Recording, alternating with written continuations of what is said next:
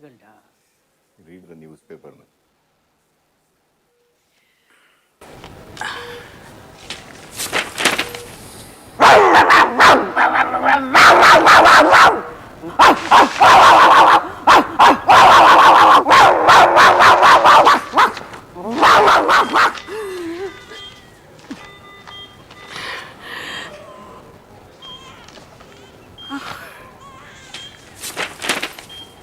The Vice President-elect C.P. Radhakrishnan on Tuesday described his win as a victory for the nationalistic ideology and vowed to work towards making India a developed nation. Next up, an in-depth review of India's foreign affairs. And speaking of foreign affairs, Jollywood star Malesh was spotted with a 22-year-old Brazilian supermodel, Lana Kova. Now that's a real foreign affair. Looks like trade isn't the only thing crossing borders. So tell us, do you think this foreign affair will actually strengthen India-Brazil relations? Guess Malaysia. And this is Worldview at the Hindu. Now, D-Day arrived this week for US sanctions on India after 25% reciprocal tariffs that came into play in early August. Another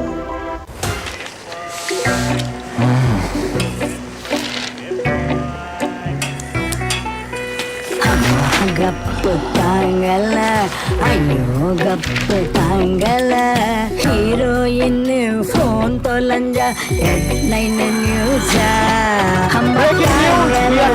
tangala kaptangala mama kahal tak leda vanda breaking print.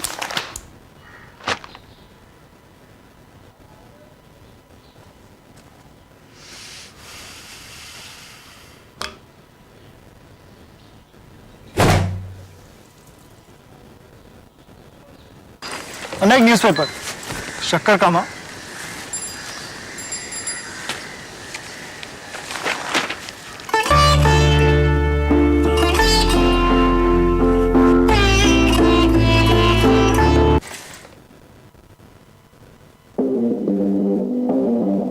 Every idea, every challenge, every breakthrough starts with a question.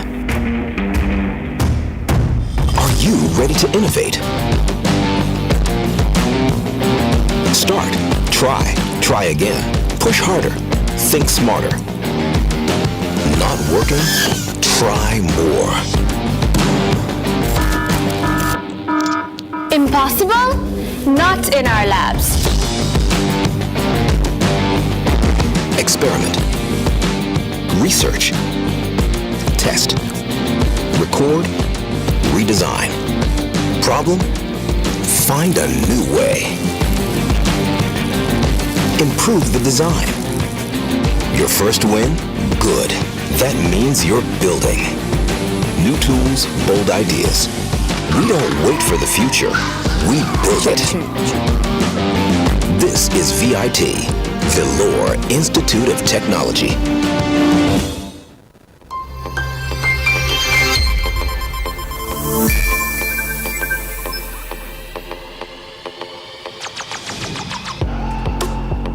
It starts with a moment we barely notice.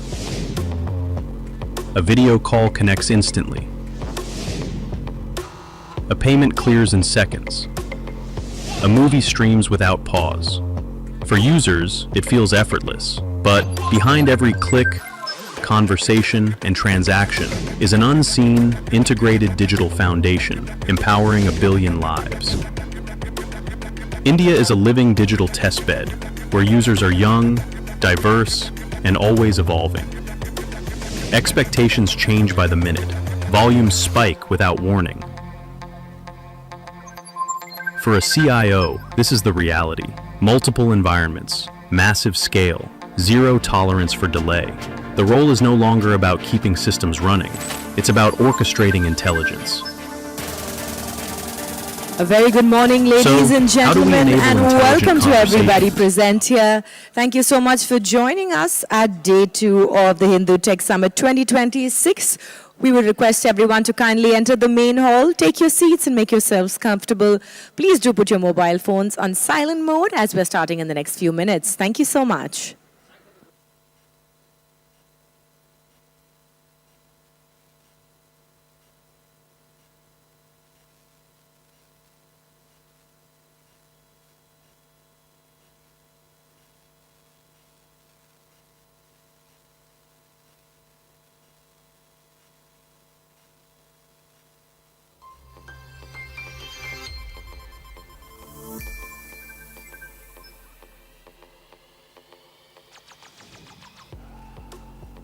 It starts with a moment we barely notice. A video call connects instantly. A payment clears in seconds. A movie streams without pause. For users, it feels effortless, but behind every click, conversation, and transaction is an unseen, integrated digital foundation empowering 1 billion lives. India is a living digital testbed where users are young, diverse, and always evolving. Expectations change by the minute. Volumes spike without warning. For a CIO, this is the reality. Multiple environments, massive scale, zero tolerance for delay. The role is no longer about keeping systems running. It's about orchestrating intelligence. So, how do we enable intelligent conversations, operations, experiences, and growth? CIFI's AI value chain brings together an integrated, intelligent digital foundation built on networks, data centers, cloud, cybersecurity, and managed services to power AI transformation at scale. As demand surges, the network doesn't wait for instructions. It senses intent, it reallocates capacity, it corrects itself. This is not reactive connectivity. This is autonomous, agentic network, acting on intent, not alarms. And we are building resilient, autonomous networks for the future. Behind the scenes in data centers, AI workloads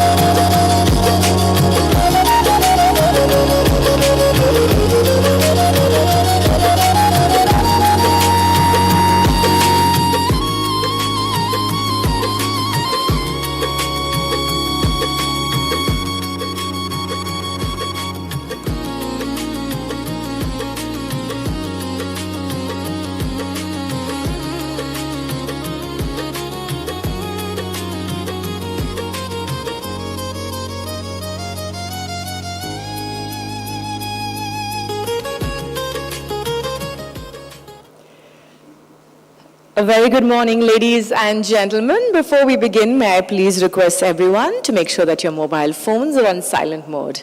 Thank you so much. My name is Paloma, and I will be your host for today. The VIT Institute of Technology presents the Hindu Tech Summit 2026, a two-day future-focused leadership forum shaping the next generation of innovators, thinkers, and problem solvers.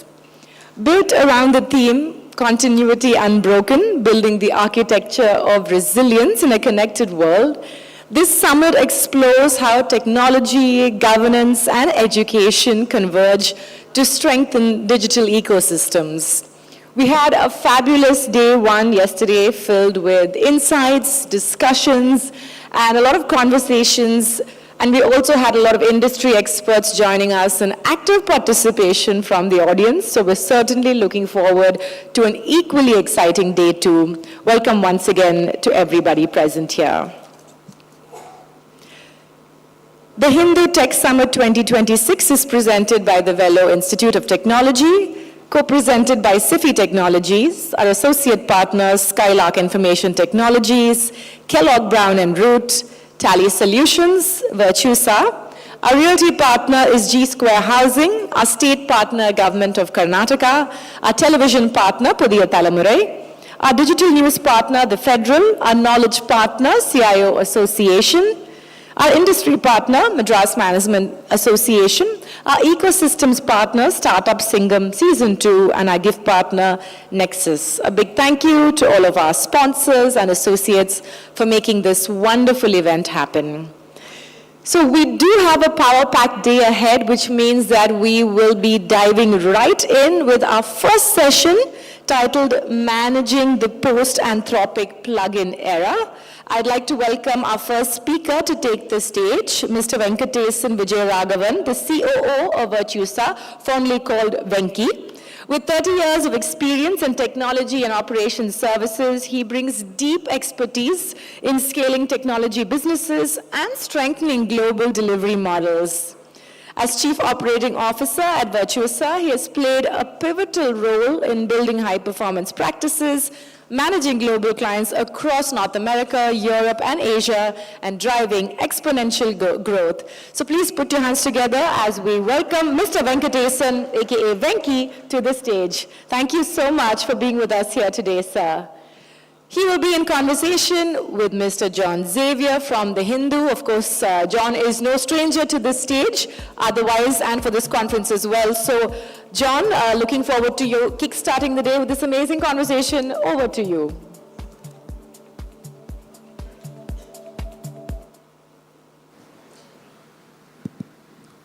Good morning. Thanks to all of you who come here, and thank you, Venki, for making the time. I think it's a brutal morning in a way to start, so I think a lot of people would have seen in the newspaper what's happening to the IT stocks. But interestingly, or apparently through a very strategic chance sort of an encounter for Virtusa, you've now become a private company after the Anthropic plugin dropped. So I just want to dive in right into that space. Could you give a sense on, how do you feel right now on the whole IT services industry, and where do you see Virtusa? Sure. First of all, good morning. Vanakkam, Chennai. Thank you for hosting us and being with us. I'm honored and humbled, right? With that, see, let me take a step back for a minute, right? I think with what happened on the lighter note with the last week and so on, I'm not complaining at all being private, right? That's so good right now at the right time, right? I'm sure many people have been having sleepless nights over last week, and even they continue to, as materials, both thesis and antithesis, keeps coming at us at a speed that we cannot catch up even reading them, right? So with that backdrop, let me give you a context of what Virtusa is, and therefore I will give you what it means to be private, as well as where is our twin advantage coming from, right? If you look at it, Virtusa's backbone was primarily a company that had very limited exposure to what I call run the services from a tech background or operations background. And we were pivoting for almost last 25 years, primarily on the engineering back office for most of the product companies in the world, and then pivoted into what we call the services for large enterprises.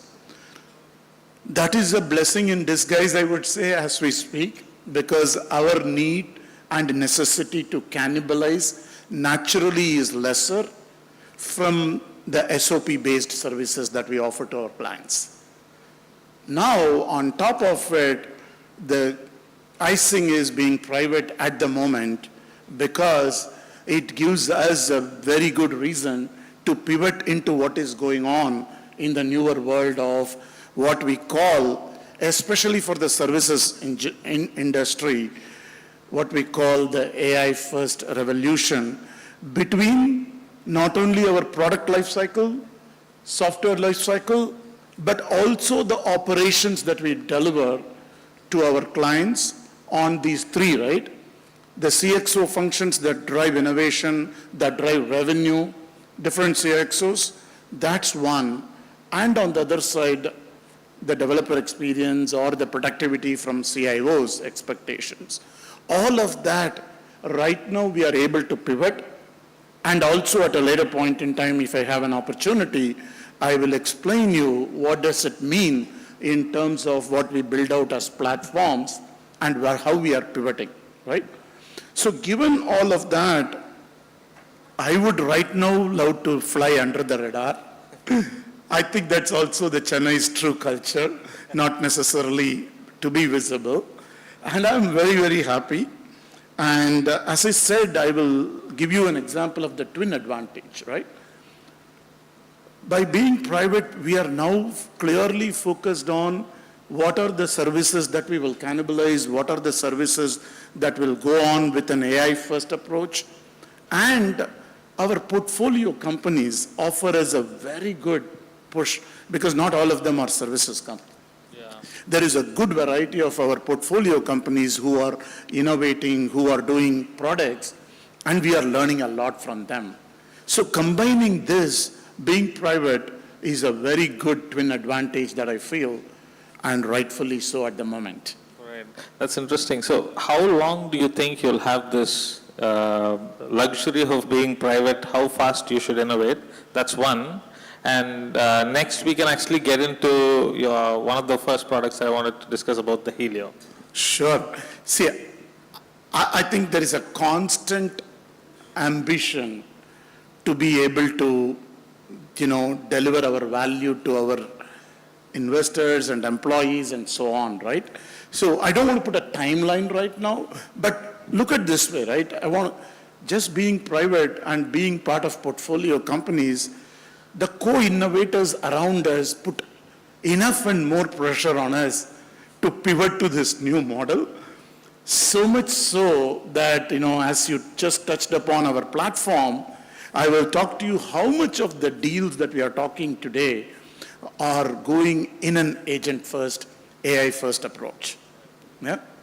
So let's do, can you give a deep dive on your Helio platform itself? It looks more like, if I were to give an example of in the past, let's say if you deploy $50 million for a $50 million contract, you would want to keep 500 coders.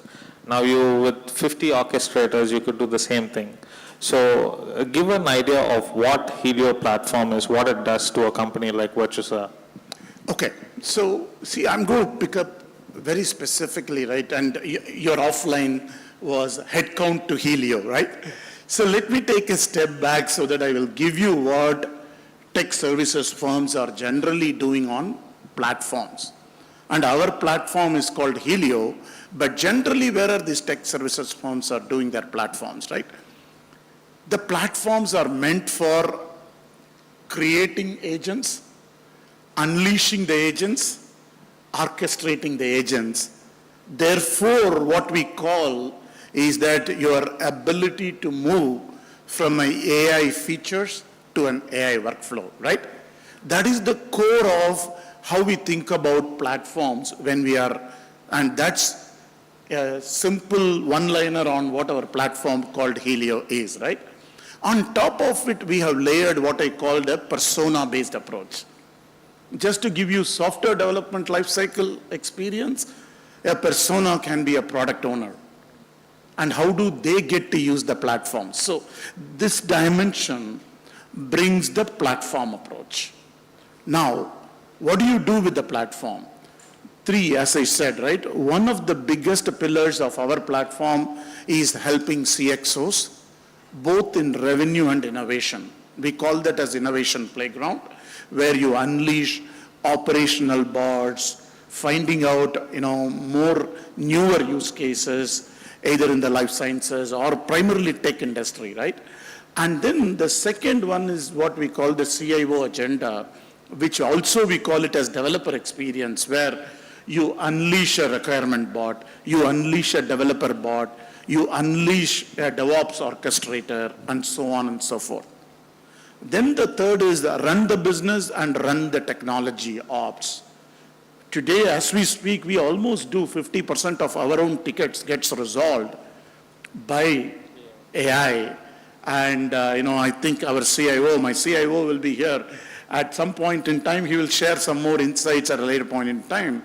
That's a very simple example, right? Then the other one I wanted to call out is specifically in the realm of HR portfolio and end-to-end services industry is still reasonably tied to humans, right? So our biggest supply chain is people, right? And how well-oiled that is becoming.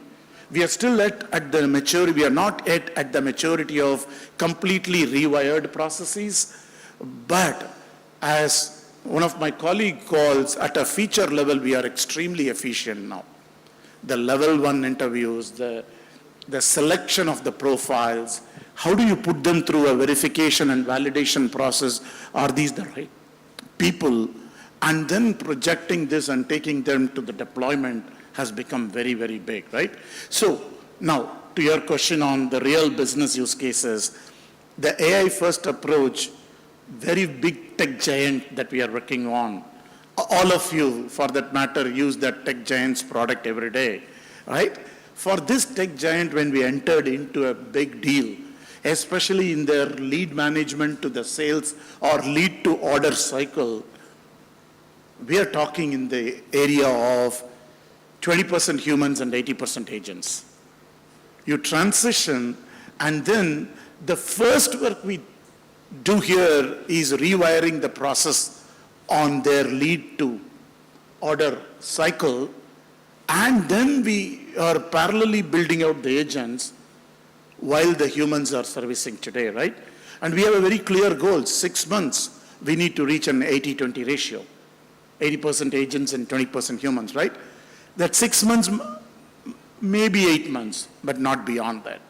So that is how we see headcount to Helio, headcount to platform moving.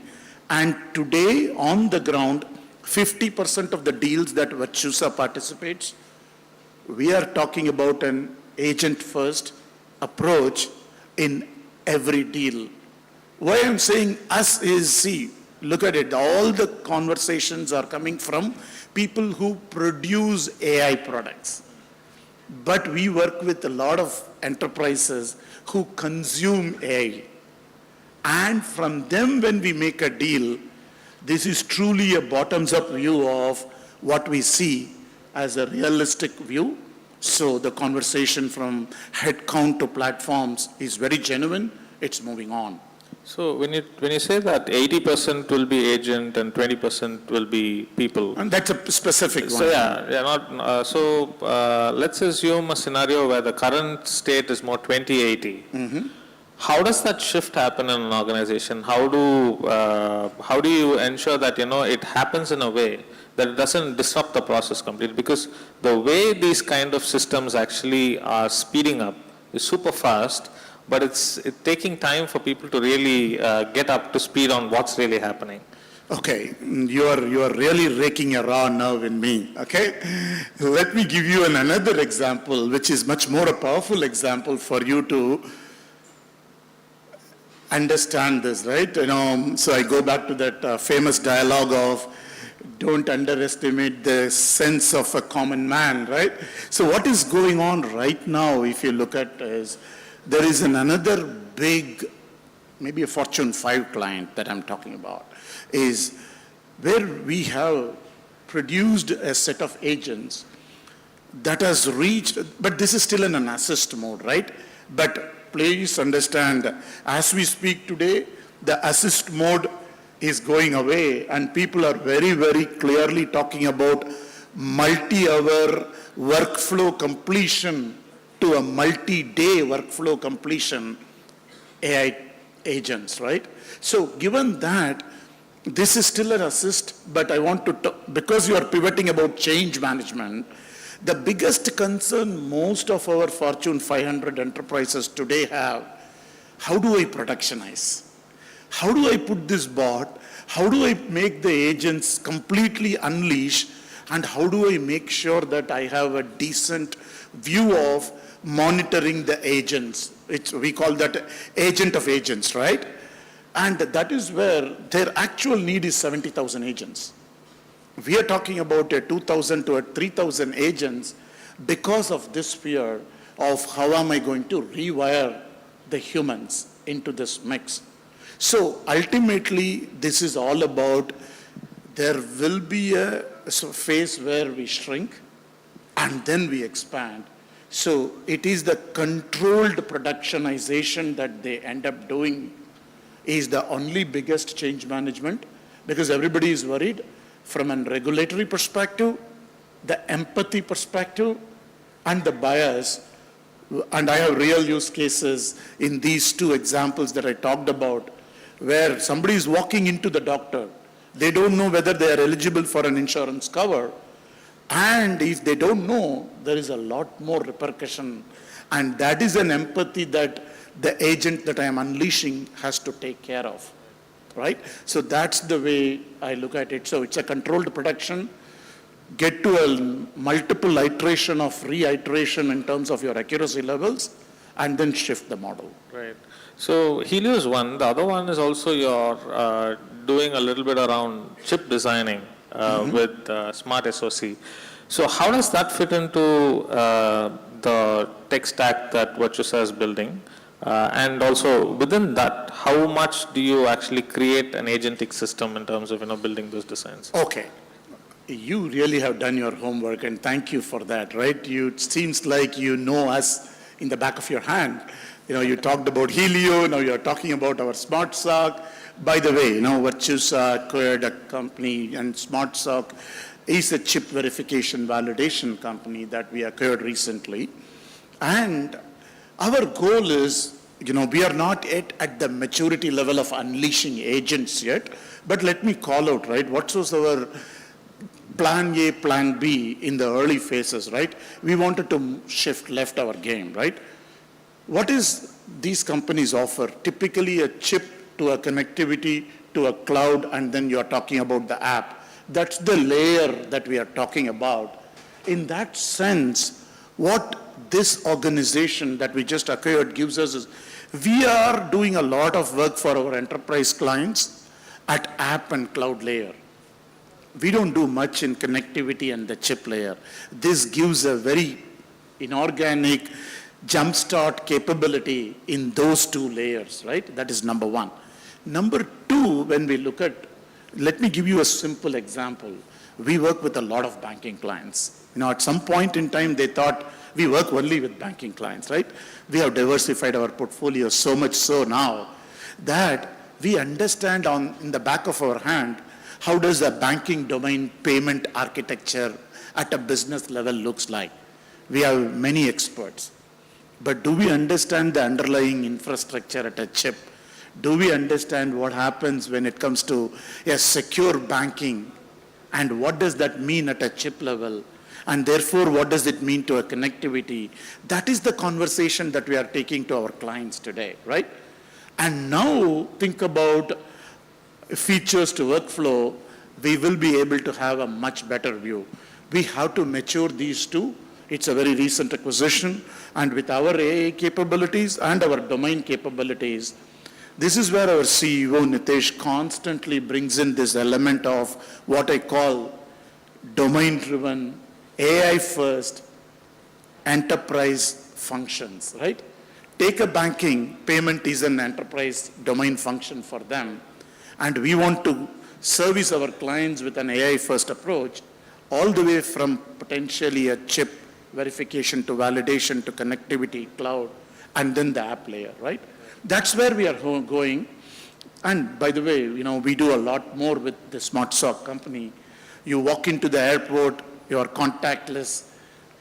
checking contactless IDs, 3D scanners. Much of those have chips, and we are now in the game of verification, validation for some of them. And that gives a lot of leg up in terms of how we work with our technology clients. Right.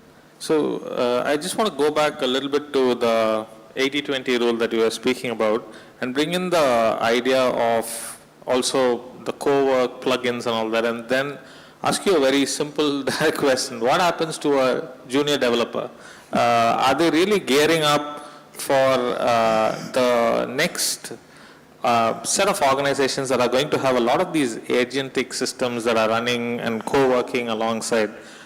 Could you shed some light on that? So will the role be there at all? Like we were speaking about this earlier, yes. That should we have developer as a role itself, right? Okay. Oh, very good question. You're partly answering me as well, okay? So let me take this, right? No, these days, no conversations goes without this, right? And let me give you a couple of anecdotal conversations and then deep dive into it. And I'm assuming we are running okay on time. So let's look. Anthropic announced on the same day my teams were having a conversation with certain clients. And on that day, if you look at it last week when the announcements came, it was more about SaaS platforms and how their licenses potentially has an impact on so on and so forth, right? Until that night, the clients were eating out of our hands saying that I need this developer on this particular SaaS platform. I need this SI work to be completed on this particular SaaS platform. I'm intentionally not naming the platforms, okay? And the next day morning, we have prepared an extremely well-articulated mechanism of how we are going to help the customer. The customer comes into the meeting. Well, keep your slides away, keep your conversations. Forget what I said yesterday to you. I don't want any developers in this SaaS platform anymore. We were asking, look, we all understand something has happened last night, but which side of the bed that you did wake up today, right? That was the conversation that we had with this client, very much, right? So let me take a step back. Where are we, right? As an organization, let me tell you, we have a very strong R&D department. We considered ourselves in the mid-segment tech services player who constantly punches over the weight, right?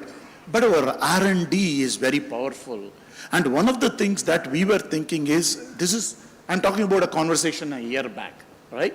A conversation a year back, I'll come to the developers very quickly, but you have to understand, we are all thinking very wrongly. One of our experts is right here in the audience today, but we are all thinking the whole business model not in a good way. You have to think of a banking in a box. You have to think of insurance in a box. And that's what dawned on us last week, right?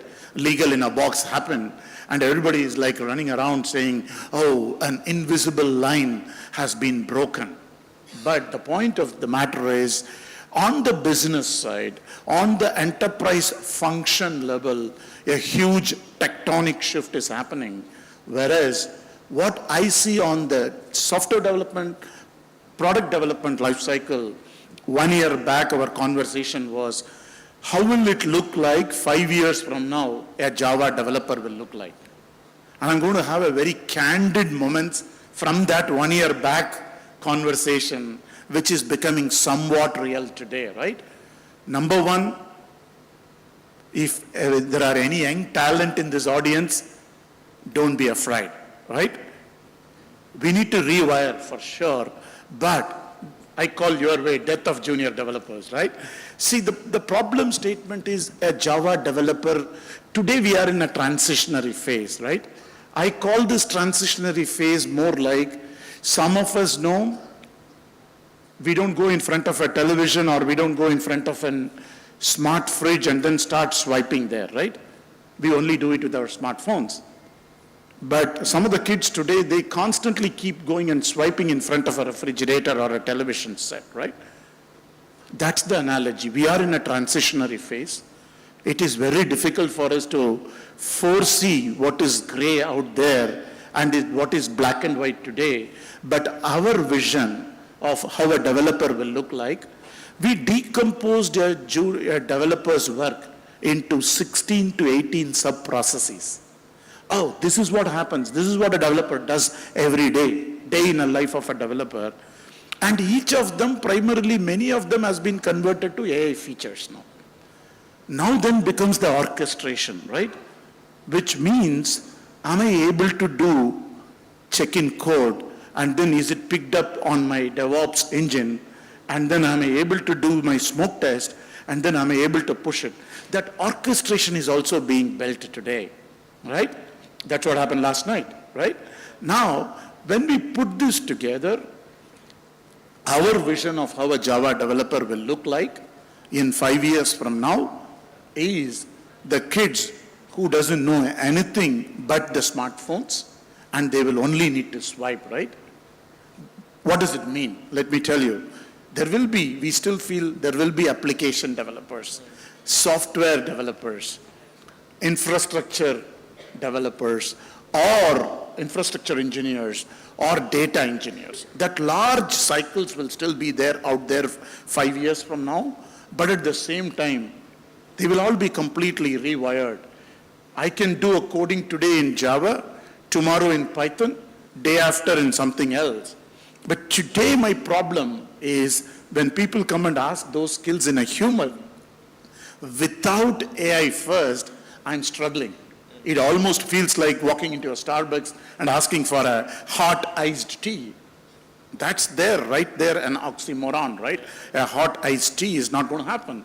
But with these tools, I don't need a particular language or a particular database, but they have to be super strong on the underlying principles of the core engineering, right? So that's how we feel. We are getting certain initial success in that segment, but we need to transition this to our universities and make it real. To go more into the first principles. Yeah, right? Okay. On that note, I'd like to open up to the audience if they have any questions. Yeah.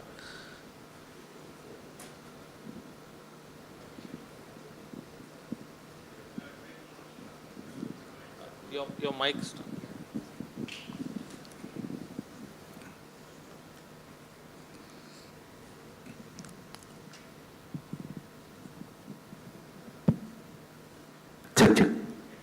Thanks, Venki and John, for a nice conversation. I do have a question. It's also related to one of the points you raised, right? For the services industry, the challenges we see is, it's already evident with Dario and even Elon saying there is going to be an impact on the, software developers or development engineers at this. Now, there are two aspects I want to bring and then ask my question. First, there's an evolution of GCCs. A lot of GCCs are setting up shops and there will be growth in there. That's one angle that's impacting services. On the second hand, you have a lot of AI-based innovation and tools coming that's going to change the pyramid mode of delivery to maybe a diamond or some other shape, right? The companies have been thriving on the headcount and linear growth for ages. It's going to be non-linear. It will be more outcome-based and all. Now we are moving from software as a service to a service as a software, or like you mentioned, business in a box, right? I feel all these challenges is putting the services industry in a box, or on a lighter note, in a coffin, so to speak, right? So what is the strategy for a services company? You also mentioned there are companies coming up with a wrapper on top of the underlying business models and all, right? And what if someone does what Anthropic did, or what OpenAI is doing with coming up with consulting model and something in a smaller device that can do a lot of things, right? He also brought in Jonathan Ivey. The challenge I see is organizations are cannibalizing its own revenue, and also services industry is at super high risk, and India is primarily thriving on services. So what is, as a leader, what's your take on it? So, see, first, again, thank you, right? I'm not going to sleep for the next week because of your question, but, right, let me give you some background, right? I think there is, as I told you in my opening comment, there are some very strong antithesis is also coming out there. Go back to a long time ago when Salesforce started. Their mantra was, you don't need a developer. But with that, the number of developer community that increased is extremely multifold multiplier effect, right? That's what happened in multiple times when some of the very powerful platforms that shaped up our industry, right? We have to keep that on one side of the balance, right? The second one I want to let you know is, look, what markets are we serving? What segmentation of the clients that we are serving also equally matters. Very large enterprises, there are two important problems. I was talking to a CXO in Middle East, right? They made a very passing comment to me. Look, it's going to take another 2 years for me to even set my AI foundation infrastructure.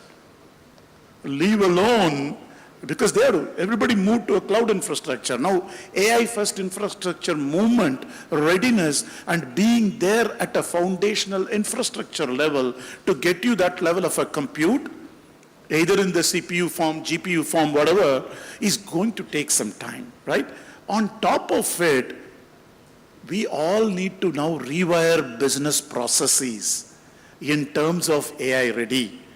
And for a small and medium businesses, they may start new products with the new model. And existing ones, they may throw away if they are too small in their P&L books, and they can move on to the new bandwagon. Large enterprises, it's not that easy. And you have to unravel your business process to make it AI first.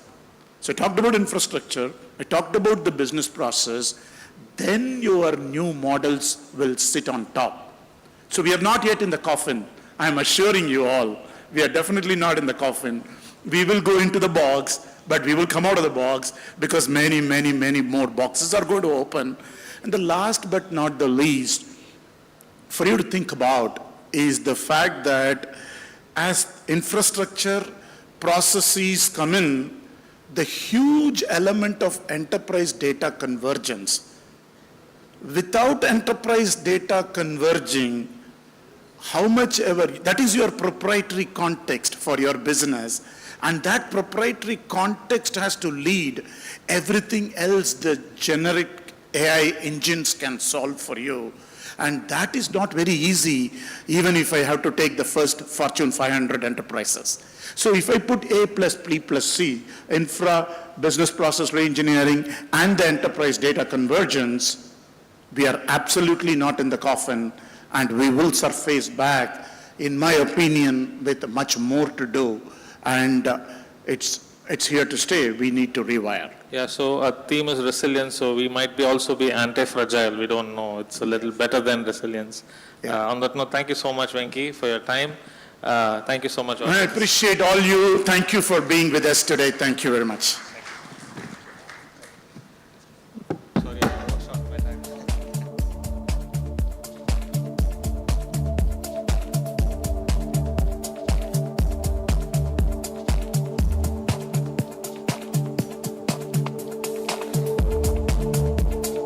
Big thank you to both John and Venki for kickstarting the day on a wonderful note. Can we give them a round of applause?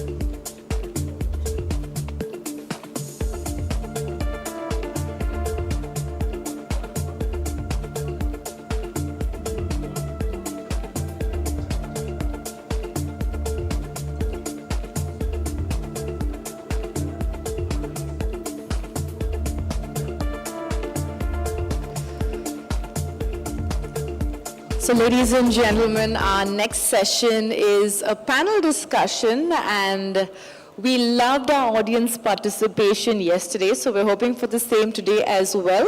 There will be time to take questions from the audience where you can get your one-on-one time with all of the industry experts that are gathered here under one roof. This next panel discussion is titled Beyond Compliance, Leveraging ISO 27001 for Integrated Data Security Management. Let's welcome our panelists to take the stage, starting off with Mr. Balakumar, Head of IT at UCAL Limited. With over 25 years of driving enterprise-wide digital transformation across manufacturing and industrial domains, he brings deep strategic expertise to this conversation. As head of IT at UCAL Limited, he leads ERP modernization, cloud adoption, and cybersecurity with a clear focus on scalable, secure growth. Welcome, Mr. Balakumar. Thank you so much for joining us here today. We have with us Mr. Sivaramakrishnan, Senior Vice President, Information Security and CISO at M2P FinTech. He is known for building high-performing security teams and pragmatic governance models that align security outcomes with business growth. An active contributor to the security community, he regularly writes and speaks on fintech risk and the human dimensions of cybersecurity. Welcome, sir.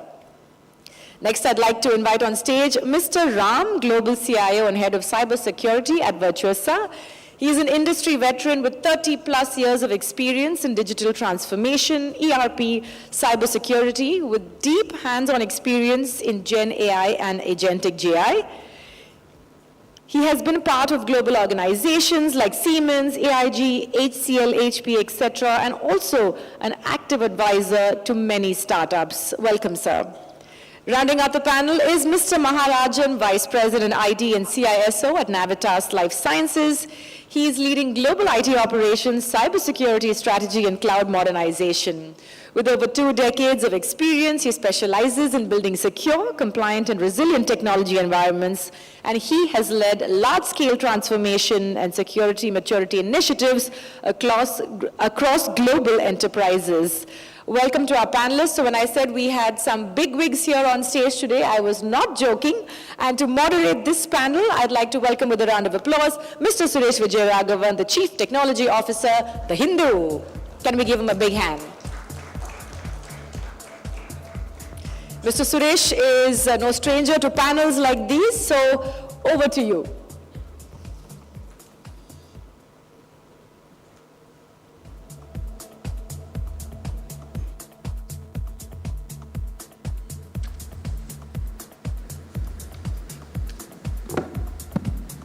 A very good morning to all of you. So when organizations speak about security, the conversation often revolves around technology like firewalls, encryption, monitoring tools, or about people. We talk about awareness, training, insider risks. But just like we discussed about continuity yesterday, security strength is not defined by tools alone. The connecting force is process. Process is what turns security from isolated controls into a dependable management system. People follow processes. Technology is governed by processes. Without a process-based approach, security becomes reactive and fragmented. With the process-based approach, security becomes consistent, auditable, and improvable. That's why this panel goes beyond compliance. Compliance proves controls exist. Process ensures those controls work when risk materializes. Right? The framework that enables this shift for us is ISO 27001.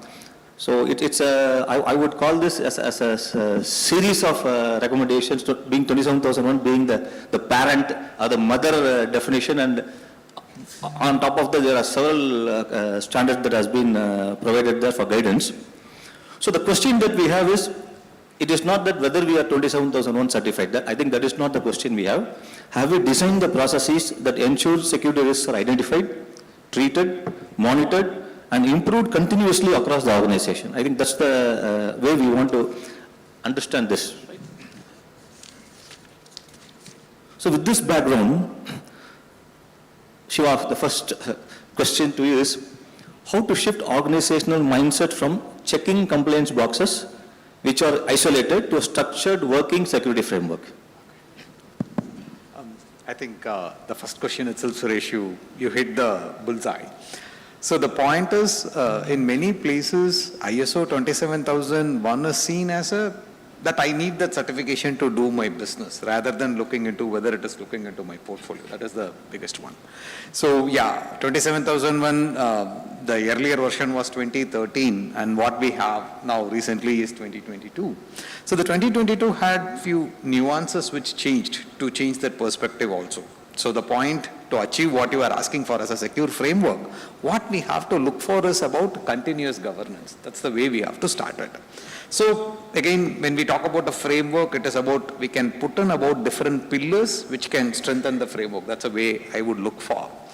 So first and foremost, instead of looking into it as I think the right word to put it in is like, make it as a trend. So reporting the trend rather than reporting that event, which is about, are we patching, yes or no? Instead of that, mention that as per SLA, what is the percentage of patching I am completing, which can be one.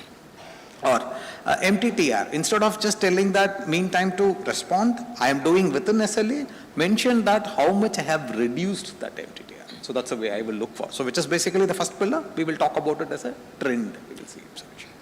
Then the next pillar, if we have to talk about your statement of applicability, which is SOA, which we talk in. So SOA is always seen as what is all the controls I have put in place, what are the controls I excluded, and on the how do I implement that control, and what is the percentage of coverage in the control. This is what is usually seen as SOA, and it is not touched. Once in a year only you touch it. But the SOA is basically a contract between the risk team. Now, I'm not even saying information security team, right? Risk team and the engineering team. So look at it as a live backlog. So any changes happening, anything which you are doing in the infrastructure, platform, whatever you are changing, have it as a backlog. Then you know what is getting covered and what is not getting covered. Number two. Then number three comes about, control owners. That's the right keyword we use it, right? Like control owners, it's not, though ISO 27001 would be driven by IS team, risk team, there are different owners for it. For example, if employee is exiting on the same day of the remove it as a HR control. Class 9.1 talks about continuous monitoring, which is a platform control. So we have to look for those control owners to own it so that we will be able to take it. That is the third pillar. Then fourth pillar, if you want to do this continuously, then you have to use automation for sure, right? So, I'm not even touching AI era. Even before that, the automation comes in code. So, infrastructure as a code, policy as a code, we can put it all of them. Then we can look into how far we are getting into it. The last one is about the class 9.3. So the class 9.3 is about management decision. So every quarter you run a management review. At that time, there should be decision made. It is not like governance, I tell that, okay, I will reach A, B, and C. You say that I can make the decision on that, Suresh. So that is the way I will put it. So finally, if you have to put it all together, this is, different pillars. If you are going to put it together, it is not about I am secured today. It is about if I am deviating from that security control, how long will I take to identify it? I think that should be the way we measure it. Then it becomes continuous governance, Suresh. That's the way I'll put it.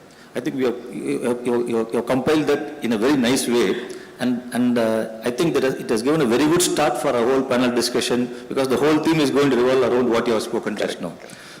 So you spoke about trends, right? So Maharajan, to you, moment we say trends, no, the generally it happens, okay, that there's a new security tool that has come, we want to implement this. There's a new software upgrade that has come. People started to go behind trends. But how does risk assessment drive security priorities instead of going behind trends? That's a good question, Suresh. Yeah. See, I always believe security priorities are driven by the business impact rather than any technology or new tools in the market where nobody go and pick it and start using it. No, we should focus on the business impact. So when you do the business impact analysis, like what you do is, basically you need to know what is going to happen or what go wrong to my business, or what kind of likely risk is going to happen. or what kind of impact is going to create on that particular business.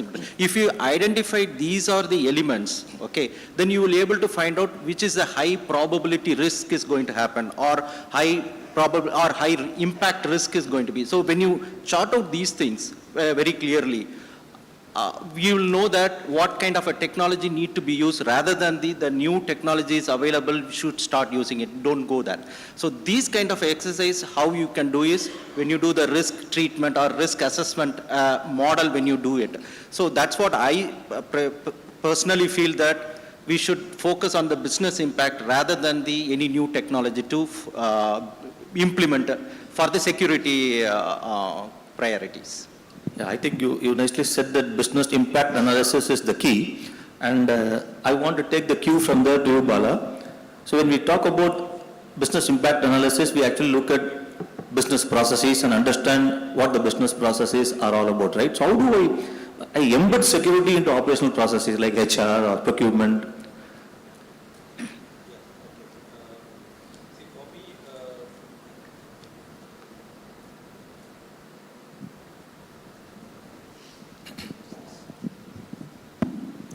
Yeah.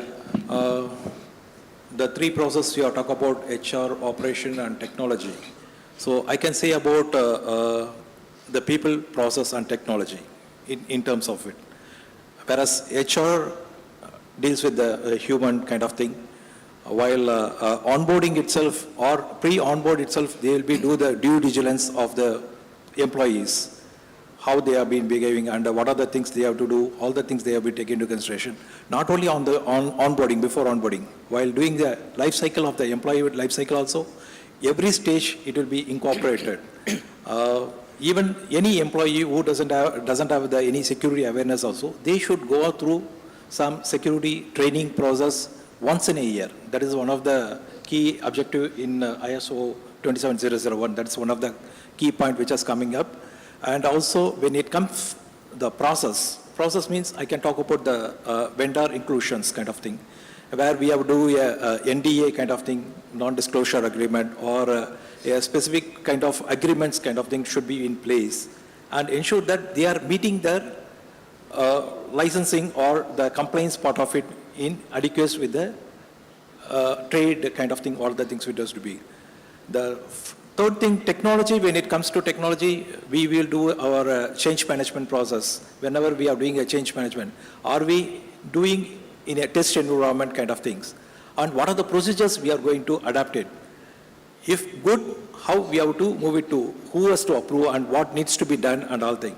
If there is a risk, what is a rollback procedure that has been documented and whether it has been followed or not, all the things has to be taken into considerations. So I can see about the people, process, and technology, all the three has been linked together in ISO 27001 with the latest 2022 editions. Each will have a major role kind of things, and each has been well defined in the defined clauses kind of things. That's good. So Ram, to you, I specifically kept this question to you because the size of organization that you are running, right? So how do you ensure that incidents are handled consistently? Because I'm sure with all the controls in place, we know still incidents do happen. So 27001 gives a specific recommendation, but I need to know from your experience how it's being handled consistently. Yeah, first of all, very good morning, everyone. Yes, it's a very important point. But first of all, my belief, the ISO 27000 is like a Bhagavad Gita for security management. If you are able to adopt even 30%, then you can be assured that you are at least 60-70% secure. Yes, it does help us. There are a lot of detailed approach on how to handle this, not only to react during an incident, but also to prevent the incident, right? So one of the few things that it tells us is, yes, you need to have very clear roles and responsibilities in case there is an incident, clearly identifying who will do what, right? The second step, and we definitely adopt many of this, the second is documentation of every single step, right? In our case, for example, what would a CEO do? What would a legal do? Because you have to negotiate Are we going to do a Bitcoin? And then we go to CFO. He has to ensure payroll. I will raise my hands. He has to run the payroll whether my systems are up or not, right? So the steps are detailed out. And then we talk about the compliance part. I mean, learning from others' experience, keep monitoring them so that you do your best. And finally, the training, right? We do extensive internal training. We also do a lot of tabletop exercises. Tabletop exercises within the IT team, with the larger team, with the CEO, CFO. That's a very regular. So all those we definitely follow, but in reality, what happens is that while all these frameworks are available, it is not always right to adopt 100%. So at Virtusa, we believe that meeting compliance is to make the regulators happy, but having a control, robust control, keeps the attackers at bay, right? And compliance should be a byproduct.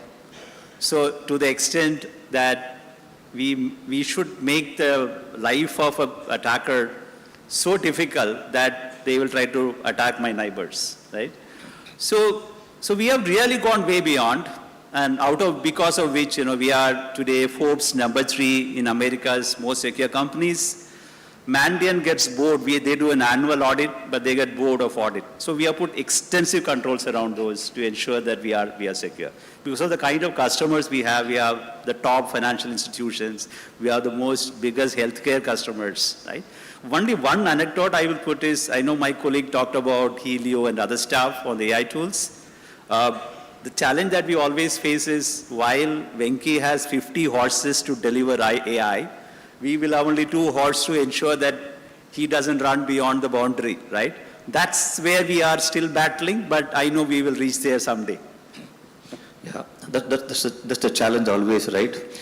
And organizations don't work in isolation. We have to work with the supply chain ecosystem. And Maharajan, to you.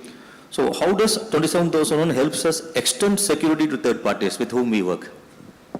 Okay. So basically, I see ISO 27001 standards, as he rightly said, that it will take care of 60 to 70% of the one. But the problem where we see really is the business can happen drastically. Okay, you don't believe on a period of time it is a steady state or kind of a business. So when it comes evolve, even our standards also need to be evolved in that way, handling the kind of requirements, or even a cybersecurity standpoint, we have to be agile, as well as we need to be an integrated security management system where you need to be put in place so that if any interlink is missed or happens, visibility can be easily identified and you can able to manage it. So that's what I see it is, that something we can focus on, the integrated security management system to be built along with the compliance standards and other things. I want to take this as a follow-up to you, Ram, because see, as you mentioned, 27001 provides those things, and most of the time we end up putting the security requirements of our suppliers into an NDA or a contract, telling, okay, this is what I expect you to follow when you are working with us. But how can we validate that suppliers truly follow those security requirements? See, you are talking about the vendor, right? Vendors, yeah. See, what happens is, typically CISOs focus so much on internal controls, they tend to forget we also have this third party. And today, third party has become one of the biggest, attack vector. And especially when they bring in cloud services, that's one of the biggest risks that we keep seeing. So what we have done, of course, ISO provides a lot of features. Okay, they say that, okay, this is what you have to do in terms of due diligence of the vendors. Then you have to do a continuous assessment, and also learn about the incident that is happening with the vendor, and finally in a proper exit process. So those are guidelines we definitely adopt. But having said that, it's extremely difficult to adopt these for every vendor or every partner if you have a pretty large ecosystem. For example, even an IT company, we may have 3,000, 4,000. For the manufacturing, it could be, I don't know how many, the ecosystem, right? So what we did is, we did develop an AI solution, an agentic AI, wherein we looked at every contract, and we then look at the VSRM policy, right? So we have a vendor risk management policy. It will compare and then classify the vendors into high risk, medium risk, low risk, etc. And then the assessments are done on a quarterly or a monthly basis based on the category of the assets or the risk. The second is we also deployed an AI tool to monitor or crawl, I would say, to watch for the incidents of all the vendors. Here we don't restrict, even for the entire 3,000 or 4,000 ecosystems, we monitor them because we want to act fast. We don't want that somebody reads the headlines or I see that in the CIO group. We don't wait for that to react, right? So we immediately, it is informed to my CISO, and then we react to stopping that vendor or understanding what patches have to be updated. The third AI we have built again is to offboarding. This is one of the biggest risks. One day my auditors came, EY is our auditor, they said there are so many to be offboarded, they are still accessing your tools or they are being given so much of data. So again we built an AI wherein anyway it was reading the contract, right? So it knows the end date. So end date plus 1 week is all we provide, and then we remove the complete. At times there are risks involved because sometimes some people delay signing the vendors and therefore extending the vendors, so they will say bring them on, so we have to do the entire onboarding. But I think we can't take a risk, so we bring in all these tools to ensure that we are secure. That's the only way to enable. Otherwise we leave it to them. Without these tools we would have been really struggling. Thanks, Ram, for that perspective. And AI enablement of security controls is I think that is one area, might be the next version of 27001 standard might actually have that also as part of the standard guidance itself, right? So 27001, from the very first time when it was called BS 7799, right? That was the very first, I remember that in 2004 times, right? Or even before that. One, the common thread that it has been carrying is the continuous improvement, because I think as a management standard itself, all ISO standards have this continuous improvement as one common thread. This question to you, Shiva, is what sort of metrics and KPIs are important for us to ensure continuous improvement in security posture and not just from a certification standpoint? Okay, so I will not get into the usual. So making it more effective is the way I would think about, right? So the first one is about, we will start with risk movement, which is risk reduction velocity. So how many risk I have in my risk register, how much I have reduced it can be one. Then if there are residual risk, what is the aging of the residual risk can be other. Then third one would be how many of those incidents are repeat, which is in this quarter when I'm going to measure how many are the repeat incidents coming in. Then, again, I mean, Ram would definitely have the same challenge, because in our size, if we have a size like 100x, 1000x, then we will have the same project.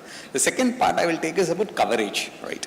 Yeah, we do have policy, we do have backup restoration testing to be done, but is the backup restoration testing done for all? You will have cap. So put in that coverage. How much of coverage of backup restoration testing was successful in first attempt, right? Like the success of it, right? Then about the offboarding of the vendor.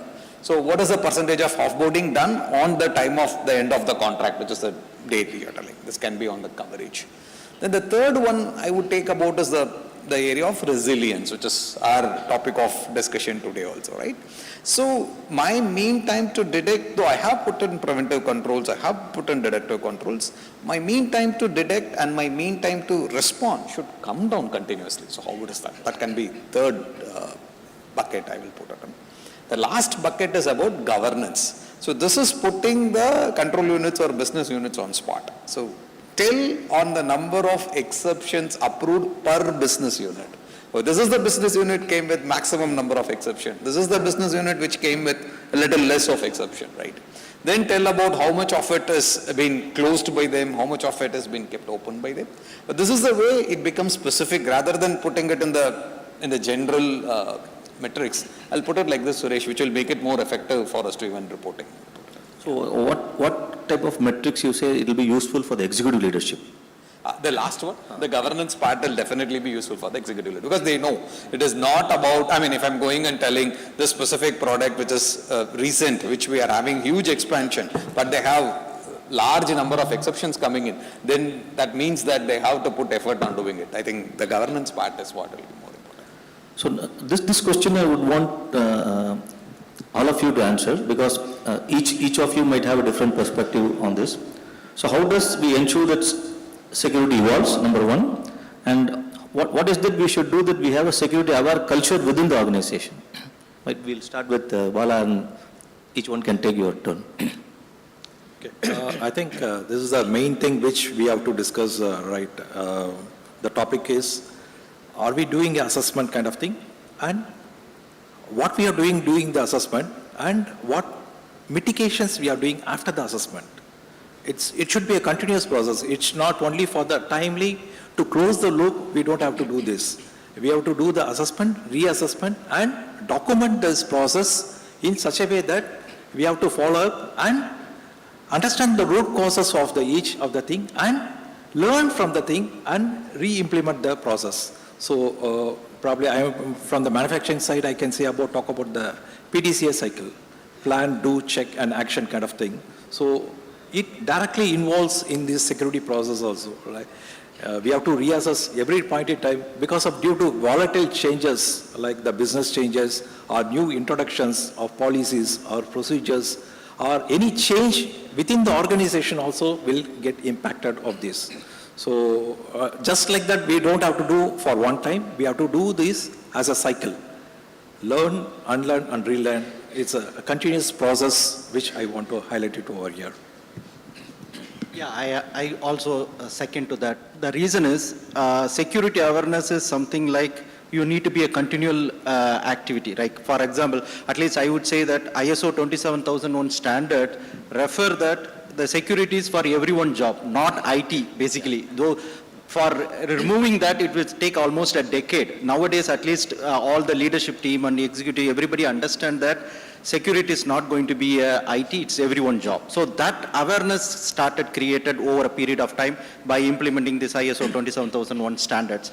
Along with that, as he rightly said, that the continual improvement is something where you don't see in only a technology side as well. It is something like the process side as well, where when you do, I comes from the life science industry, where we were being providing a service to the pharma and drug manufacturing company, where they feel that patient data and PHI, PA data is very critical. So when we do that, the security awareness needs to be created from top to bottom about how you need to be aware of our data or our customer data. How do you need to secure that one? So this is something, a one-day job, it cannot be done. It is a period of time. You need to have a different kind of a program to be executed, like an awareness program or some kind of a security. Now, recent time, many threats are coming. So that threat knowledge is also need to be given to the end users, to a top management, so that they also keep ready when they try to face that one. So I see it as something continual improvement along with that security awareness gives him a much better business stays in that. See, well, security culture, to be honest, you know, my colleague Venki was there, and he comes from Cognizant, I come from HCL, right? Before we joined Virtusa, we used to discuss what's the culture, right? Does the company have a culture? Is this the right culture? It's always difficult. So to be honest, culture is not something of a trait, it is inborn.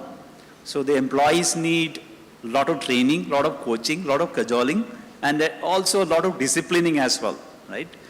To bring about a culture. And mind you, to become a good security culture, it's even more difficult.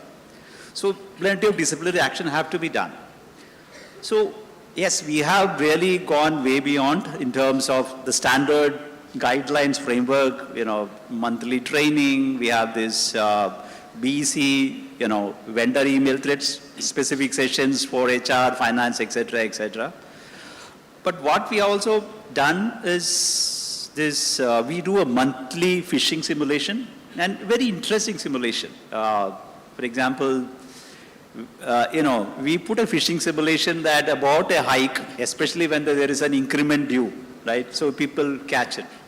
And my team trapped me, so we did a major transformation just last week. We went live. I got a pop-up to say, hey, your migration is not complete, you want to check. I clicked, I fell prey. So then I had to go through, including me, right? What also we have done is I have a CISO, I have a BISO, so we have really had to do, BISO focuses on everything contractual, like my colleague said. Anything to do with contractual compliance, they really focus on that because employee grooming for that particular account is very different to a general security culture. So we do all of this to ensure that culture is not something, a practice, it's more of disciplined approach.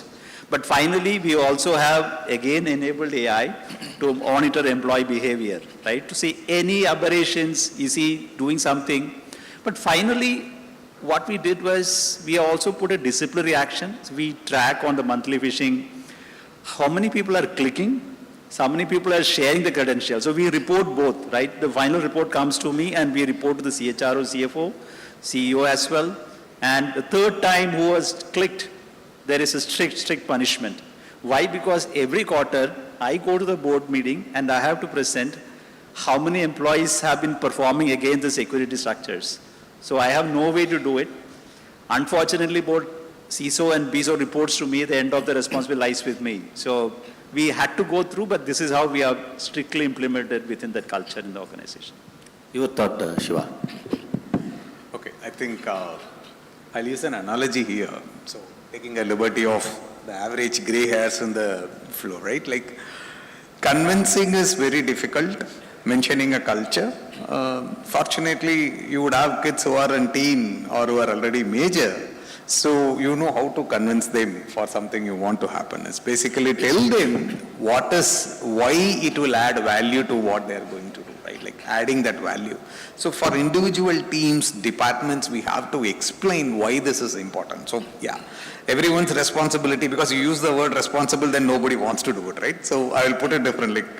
Tell them what benefits it will bring in. So I had multiple situations on what Ram was also quoting, right? Like HR, if the simulation has been run and the simulation is telling that for the appraisal you have to click something, then HR comes back and says, hey, you used mine and this is the period of appraisal, don't do it. I said, boss, that's the reason the phishing has to be running at that time.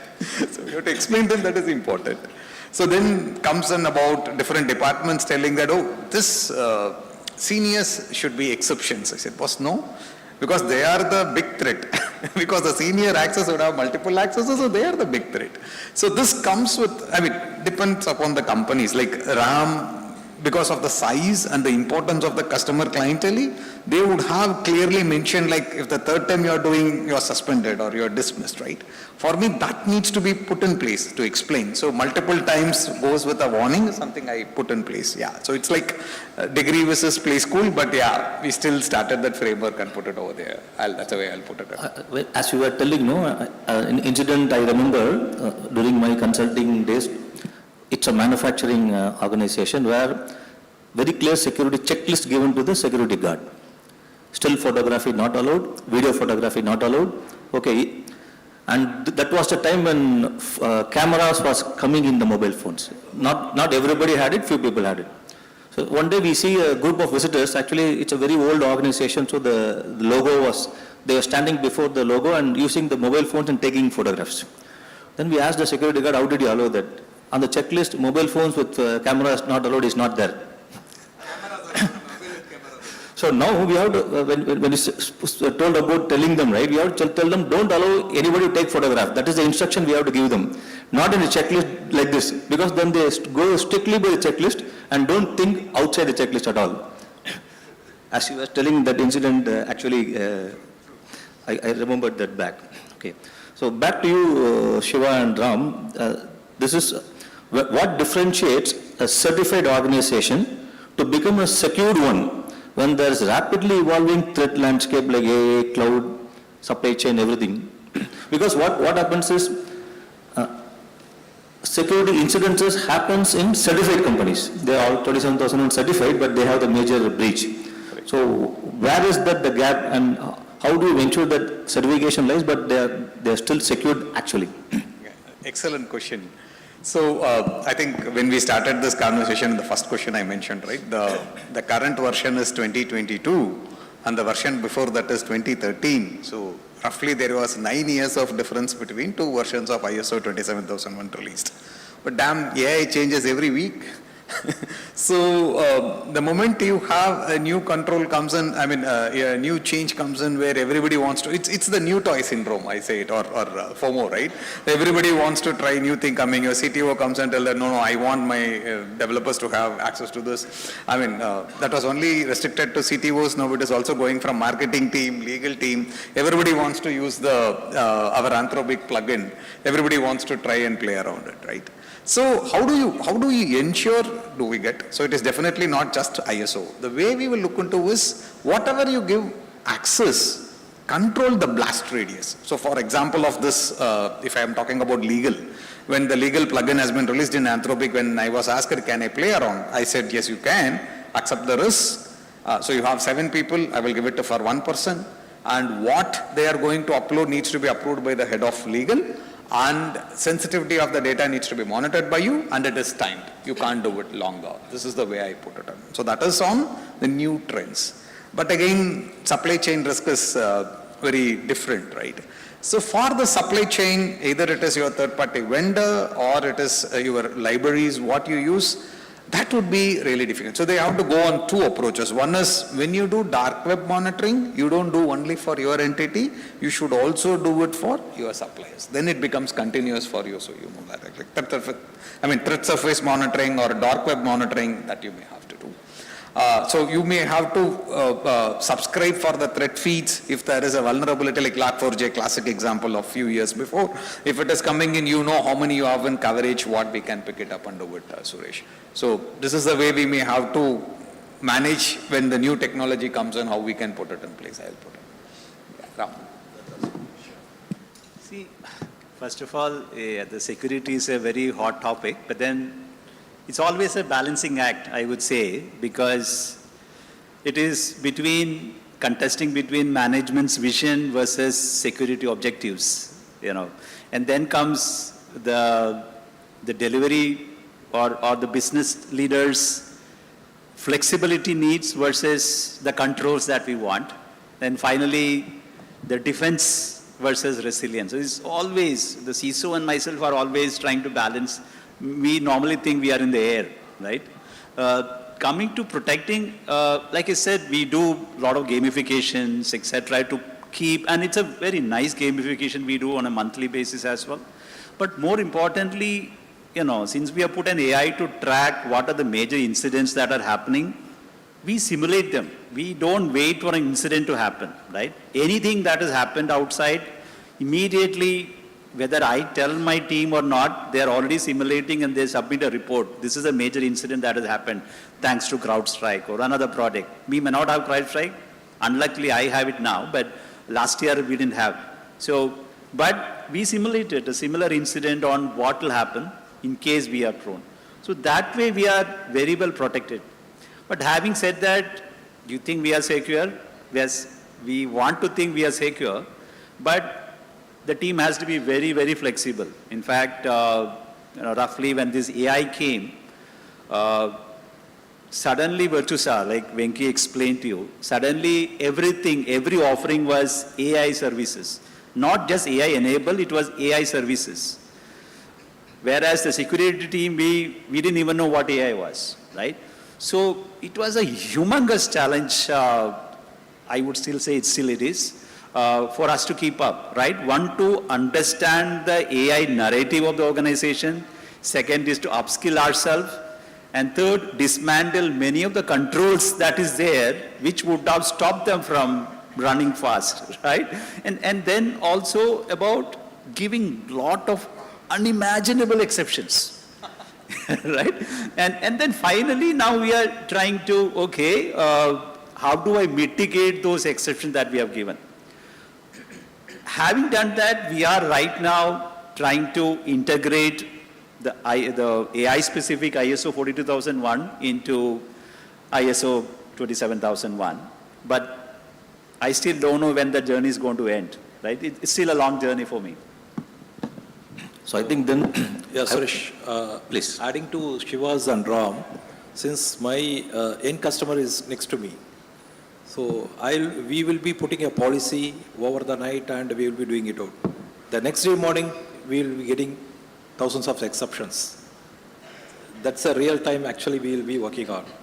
So again, we have to redo the policies, or we have to take back the policy and sit with individual users, ask for what is the request, why they wanted, all the things we have to redo the entire process.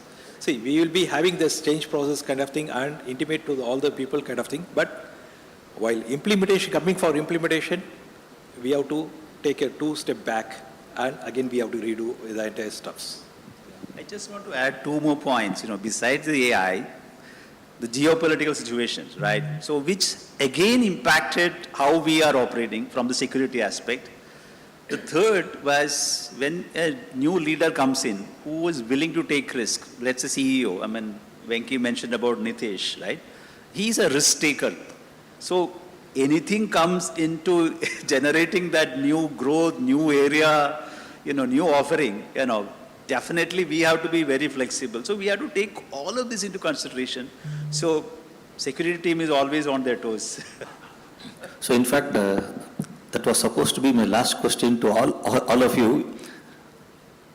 But even might be slightly you answered, I want a formal answer where, how do you ensure security supports innovation rather than blocking it? Because I think this current era, or this day with the AI age, there's going to be lots of fight between someone who wants to do something when the security team is, as you said, they're blind, they don't know even what is actually happening.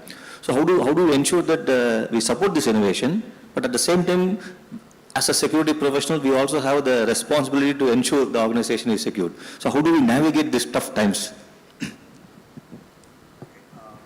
Probably it's easier for me as we are startup, we are Series D funded, still a startup, right? So the way I look into this is more about empathy, which you are distilling into your entire security team. Not just a leader to have empathy, but the entire team to have it, right? When the innovation come in, we are not blockers. It is always seen, specifically when financial sector, right?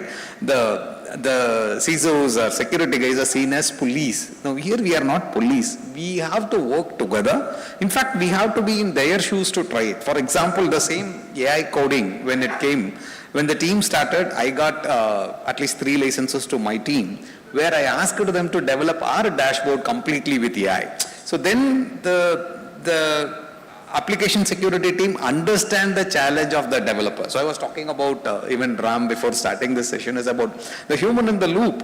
Talking about that AI is generating hundreds and hundreds of lines. So if I'm saying human in the loop, everything is to be reviewed, probably you're not doing. Then what you have to review, we have to think through. So what all needs to be reviewed. So that we will know only when we do it. So the way I take it is, Suresh, I get my team to also do that work, understand it from their shoes and then enable it. That's a way we can support innovation. Otherwise we become legacy and it is not only security team is failing, right? The entire company is failing. That's where it has a difference. So that's the way we do it today. So yes, this clash is pretty regular, especially for us being the kind of customers and the AI services that we provide, right? So I remember some years back, we created a very detailed form and we say, hey, this BU head has to sign off. And when he reads that, he knows his job is at threat, so he will not sign off. So we used to push back. But those days are gone because the market, we have to be really aggressive. We have to be at the forefront. So now we have inclined to, allow a lot of things, exceptions, but then keep correcting how to mitigate that. But then new challenges come. For example, Venki mentioned about smart stock, right? Now, this is a chip engineering. In an industry, we have not heard of such a thing. So again, I have to learn, my CISOs have to learn about that industry. If I bring in my controls on top, for example, any acquisition that we do, we try to put our image, which means a lot of controls. These companies have a lot of freedom because they have literally admin rights on their machine, right? So even that itself becomes a challenge. So I think in the last 2-3 years, we have acquired 7-8 companies and now, or more in fact, but this challenge continues. But then how we operate is, okay, allow it for some time, 2 months, it's a risk. But then we flag it right up to the board that these are risks that we take, and then slowly bring in the controls in place. I have some different perspective that what I see future security innovation is, it's going to be a AI versus AI, not in future human is going to be involved. Maybe I think one of the people asked Coffin. No, it's not. We will be having a CISO bot. Yeah, CISO. No, even that virtual CISO is already comes. Yeah. So I see the security innovation is something we need to go along with that new technology, how it is happening, the AI. Nowadays, L1 kind of incidents has been managed by AI, many of the company, and most of the company focus in that direction. But still, you need the human intervention is something like some kind of decision making is still with them.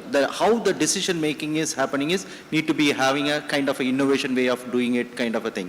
Because we as comes from the life science company and we protect all patients' data, so we need to have a multiple level of security innovation. So we need to provide a lot of innovation ideas to the people how they have to secure the data and other areas. So one of the things which when we go on with this, we do a lot of assessment, vendor qualification assessment or vendor periodical security assessment kind of thing. So when you do every time, you will find some new way to identify, new threats would have been identified, new way to handling that one. So that gives a lot of lesson learned to my team. That's way they can increase their innovation in that handle. That's what I see. For me, I'm from the manufacturing background. In manufacturing itself, there are different types of business which we are handling. Mechanical, electronics, as well as aerospace also we are doing it. So the primary security objective should drive from the business kind of thing, rather than one stand which fits for all the people. It will not be there. Even for one organization, we have to speak about what is the record for the specific group or specific kind of thing which we have to do. I think the ISO 27001 comprises all this requirement kind of thing in a nutshell kind of things. Today, the security will not be a IT standalone, not only that, but it is a business enabler as well as to the stand edge to the outside market, to the customer needs kind of thing. So by using as ISO 27, we can leverage the benefits as well as to improve our business model kind of thing. That's the objective I can able to talk about. Fantastic. So I'm looking at a new position coming up called Chief Bot Mediator in the future, who will mediate between a developer bot and a CISO bot. That will be the human in the loop work that we'll be having. Okay. So thanks for all the wisdom that you have brought to the table today. I think we have some time for any questions from the audience.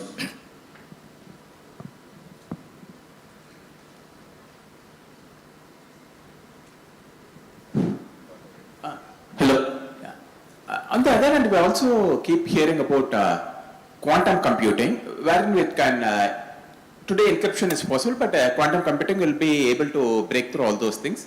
If certain hackers get into the quantum computing, to what extent cybersecurity will be able to protect that particular incidences?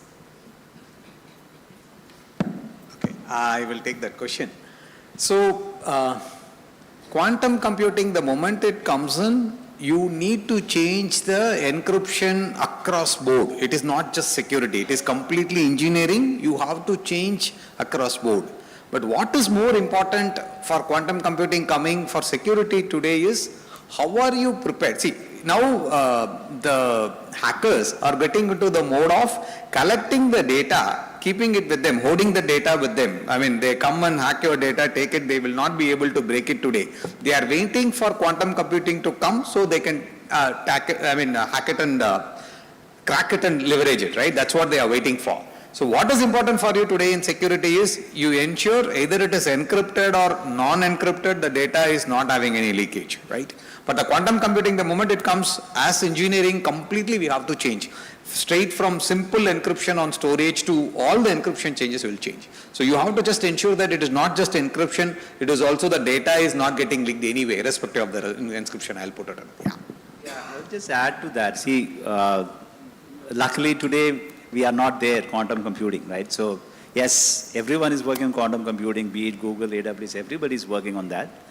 It's a matter of time. In fact, the American government has said by 2030 it will come, so you need to have a solution. So we have been working with many of our US customers because they already flagged us, this is a need. So first we started with a white paper, and then now we have given a blueprint on what all things to do. They are all shocked. They said this is not possible to do because it's not only your internal codes, passwords, etc. that you need to look at, your entire ecosystem, right? Because there are third-party products. You have SaaS products. In fact, I'll tell you, even Microsoft doesn't have a solution for a product which is already launched. So it's that bad. So we are chasing them. Hey, you have not even fixed what is the issues today. Others have changed. So when quantum computing comes, it's going to be chaotic. But then I would say there are a lot more business for people like us in this industry, is how we are looking at it. I think we can take one more question because time's up, and later you can discuss with them offside. Hi, Suresh and team. Hi, fantastic insights. Thank you. Just a question and more related to cyber insurance, because this is something that the ISO 27000 and the practices pretty much helps you with a lot of visibility and negotiation power. Any examples or best practices that you could share with us? Yeah, I'm more than happy because just last week I got an accolade from the board. Because see, what we do, like I said, we are already rated as Forbes number 3 in America's most secure companies. BitSight score is always an all-time high for the last 2.5 years. Security scorecard is almost 100, almost 3 years. EY does an audit pretty regularly. So what happens is, whenever we go to a negotiation, and today the cyber insurance have become very, very smart. They don't look at your turnover. They look at the risk, right?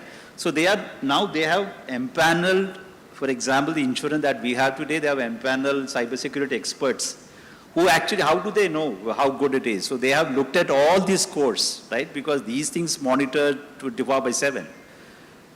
The interesting thing is, while my coverage has gone up because the kind of client we onboard, this thing has dipped by at least 18% from last year. The insurance has dipped for me, purely because they come and do the audit. They see themselves, right? You know, the security scorecard, etc., is visible to anyone who wants to see. It doesn't need my inputs for them. I would say this is how to rigidly follow. Don't wait for an insurance or an incident to happen. If you can ramp up all the security measures, yes, you might be a bad boy. I know some of my virtuosians may not like what we do, right? It kind of stops them. But then that's where we are today. That has helped us to really reduce the insurance. While the premium has come down, I was able to jack up the value of the coverage today. No, addition to that, today cyber insurance providers are not coming with the questionnaires. They are getting into your system and assess that one. Rather than earlier days, they ask questions and we fill it up and they will come back with the premium. Today, those days are gone. They are coming with, they are deploying their people to assess our environment, and then they come back the solution. Yeah, there should be some due diligence should be happen from both the sides. We have to do our own risk assessment as well as they will be doing, and comparing both the things, and we have to entrust what will be the risk code jointly. Then only we have to go for this cyber insurance kind of thing, which will have a meaningful outcome. Thank you all for your wisdom today, and thanks.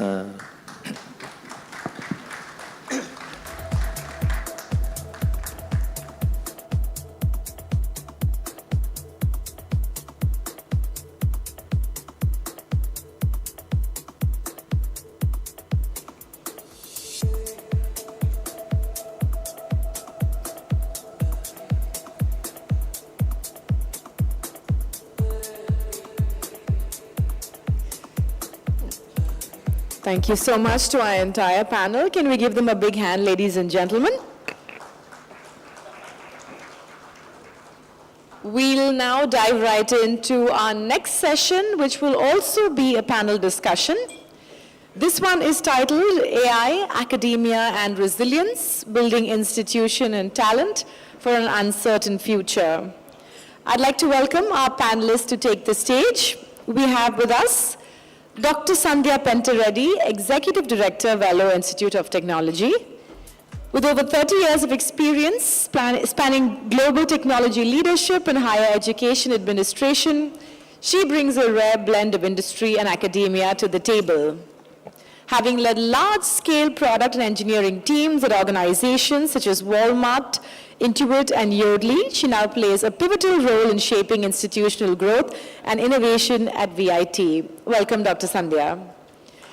Next on stage, I'd like to welcome Mr. Jagdish Ramaswamy, Board of Advisors and Advisor at Digital Transformation, Jayam SCM Consultants Private Limited. With over 3 decades of driving large-scale organizational change across industry and the social sector, he brings deep expertise in business excellence and digital transformation. Welcome, sir. Next, I'd like to welcome Dr. V. Kumarasamy, author and independent consultant with over 4 decades of experience spanning manufacturing, finance, consulting, and international business. He is a respected industry and policy expert, and he is alumnus of IIM Ahmedabad and has served on multiple corporate boards and is widely recognized for his work on economic policy, trade, and growth. Welcome, sir. We'd like to welcome you on stage.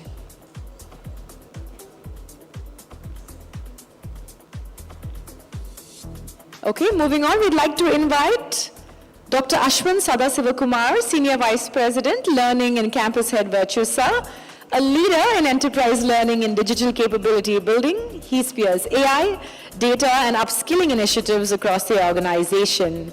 He architects scalable learning ecosystems that future-proof talent and deliver measurable business impact. Welcome, Dr. Ashwin. Moderating this panel is Mr. Nagaraj, Vice President, Data and Analytics, The Hindu. Can we give them a round of applause as we look forward to an exciting discussion ahead? Welcome, sir.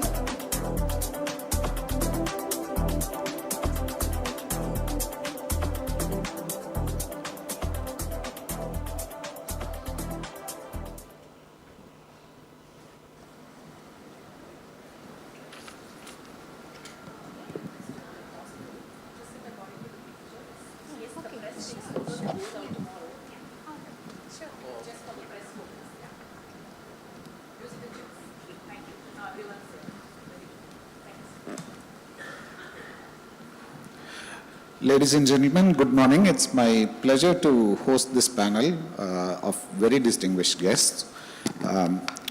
Welcome back. The theme of the summit is Continuity Unbroken, and we've had a fair number of sessions yesterday and this morning where we spoke about resilience in terms of infrastructure, cyber, servers, data centers, and all of these had a common thread of AI running through it, artificial intelligence. But the most critical infrastructure we have is human intelligence. And with the theme of Continuity Unbroken, it's a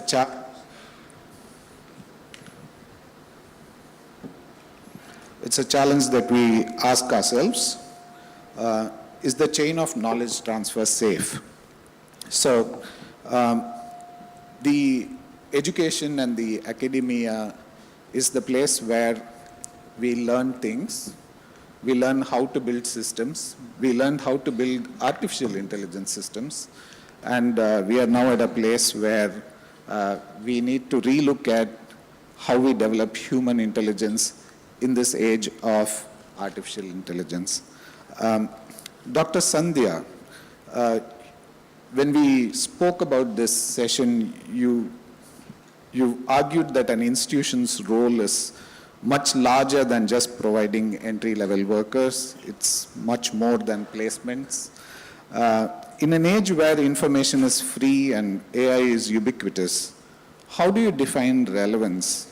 What is the unique value a university provides today that a subscription to a ChatGPT or a Gemini won't?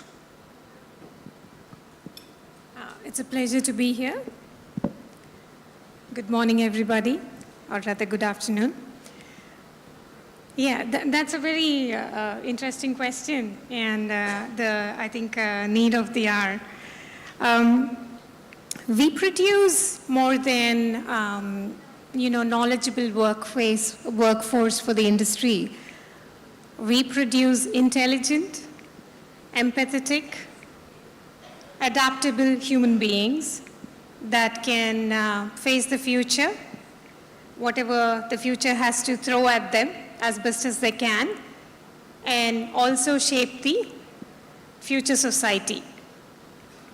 So I think the value of university education is more than a course you can learn online. Knowledge is just a part of what we do. The imparting of knowledge is what, is just a small part of what we do in a high-end university. I always say that people learn only 40% or less in a classroom. What they learn most is outside the classroom, when they interact with the students, other students, like, through peer learning, and when they interact with the professors, when they meet the industrialists that visit the campus, the scientists, and they collaborate with the society. Sometimes the society brings us problems to solve, and the students get real-life exposure to that kind of problem statements and being part of the solutions. So in short, we actually prepare our students by strengthening their brain muscles and making them adaptable. And we teach them how to learn continuously. And actually, there's a little more. This is all centered around learning, but the high-end universities also do a few more things. We do research and development. Research is the backbone of the country, especially in a society that is fast advancing technologically. We need to do a lot more in research. And we provide that research bandwidth to the country. And we also encourage entrepreneurship by providing entrepreneurship development cells, incubation cells, where students and others can try their ideas out, and they can get like-minded people, they can bring the like-minded people to come together and experiment in our labs and so on. So building capability is one of our things, and the other is research and development. And we are a field that collaborates with international and industry. So that is very powerful when we do those kind of, we are the bridges to the other countries in a manner of speaking. And I mentioned entrepreneurship, and we provide a lot of services directly and indirectly to the surrounding communities. We understand the rural areas better. We understand the urban areas better. We look into problems that rural areas are facing and the challenges that urban areas would be facing in the future. So we're always looking out for solutions for the future society. Thank you. Thank you. What you said resonated with me particularly around two things. One was around during the pandemic, when children couldn't go to school or students couldn't go to universities for about a year and a half, there was definitely the sense that they had lost out on something. They had lost out on the personal connections, the social connections, the networking, and just the ability to face the real world head on. And that contrasts with very recent incidents of children taking on AI chatbots as their friends, guides and counselors, right?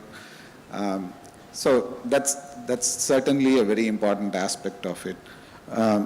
Mr. Jagdish,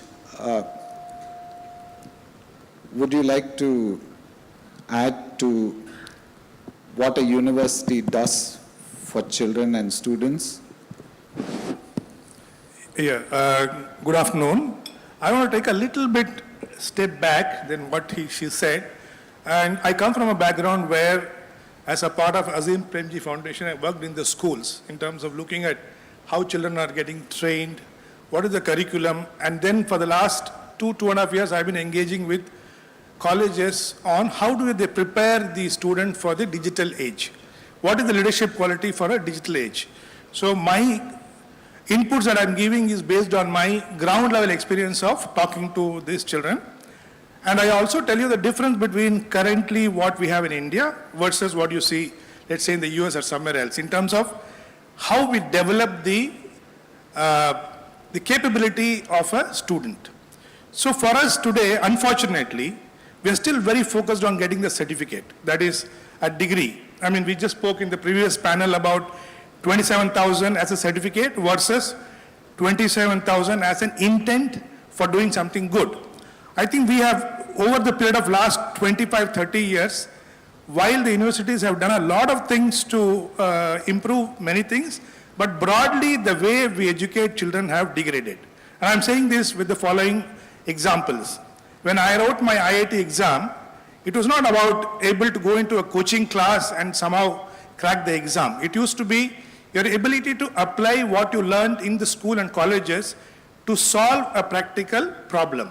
And that's what today we hear everybody talking about. The future skills is going to be critical thinking. Is the student able to use whatever he or she learns in the schools and colleges to solve real life problem for the society, real life problem for the industry, real life problem for the home? From at that angle, I think we have miserably failed. Now it's the time for us to wake up, because our rote learning that we do today of basically measuring student success based on the marks that they get, that era is over, okay? Now is the era where we need to really focus on how do we make these children from educated, certified children to skillful. How do you bring skill?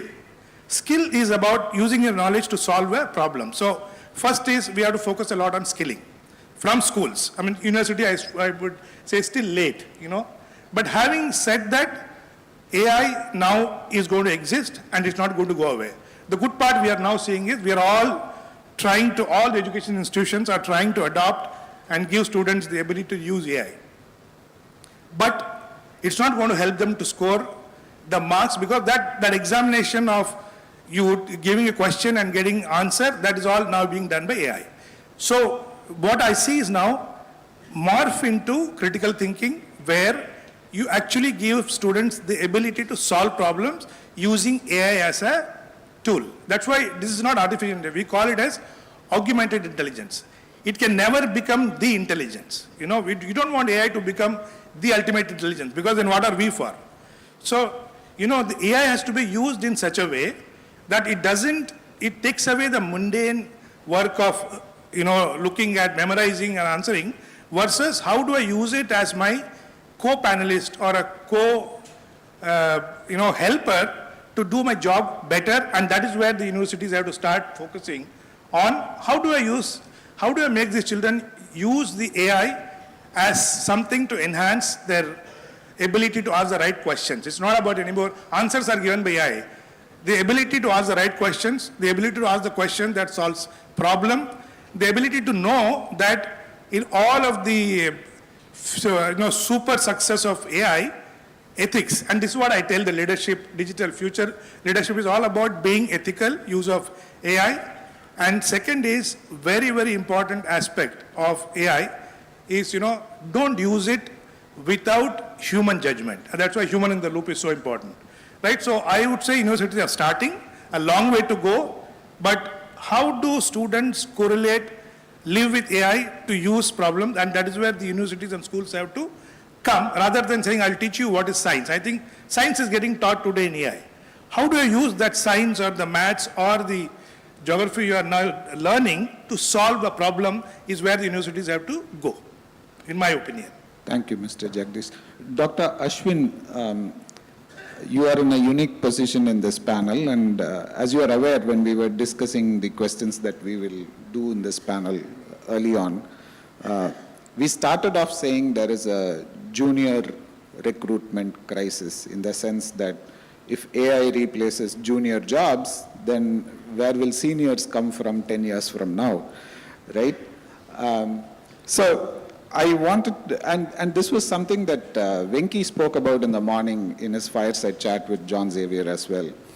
So let's go a little deeper into this. What happens when the ladder is missing the bottom rungs? I think it's a It's a trick question. It cannot exist. See, I feel whenever I talk to people who say jobs will, there's so many people who are taking people into the roles for which people join have changed. The roles for which, who's going to train the AI models? Who's going to write the AI models? Who is going to, the foundation? Do you all know what is the fundamental language on which AI exists? The fundamental language is still Python. So I lead the learning and development, and I lead the AI Academy for Virtusa. The foundation is what the university gives, and that's not going to go away. Yes, the volumes will come down. This is a cycle. It has to come down and go up. We are not good. Okay, we all, I think, I can see I am 50 plus, and I've seen the Y2K world. So people thought engineers can do only Y2K, right? Some years back. But after that, we transformed ourselves to the digital revolution. We will also transform to the AI world.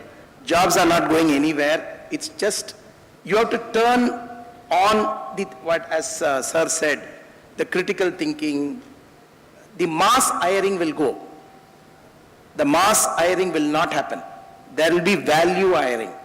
And that is where I see universities, and when ma'am talked about it, right?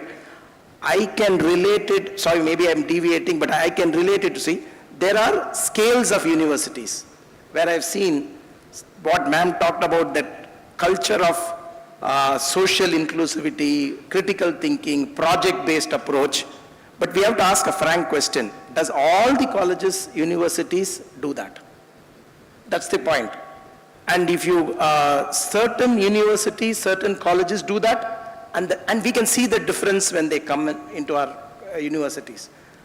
So that is where universities have to rethink. There will be a lot of consolidations in universities. We all know that, right? There will be people who are not doing it coming in. So I've talked a lot, but the question is, mass hiring will go down, hiring will never go down, because this is, the pyramid has to exist, right? You have to get people injected and move there. And to add to your first question, right, just one more point. The 4-year, I had a huge, when ma'am was talking, I had a huge argument with one of my cousins who migrated from the US. He migrated from here. He said, what is this degree all about? There is micro learning. You can get a certificate and get, guys, that might solve one project issue. That might solve a month of issue. That might solve, you can get into somebody to solve one problem, one bug.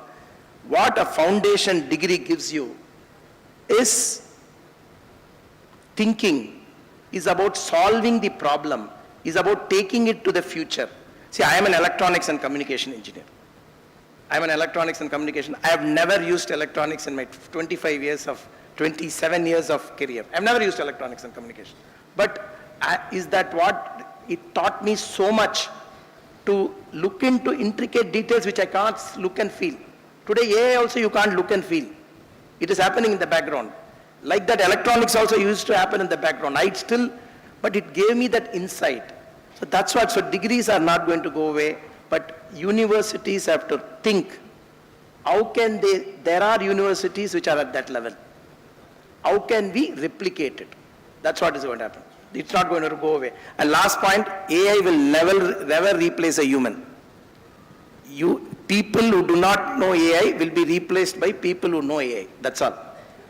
So there is nothing like humans are going to go away. Humans who do not know AI will be replaced by humans who know AI and use AI. That's all. Thank you, Dr. Ashwin. Before I jump to Mr. Kumar Swamy, I saw Mr. Jagdish pick up the mic. Please. I wanted to add to what Ashwin was saying, and it's very interesting that observations that he made, right?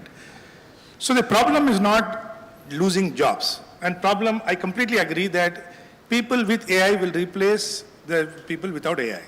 So we have to come with the reality that, the days when we used to tell tables, 1 table, 2 table, took pride in saying, I can say tables up to 12 into 15. Who cares? Today, You have a calculator. We all migrated. I think this is an age of migrating to, don't expect the student basically to say, do you know coding? That they have to learn. But they don't need to become masters in coding, but they need to know masters in how do you decode what the AI engine is writing. So this skill is very difficult. Writing a code and getting it verified with your supervisor was the norm in which people used to stay for 3-4 years relevant because you just code. That 3-4 years of relevance is now gone because I think the AI is going to do it. So you have to, in the universities, is a must that you add in the curriculum. Don't remove the coding. Python coding is very important. And what he said, the basics will still remain Python coding. So you need experts who know the Python coding. You need experts who are able to decode the output from the AI because at some point in time, we don't want to get into a society where fundamental knowledge is just given off to AI and we depend on a set of knowledge which is our own previous knowledge, right? So it is extremely difficult for universities. It's not an easy job, but they have no choice but to migrate to making students read the complex theories, understand, because AI doesn't understand that. Plus, say now having understood the theory, understood the concept, how can I now use AI to solve a problem faster? How can I do my same problem solving more efficiently? So the jobs will evolve like that, which is going to basically, on the day one, you don't need a finishing school to learn coding and talking. You need somebody who says, okay, I'm ready to solve a problem from day one. That migration is should happen, and a lot of that goes back to two very critical aspects. One is the faculty readiness, other one is the syllabus itself.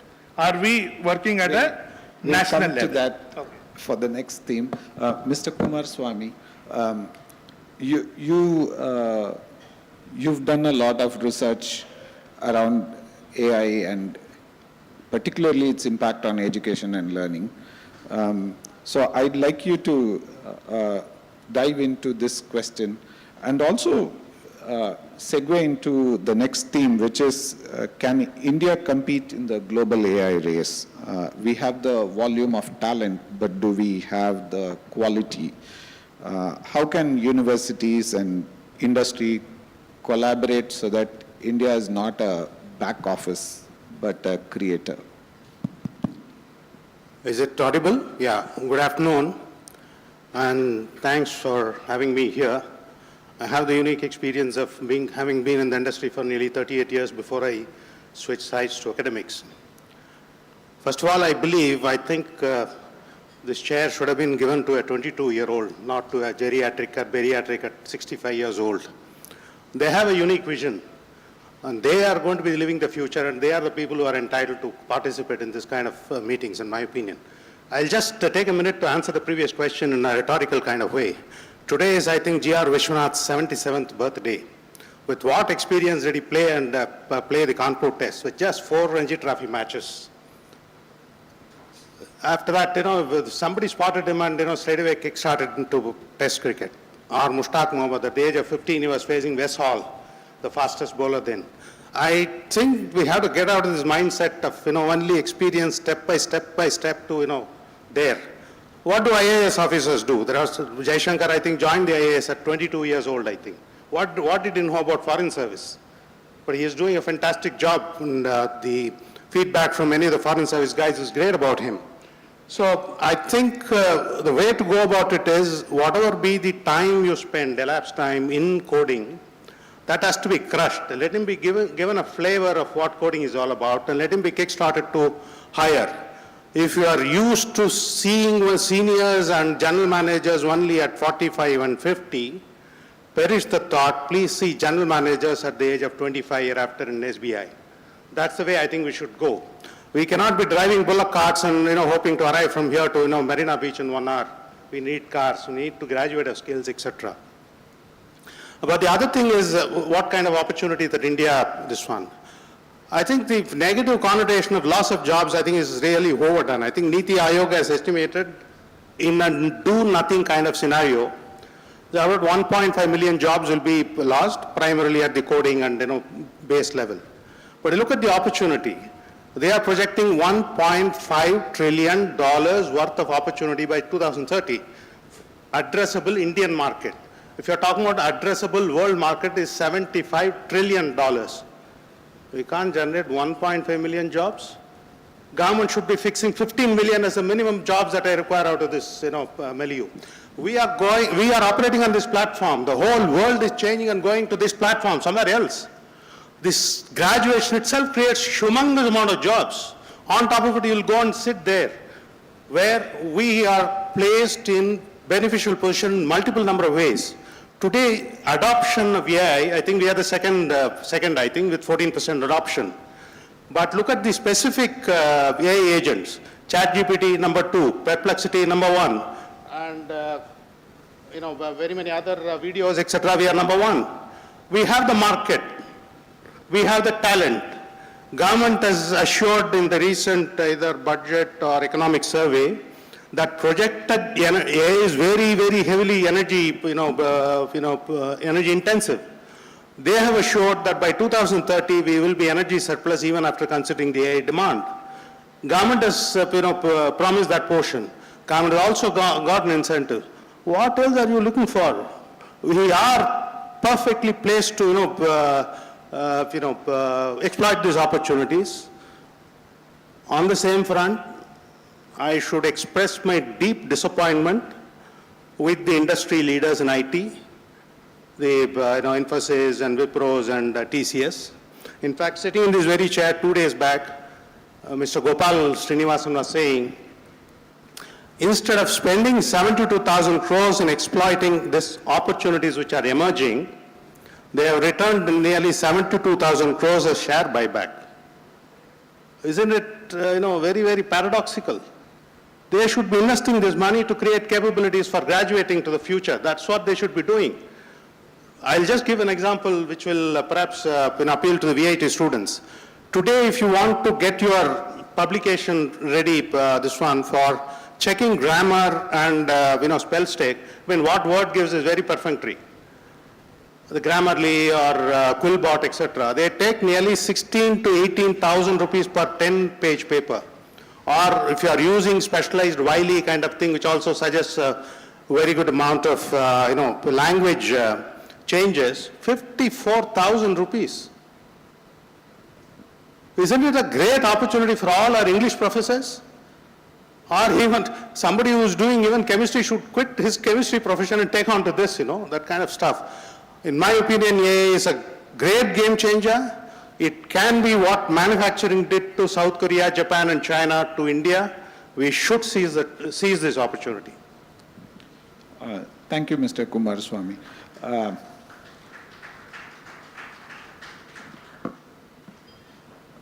Dr. Ashwin, on our ability to become a global player in the AI space. I'll just take 2 parts to my answer.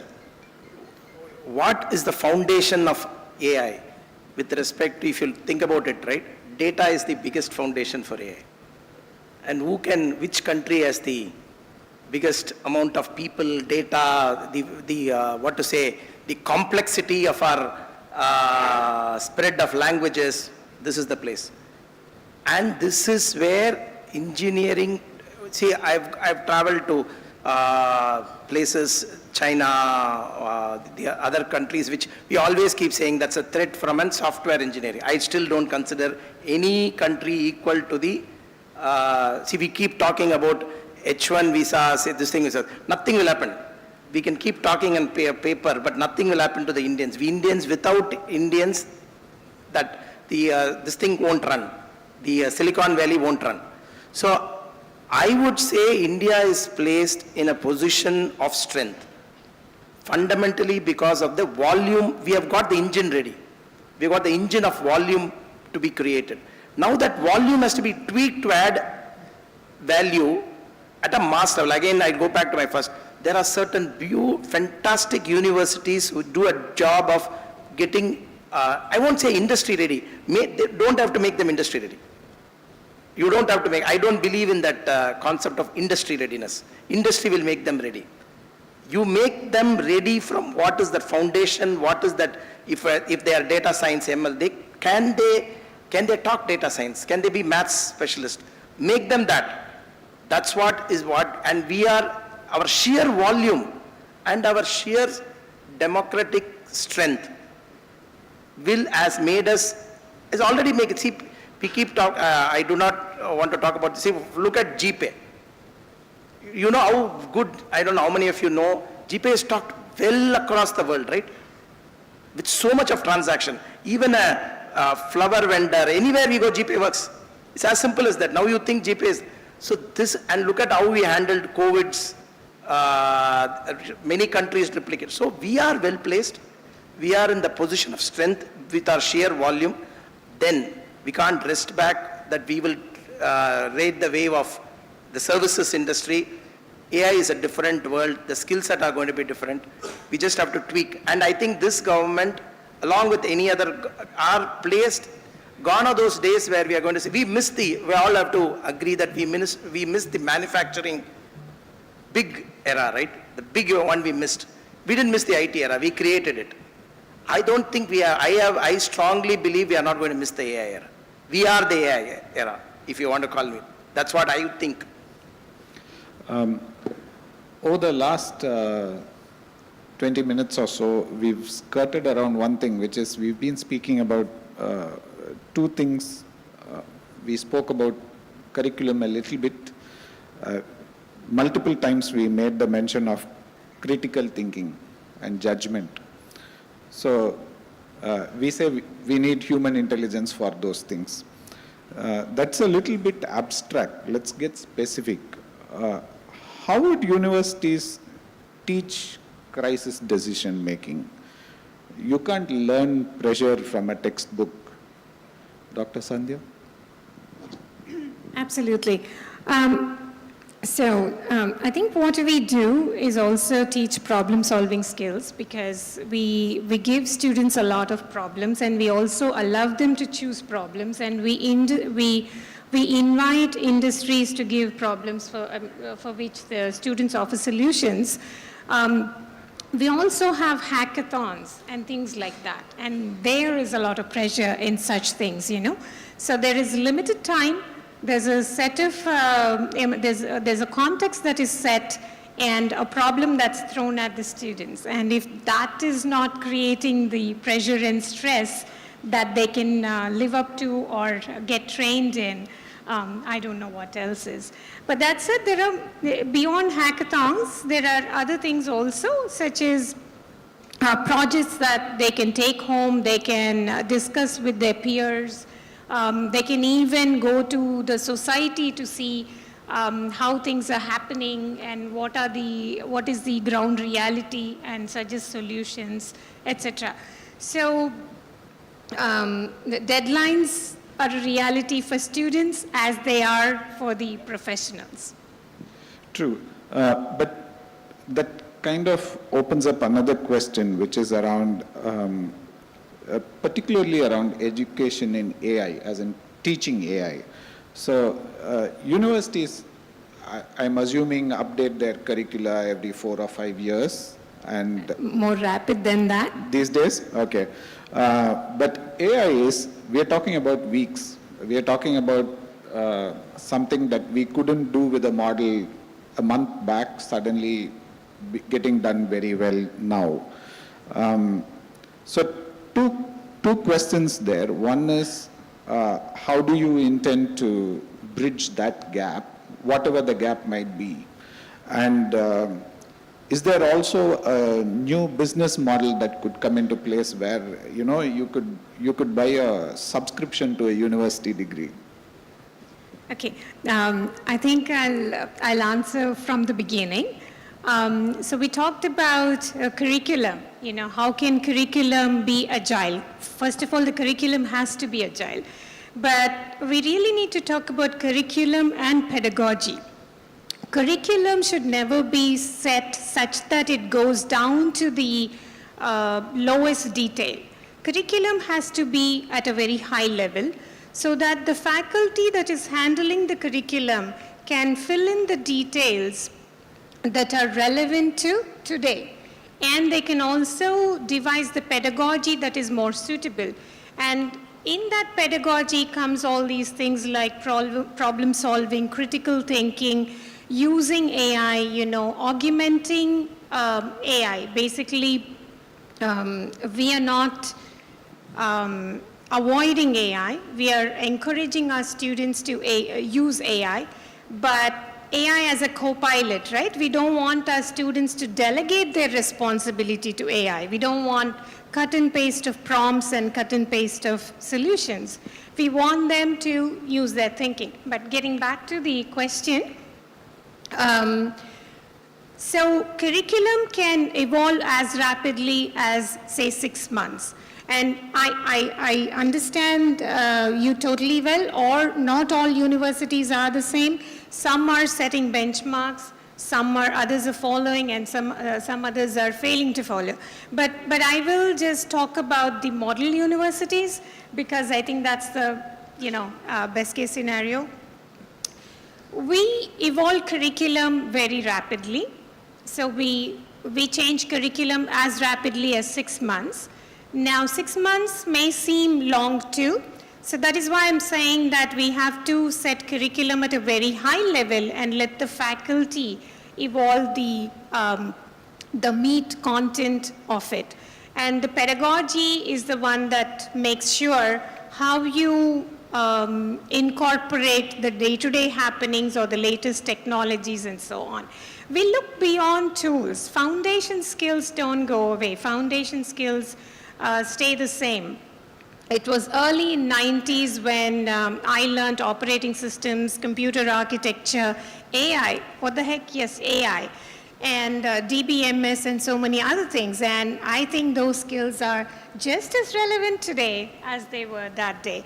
In fact, the need of the hour is the foundation skills. So the coding skills are not the ones that we need. When you think of an engineer, please do not see a programmer. An engineer is much more than a programmer. An engineer solves your day-to-day problems. An engineer solves future problems. An engineer makes changes. And it's not just about engineers, but it's about technologists and even, liberal arts people. So could you just prompt me a little more about the current context? I think I just went on a tangent. Should a university degree become a subscription product? I don't think that it should become a subscription thing, but a university degree, the content keeps evolving. So I think where we are in terms of the 4-year degree, we are comfortable. But how we do things, in fact, we have been evolving, we never stopped evolving. How we do things keeps changing and will keep on changing. It's not just coping with change, but it is making change. It is building the future as a utopian future, if you will. Mr. Jagdish? I just want to add to all that she said. I think there are a lot of universities who are doing a brilliant job today in trying to do students prepare for the AI world. But we talked about, it's not about one institution like a university. In India, we lack the ecosystem. And he mentioned a lot about why the industries are not really having the patience to say, okay, this country is going to lead the AI race. It cannot be led by universities. It cannot be led by the IT services company. It has to be led by the government and also all the corporates. And where we lack today is the will to experiment and stay on for 1 or 2 years or 3 years without success. See, there is no magic in making AI work for solving a problem until you develop, a mass of movement where the ecosystem starts to work by itself. And developing an ecosystem is where we struggle compared to the Western countries because of their past, okay? So when university students are brilliant, I work with a lot of university students. If you look at many institutions like SINE in Mumbai, IIT, all of them have done a lot of collaboration with industry, trying to get the students an opportunity to solve real-life problem. But unfortunately, it falls through the crack on the industry side, never on the academic side. I've seen it. So to help these institutions build a resilience and create those kind of students, I think industry, all of you represent industry, I think you'll understand that industries play a very vital role in developing the ecosystem and having patience in making sure that we reach that level where world starts to look at us for what we have done for ourselves, not what we have done for others. It's not about AI services. It is about creating AI-based products. Our economy, unfortunately, is very service-oriented in the software and AI side. It's time we think about making AI as a product economy rather than a service economy, because that's not where you create IPs. You create IPs in a product environment, and a lot of industry and academics, if we collaborate in a big way, this can happen, for sure. Thank you. Sure. So, not to answer your question directly, but to speak to the panel on what they've been saying so far, I agree with them, and I also want to point out that there is a huge opportunity for a good collaboration between government and top universities, R&Ds. One thing that I'm itching to do is develop a model and run to see what will be the real impact of job losses. There are going to be job losses. Let's be realistic about that. The job roles are going to change. So the new technologies will create new jobs. But in the interim, there is going to be a job loss, and several segments are going to be affected. But how are they going to be affected, and what we can do to tide over that, to make that, not too much of a rough landing, if you will. That kind of dialogue need to happen among the government, institutions, and industry, so that we can actually not just go with the flow, but we can proactively take measures to make, to avoid recession, for instance. Dr. Ashwin.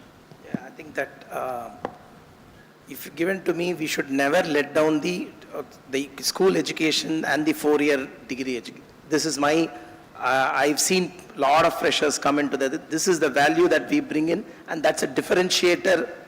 When the market sees Indians, they look at our 12 years of education, the 4 years of degree, they definitely has a value. So given to me, I will never touch that. But then the universities, some of the universities have already done it, right? They also go into a capsule-based certification, skill-wise modules where people can subscribe to it. Even the experienced people can subscribe to it. I myself have subscribed in IIT one course. So those are add-ons. When we talk about add-ons, don't lose your base. That's add-ons. Keep add-ons as add-ons. Get this. So never, I get worried when people say, let's disturb it, let's have a subscription model. All that is good when you have an engineer in place. Don't do it for building an engineer. Mr. Kumaraswamy, just to take a quick pivot on whatever we've been discussing, a lot of our focus has been on STEM, science, technology, engineering, management, math or management. Is it time for the liberal arts to make a comeback? Does having a degree in ethics or philosophy or history equip somebody to be more versatile in the era to come? I'll just go back to what they were discussing in a quick this one. I do believe the interaction between industry and academics and institutions and of course government has to increase significantly in India. In fact, I believe at least I've seen 3 generations, that is the virtual reality, manufacturing 4.0, AI, etc., being implemented by us in our company itself, at least 10 years ahead of when the institutions and even the newspapers started discussing it.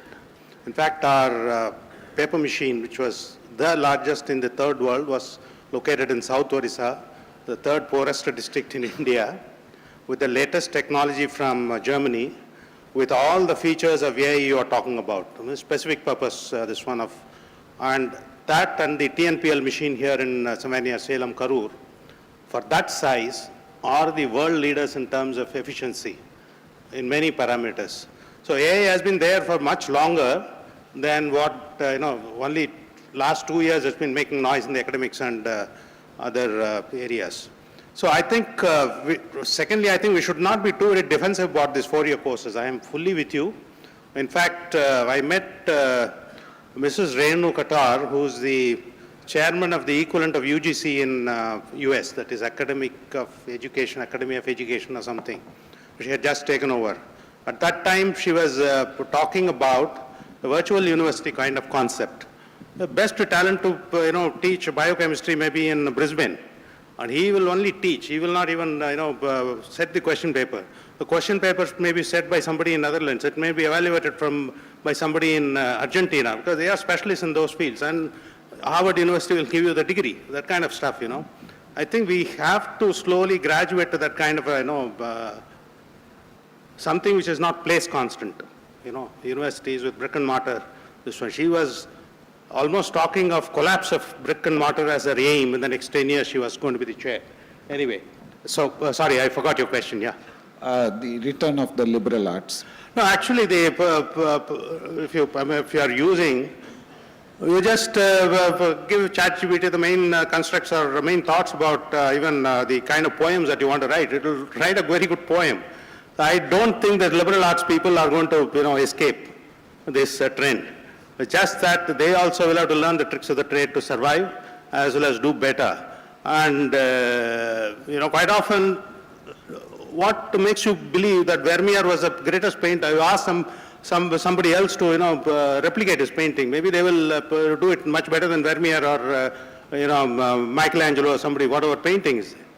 I don't think it's a question of escaping anything. It has its own advantages, and no field is going to be exempt from it. But having said that, AI is in a very, very preliminary stage, in my opinion.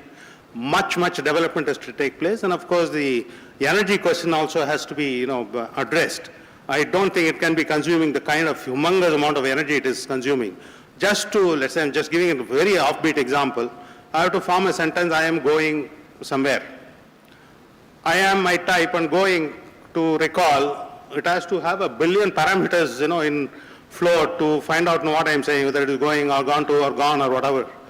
So, consumes humongous amount of energy which has to be addressed, and that is also an opportunity for chip design for India, in my opinion. I don't know whether it answered the question, but everybody has to be on the alert. Mr. Jagdish, what's your thoughts on liberal arts as a foundation for the ability to be more versatile in working with AI? In fact, I'll just tell you, there is now, I'll answer the question a little indirectly on how the universities are encouraging students. See, liberal arts, there are two things. One, people who have really been doing a lot of work, all the knowledge they believe has been stolen, right? In one shot, and it's now available to millions of people at a click of a button. That is a very sad part, right? So we need to really look at how do you make these people, creative people, feel that this is not going to take away their capability, or this is not going to take away their uniqueness. I'm not even talking about earning power, okay, number one. Number two, a lot of students today, if you take, I can bet universities, if you take, in our time, it was STEM was the focus. Today it's not. And the good part is, it is still very alive. And there is one portal which basically now says, as a student, everything about you, your branding, is not about whether you're a science graduate or a maths graduate. It is about what else do you know? Do you know music? Do you know arts? Do you know painting? And there is an analytics that is going on among the data that is available in terms of, is a person with engineering and a skill to music, is he a better person to do the particular job?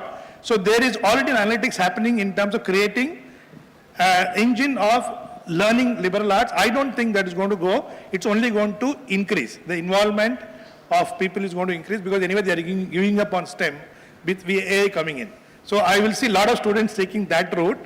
Plus today the opportunity is there for you to exhibit and make money in all the professions. That's a big advantage of this generation. I don't think it's going to die away. And with that, our time's up. I'm happy to throw the floor open to questions. Hello, I'm Shubha Varadarajan. I am an academician for past 20 years. I'm also a parent of an IITian. Actually, my son has completed his IIT Madras and he's doing his PhD in Eindhoven University, Netherlands. Actually, my question is, having heard all the comments from the panelists, how many of the corporates or the colleges doesn't give importance to entrance exams? Because you talk about the foundation, critical thinking, AI, and so many other things, but I don't think so the school or the colleges give more importance to this, because if any colleges, the best colleges I have to go, I have to, whether I'm interested in the physics or chemistry or mathematics, even I'm interested in computer science, I have to study maths, physics, chemistry for sure, actually, to make sure that I have to get into the top universities, actually, right? So secondly, even the schools gives more importance to students who scores very well, actually, right? They give importance to the scores. Ma'am, sorry, we'll just hold to the first question. Right, that's it. That's my question about it. If I understood your question, see, the most important skill today we are missing in the AI world from our thing is maths. See, maths is a foundation for AI, right? You create those models, and when you don't want to just use AI, you want to create models. Maths is a very important feature. I believe our educational system is one of the best in the world. I don't think we should, and nobody's, we can make it more practical, and that can always be an innovative thing, and we have gone through that stage. But if I understand, is it going to stay? It's definitely going to stay. And even if you look at our customer base, right, they come to us because we have such a big scrutiny on a person who has to come to that level of an IIT or any college, right, has to have the fundamentals. So I don't think it's going to go away, should not go away. Very quickly, just my 2 cents. It's a filtering mechanism. As long as we are able to scale how the filtering can be done, perhaps even using AI, maybe then tests will go. But as of now, I think the reality is that it's a filtering mechanism and that's how it's going to work. Navneet.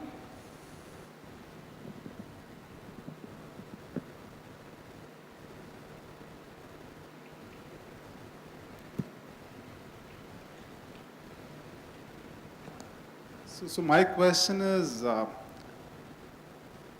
in the midterm future, would transitioning from what you studied versus what you do change significantly? So for instance, would somebody from a liberal arts background, following your question, would he be able to transition to science, for instance, easier than now? And would that allow companies to build a far more diverse workplace than the workplaces today? I think now, more importantly than ever before, the interdisciplinary collaboration, interdisciplinary education and research is very important these days. Would somebody who studied science be a player in engineering, or somebody who studied engineering be a player in healthcare? Very much possible, especially because of AI. Anyone who is augmenting AI into their regular work their output will be far superior than the one that is not doing the AI augmentation. So I appeal to everybody to be AI savvy, AI aware, and use that. And I think, yes, it's absolutely possible, but that we need to encourage interdisciplinary work, which we are actually doing in our university. Thank you. Yeah, I think this is happening, okay? Started to happen in India. It's about somebody taking a bet. You know, we are so, okay, he's an engineer, so he should be good. See, that we have to get out of that mindset. Look at the person, don't look at the degree, right? He said 27 years he has never used electronics. Same with me. So it's not about, the degree gives you the grounding, very important for you to have a theoretical knowledge.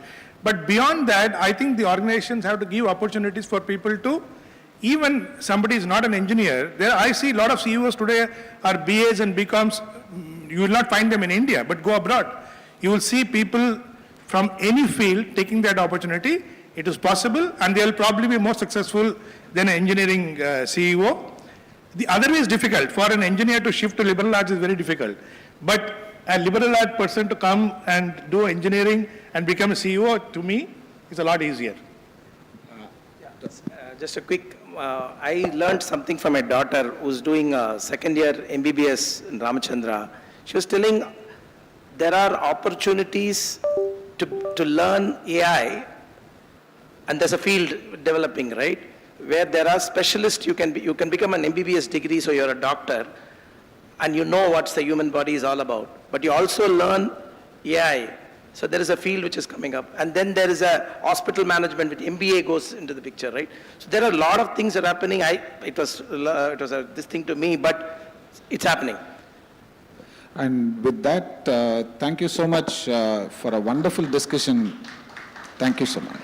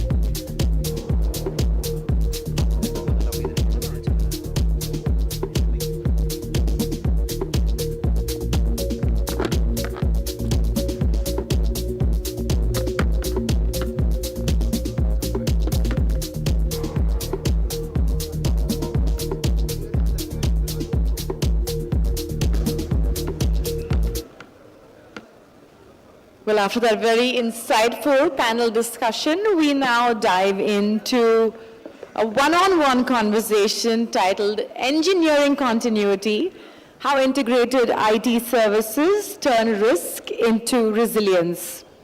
I'd like to welcome on stage Mr. Jagan, Enterprise Account Manager, Skylark Information Technology Private Limited, a customer success and business technology professional specializing in B2B IT services. He brings strong focus on enterprise engagement and value delivery. With hands-on experience in client interaction and technology-driven solutions, he drives pragmatic, results-oriented outcomes for enterprise customers. Welcome, Mr. Jagan. For this session, he will be in conversation with Mr. Suresh Vijay Raghavan, Chief Technology Officer, The Hindu. Let's give them a round of applause.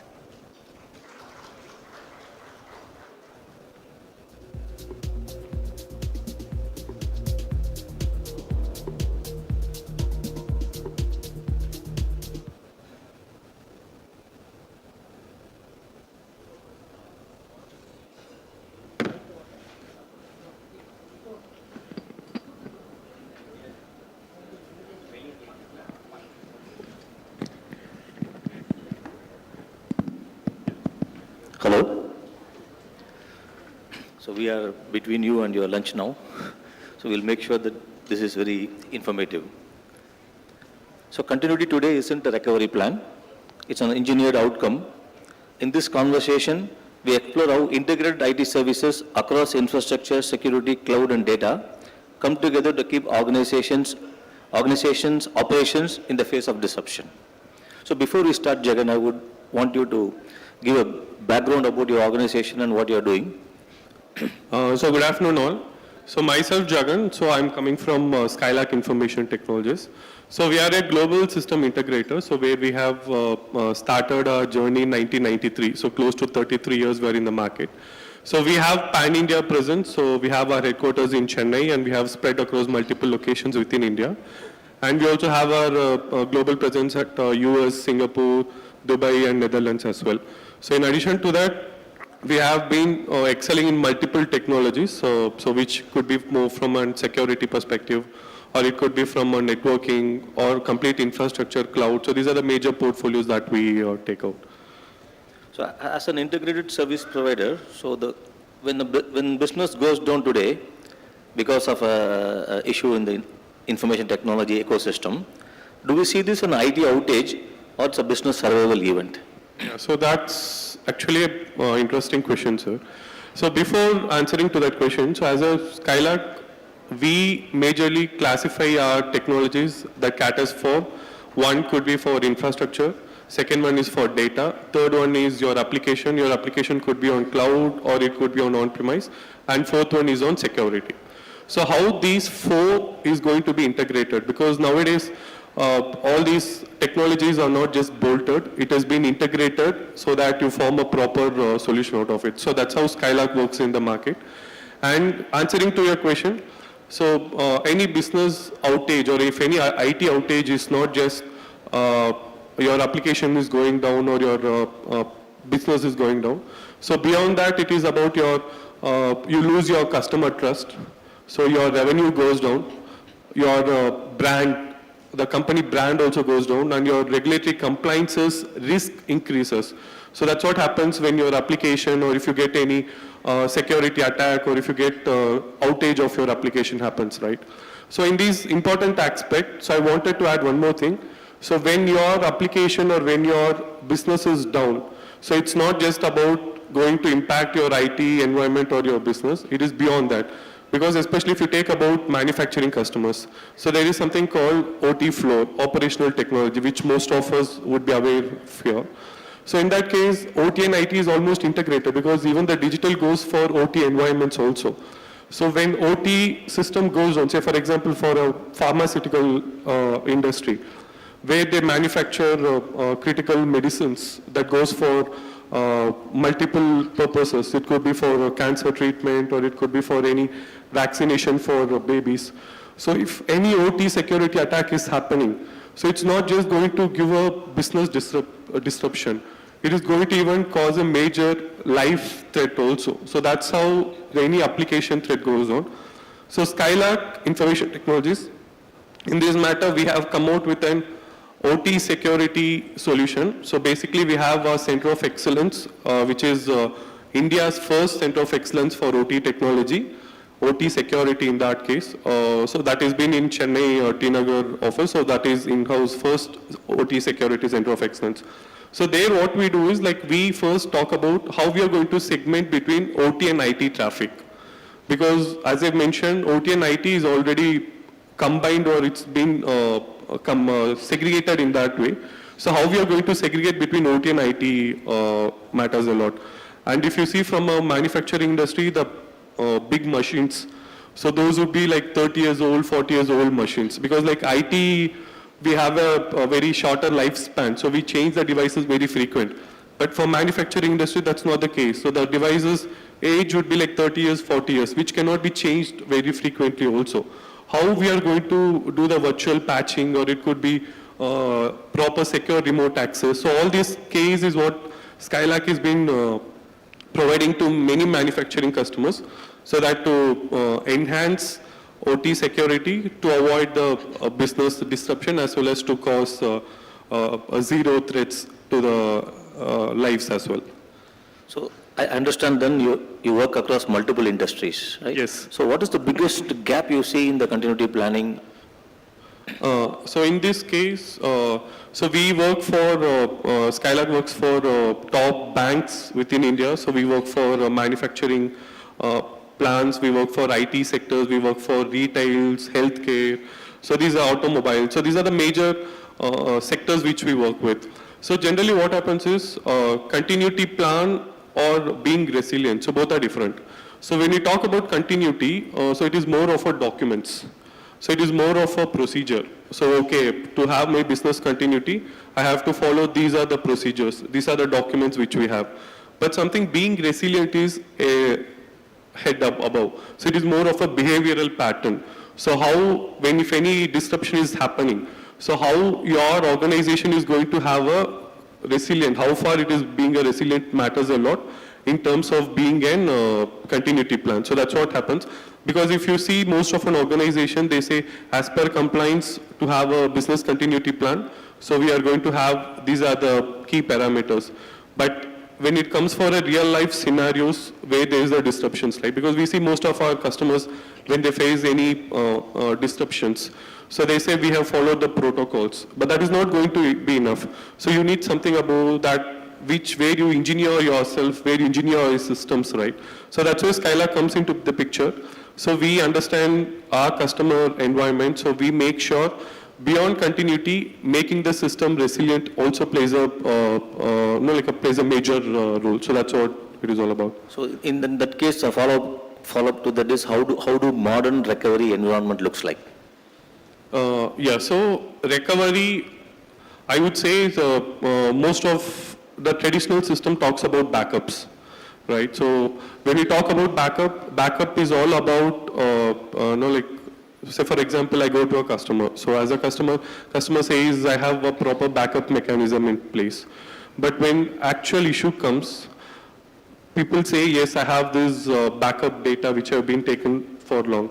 But we don't know what all the interdependent systems are there. So in that case, we need to have a proper recovery plan. So backup is just having copies of your data, but recovery is actually the capability to keep the momentum up. So that's what I would say in that case.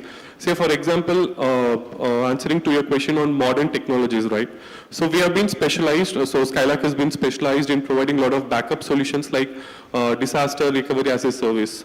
Because you have your core applications which is sitting in your data center, right? And you need to have a proper DR. So when, say for example, if there is any major havoc that has been happening to your data center, so how your system is very resilient? Because we were speaking down the line 5 years back. So we were speaking when cloud was much, like how AI is being buzzed now. So when cloud was buzzword. So we were speaking on RPO, RTO terminologies and all.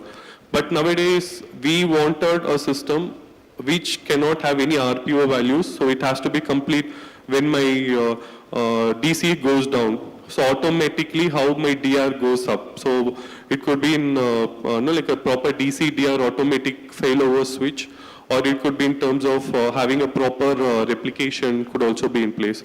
So in this case, especially for IT sectors, or it could be from a type of a banking sectors, so we do have something called multi-cloud solutions, because we have tie-up with AWS, we have tie-up with Azure, Oracle Cloud. So these are the major cloud service providers which are under MIT certifications, right?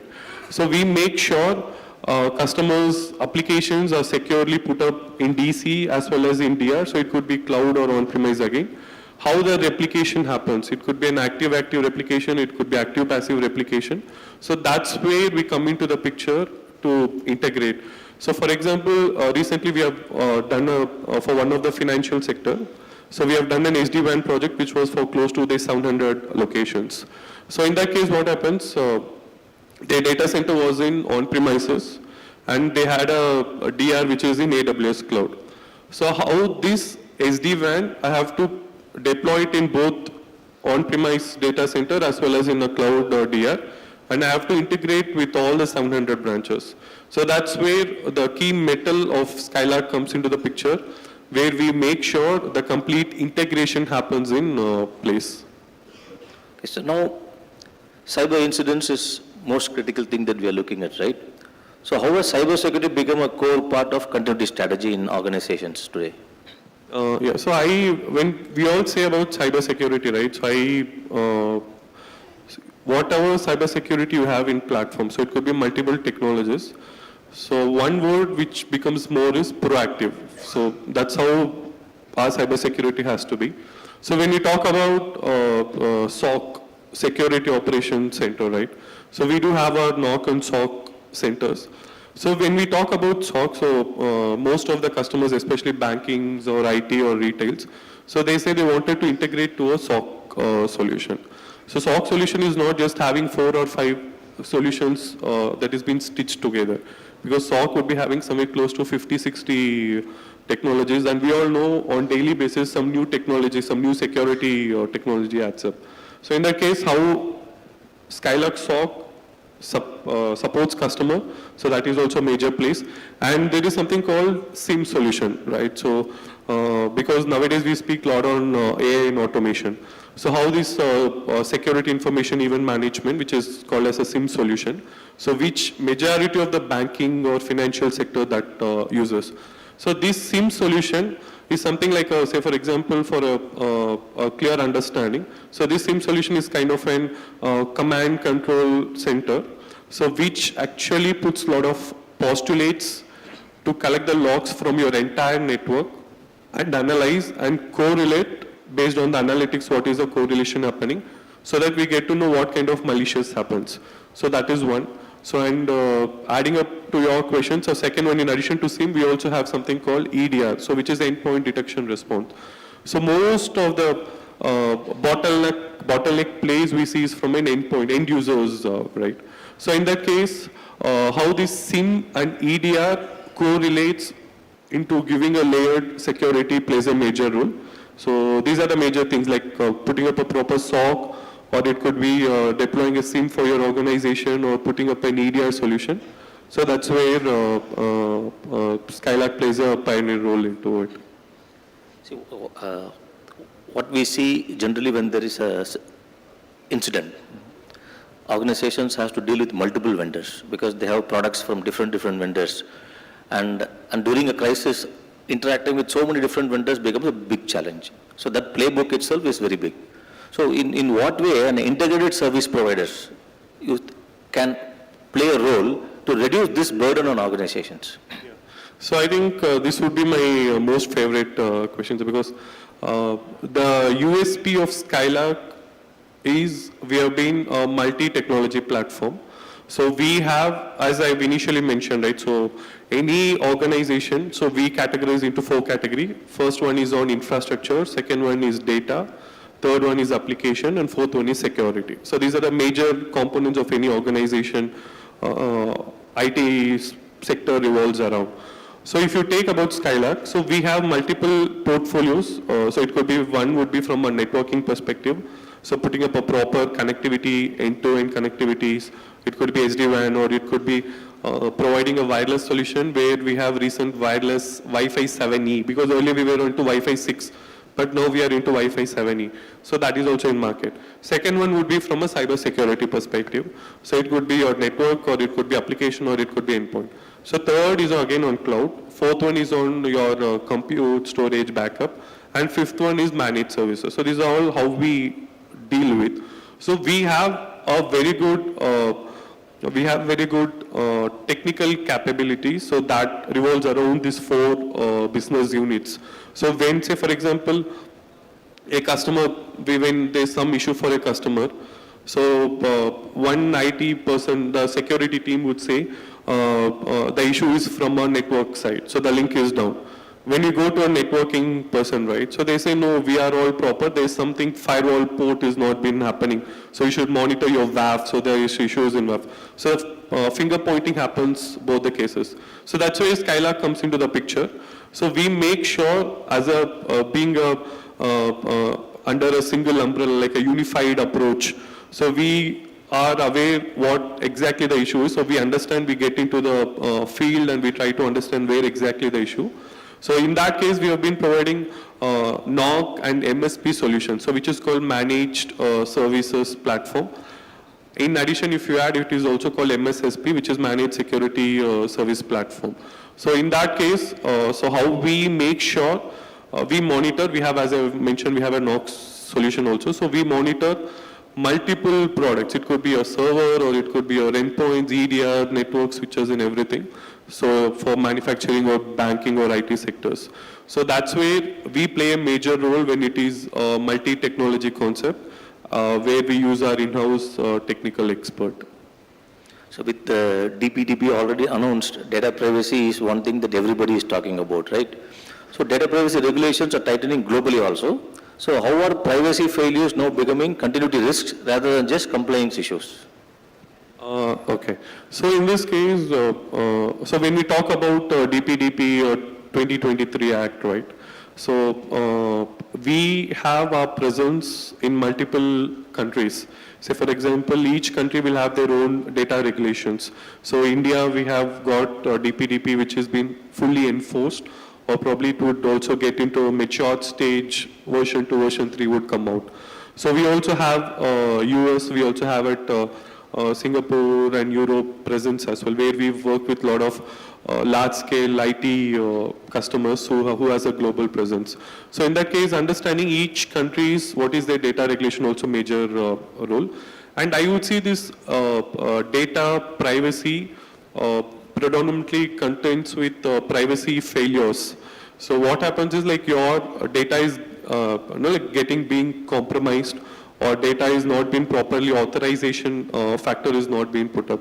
So it could become a small phishing email. So you made sure your entire network is completely secured. But a small phishing mail could cause a great havoc, right? So it could, say for example, if you're going for healthcare, a small phishing mail could bring your entire system down. So in that case, how we make sure all the data protection happens in a proper way. So it could be from deploying a DLP solution, which is data leakage protection solution. So all this is what matters a lot. So what happens is we need to have a zero trust in place. So it's not just, I would say this privacy failure is actually loss of trust, not the loss of technology, because technology is not failing there. So trust is actually failing there. So we have to make sure zero trust is in place, and it cannot happen by just focusing on single components, right? It has to be focused on integrating multiple end user devices as well. So I'm going to put you in my shoes now. The CEO asks you, what should I fix first to ensure my business services, the next major disruption is able to face the next major disruption? What would you say? Okay, so thanks for that question, sir. So basically, I would say the first disruption happens with identity and access, because most of us make sure, because nowadays even customers are more matured than other players, right? So you know, you have all the information in hand. We get what is happening on news everywhere and all. So in that case, you know what is to be done and how things has to be taken up. But only thing is, so what are the major things that fail up is, so we make sure, as a customer, you make sure you protect your network in a large scale. It could be a whole sum of your critical applications which has been put up in data center. But majorly what happens is your identity and access, especially from an endpoint users, right?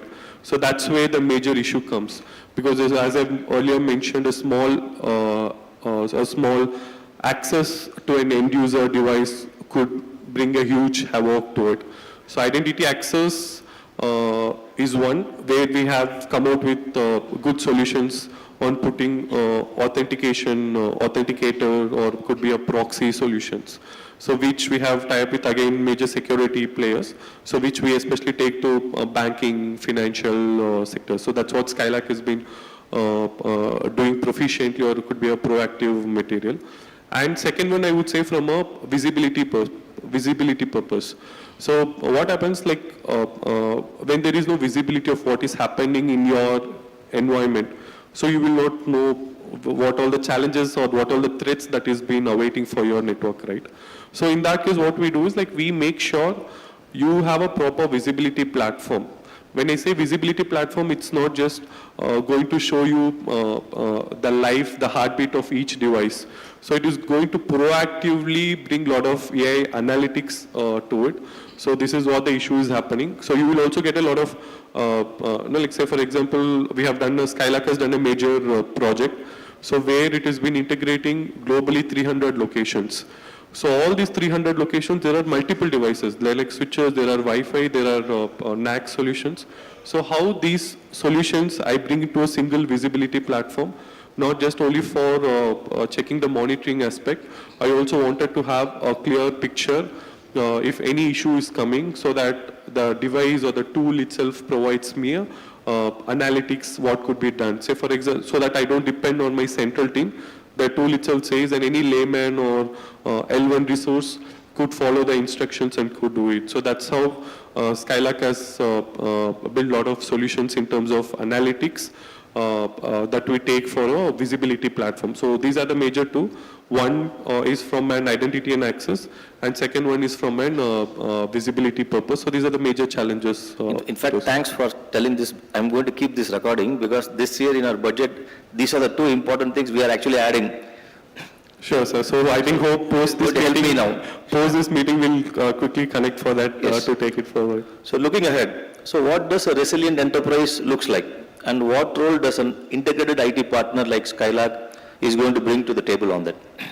Okay, so as I've initially mentioned, so it's not just having a continuity plan, or it's not just making sure you have a proper recovery, a backup. So you have to have the complete capability to keep the momentum up if there is any destruction is happening, right?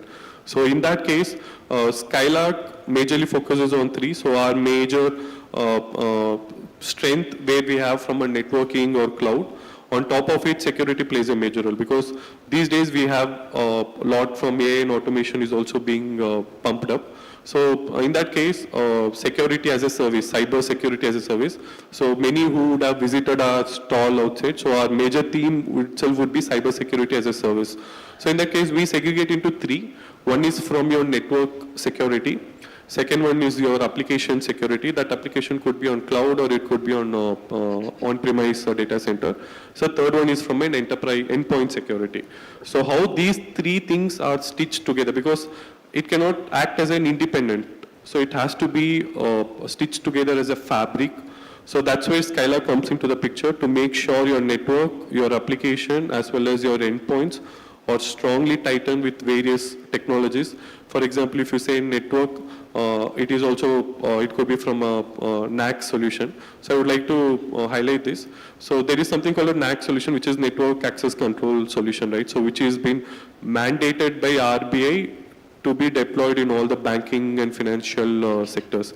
So what happens is, say for example, there could be a lot of users who is accessing your network.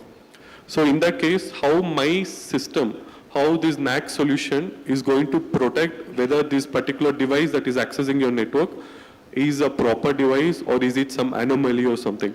So if I define certain postulates in my NAC, I put certain policies in my NAC solution, and based on those policies, if you are complying, if I'm getting the check mark against all those postulates, the device would be given access to the network. Else, the device would be put into a quarantine zone. So that's how your network security comes into the picture. There is something called application security, as we have mentioned more from a high availability perspective on a business continuity plan, to have a disaster recovery as a service, or it could be DCD or automation, which we have recently done for a largest bank.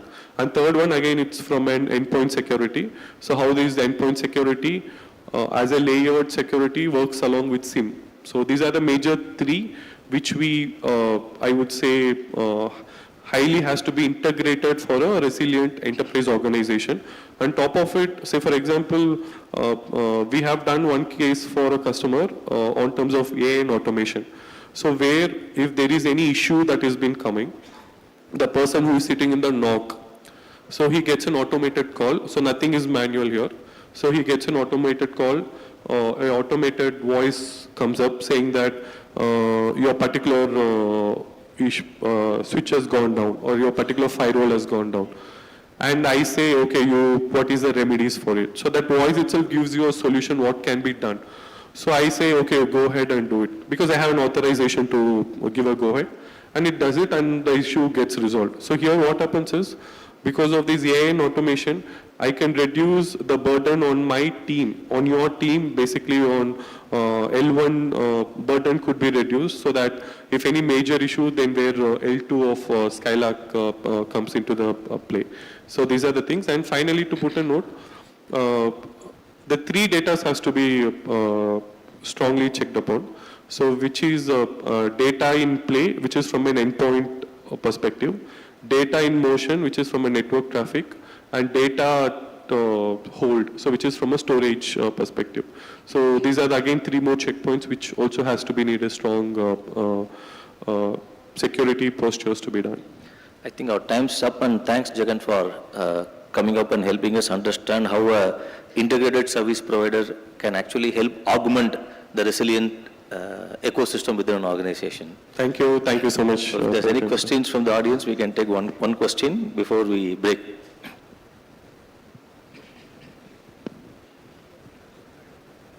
Yeah, please.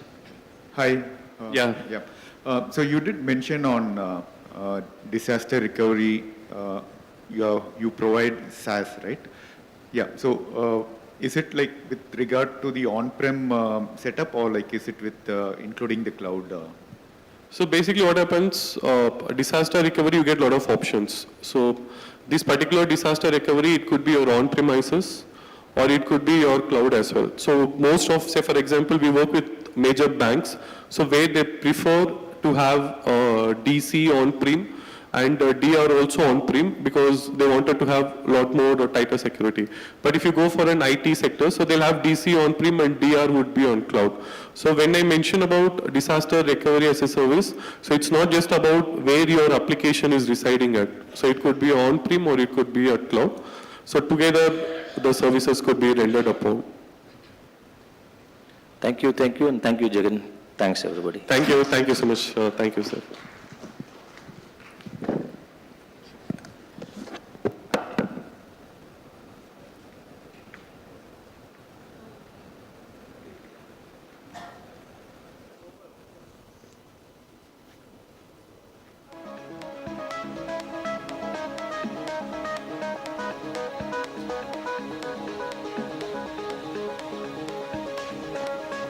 Thank you so much, gentlemen, for a wonderful conversation, and thank you to our audience as well, as receptive and enthusiastic as ever. Ladies and gentlemen, we will now take a 1-hour break for lunch, and we'll resume our post-lunch session at 2:30. Thank you so much. See you back here.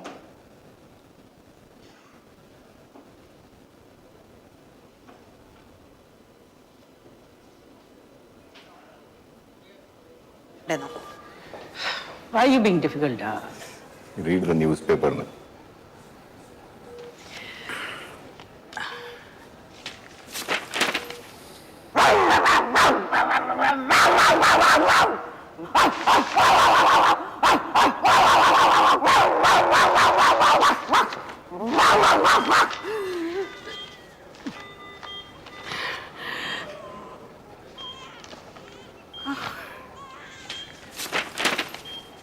The Vice President-elect C.P. Radhakrishnan on Tuesday described his win as a victory for the nationalistic ideology and vowed to work towards making India a developed nation. Next up, an in-depth review of India's foreign affairs. And speaking of foreign affairs, Jollywood star Malesh was spotted with a 22-year-old Brazilian supermodel, Lana Cova. Now that's a real foreign affair. Looks like trade isn't the only thing crossing borders. So tell us, do you think this foreign affair will actually strengthen India-Brazil relations? Guess Malaysia. And this is Worldview at the Hindu. Now, D-Day arrived this week for US sanctions on India after 25% reciprocal tariffs that came into play in early August. Another.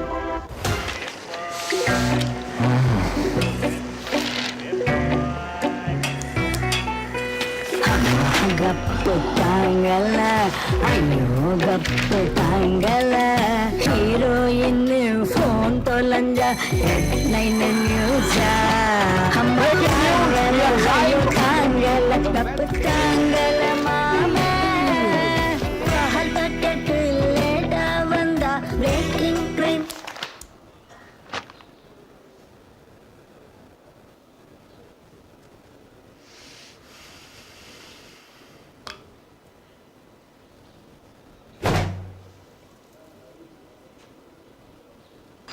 अनेक newspaper शक्कर कामा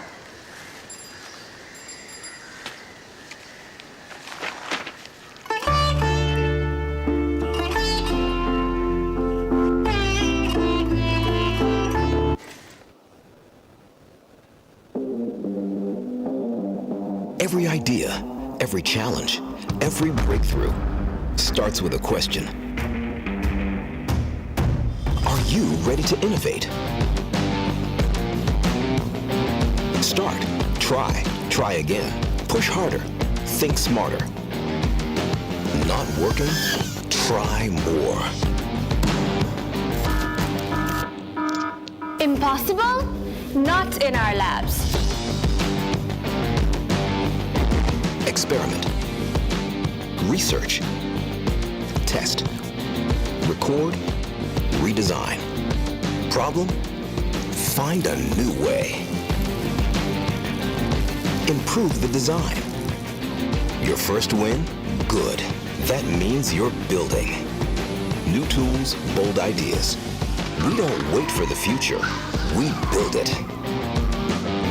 This is VIT, Vellore Institute of Technology.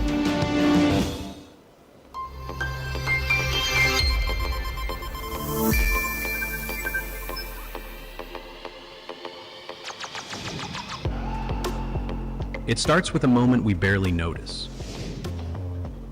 A video call connects instantly. A payment clears in seconds. A movie streams without pause. For users, it feels effortless, but behind every click, conversation, and transaction is an unseen, integrated digital foundation empowering 1 billion lives. India is a living digital testbed where users are young, diverse, and always evolving. Expectations change by the minute. Volumes spike without warning. For a CIO, this is the reality.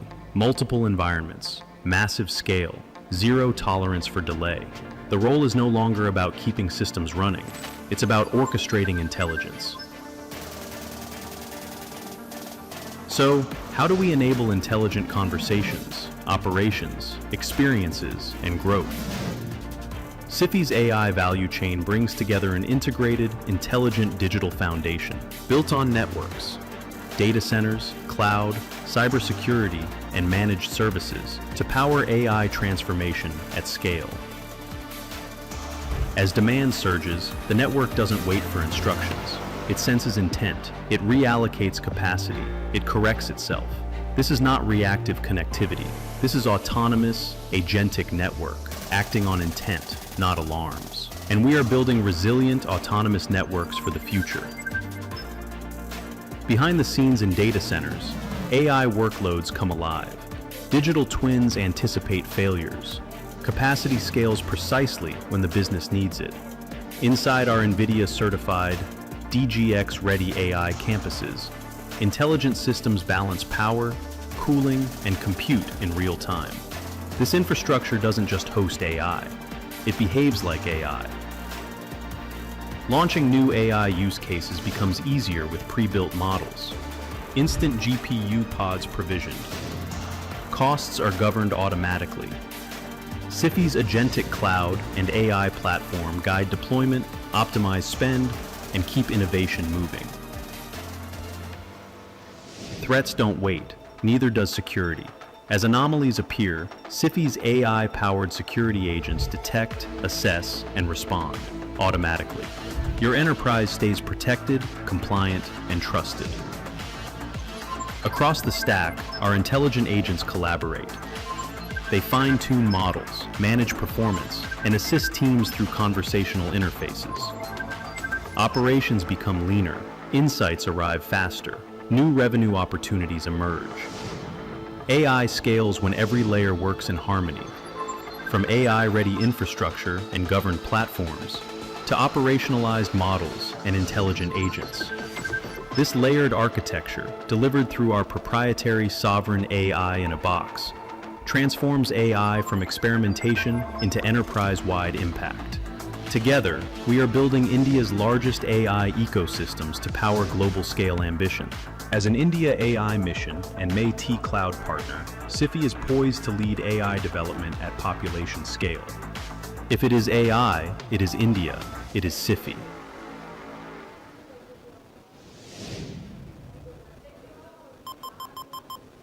For 33 years, Skylark has been turning technological vision into reality across the globe.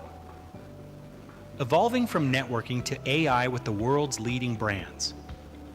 With over 1,200 clients and a 98% retention rate, we don't just provide services, we build lasting partnerships. 7+ certifications each. We provide the end-to-end advantage from networking to AI infrastructure. We're even home to India's first OT Security Center of Excellence, securing your digital world seamlessly. Skylark, empowering technology from vision to reality. For more than 100 years, governments and global energy companies have relied on KBR to deliver engineering solutions for their most complex challenges. Today, those clients face a common challenge: how to make energy more secure, affordable, and sustainable. While global energy objectives have changed, one thing remains constant. KBR is engineering the future of energy. KBR Integrated Solutions brings together the cutting-edge technologies, expertise, and talent that are moving the industry forward. Our global team comprises more than 6,000 experts working out of 8 global hubs on over 75 active projects. And through our zero-harm safety culture, we regularly deliver multi-year projects with tens of millions of safe work hours. Our decarbonization solutions help traditional energy companies reduce emissions and achieve their net zero targets without sacrificing output or efficiency. Through our energy transition solutions, we're helping customers adopt more sustainable practices and explore new energy economies. And with our knowledge of cleaner energy sources and circularity, we're preparing our clients for tomorrow's emerging energy markets.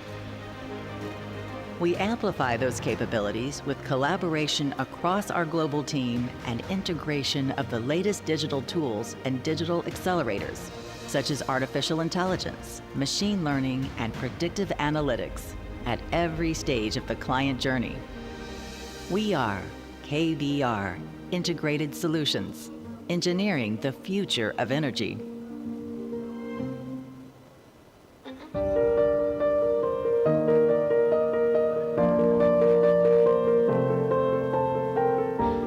This is a story about change. A story that goes back to 1986, when Tally empowered a generation of game changers with the means to evolve from manual to computerized operations. This is a story of 2.5 million small and medium businesses. Delhi है, कुछ tension नहीं है. Delhi तो redefine your business with TelePrime. The life easier for everyone. Sense of comfort. You are saving on the hours and you are getting more clients and then of course you are getting more money. Delhi है तो भरोसा है. A story of 28,000 partners in India and across 100 other countries. As we create solutions that help transition and maneuver the compliance regime through VAT and GST. With innovative business management solutions to give you a superior product experience that's reliable, faster, simpler, and flexible. This is our story because it is in your growth that we grow.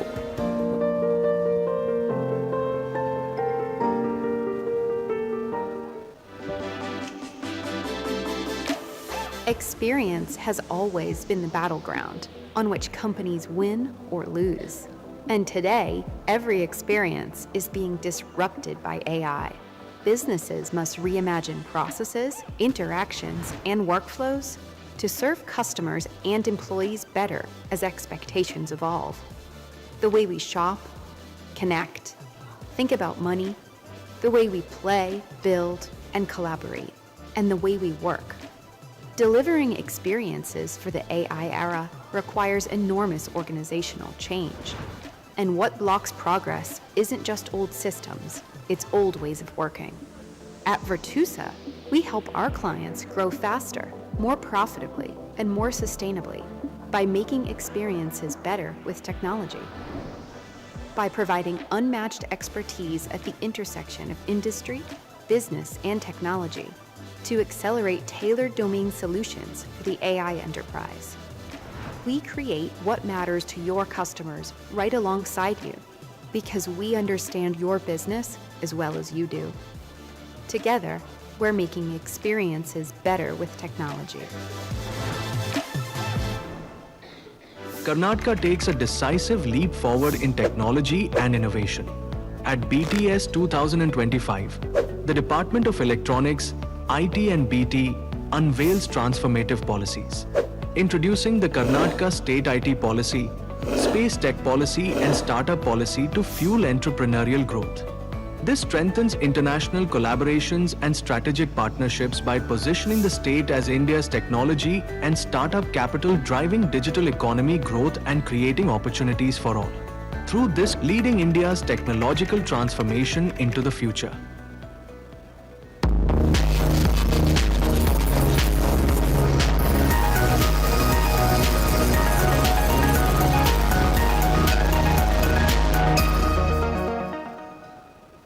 ചാപ്പിടില്ല ബ്രേക്ക്ഫാസ്റ്റും ചാപ്പിടില്ല നോക്കിക്കോ എന്താ ചെയ്യേണ്ടതെന്ന്. Why are you being difficult? Read the newspaper.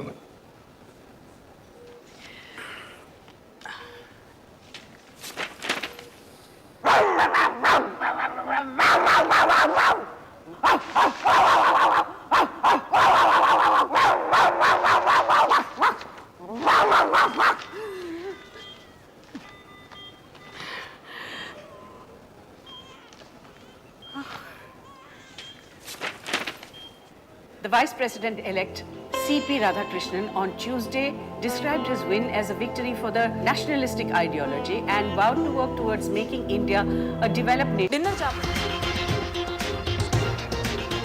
Next up, an in-depth review of India's foreign affairs. And speaking of foreign affairs, Jollywood star Malesh was spotted with a 22-year-old Brazilian supermodel, Lana Cova. Now that's a real foreign affair. Looks like trade isn't the only thing crossing borders. So tell us, do you think this foreign affair will actually strengthen India-Brazil relations? Guess Malesh.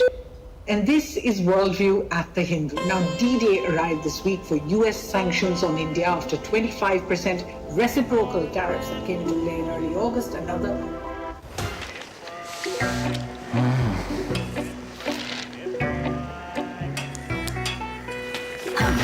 ಗಪ್ಪುತ್ತಾಂಗಲ ಅಯ್ಯೋ ಗಪ್ಪುತ್ತಾಂಗಲ heroine phone ತೊಲಂಜ headline news ಹಮ್ಮ ತಾಂಗಲ ಅಯ್ಯೋ ತಾಂಗಲ ಗಪ್ಪುತ್ತಾಂಗಲ ಮಾಮ ಕಹಲ್ಪಟ್ಟು ಲೇಟ ಬಂದ breaking train.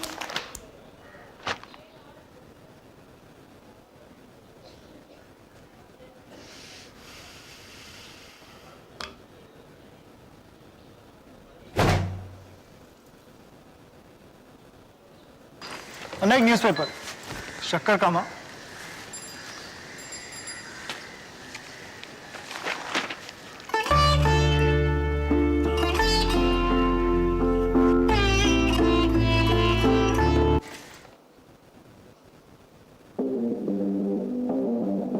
Every idea, every challenge, every breakthrough starts with a question. Are you ready to innovate? Start, try again, push harder, think smarter. Not working? Try more. Impossible? Not in our labs. Experiment. Research. Test. Record. Redesign. Problem? Find a new way. Improve the design. Your first win? Good. That means you're building. New tools, bold ideas. We don't wait for the future. We build it. This is VIT, Vellore Institute of Technology.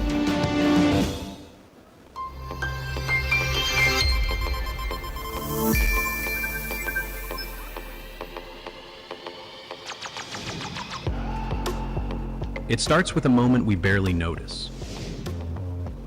A video call connects instantly. A payment clears in seconds. A movie streams without pause.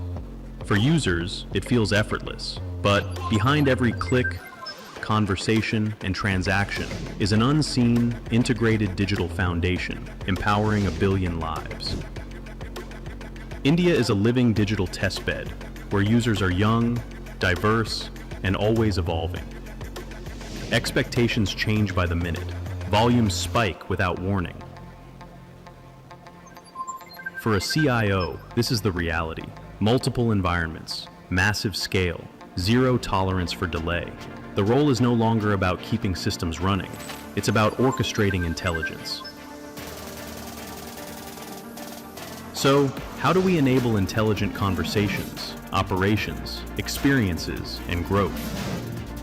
CIFI's AI value chain brings together an integrated, intelligent digital foundation built on networks, data centers, cloud, cybersecurity, and managed services to power AI transformation at scale.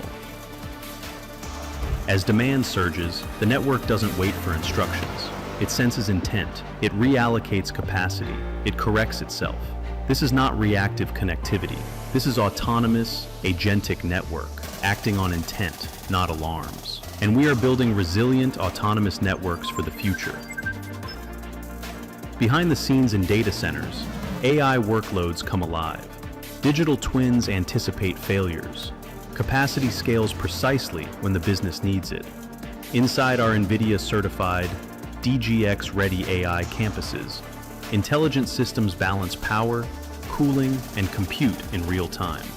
This infrastructure doesn't just host AI, it behaves like AI.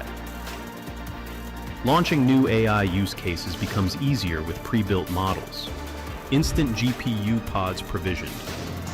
Costs are governed automatically.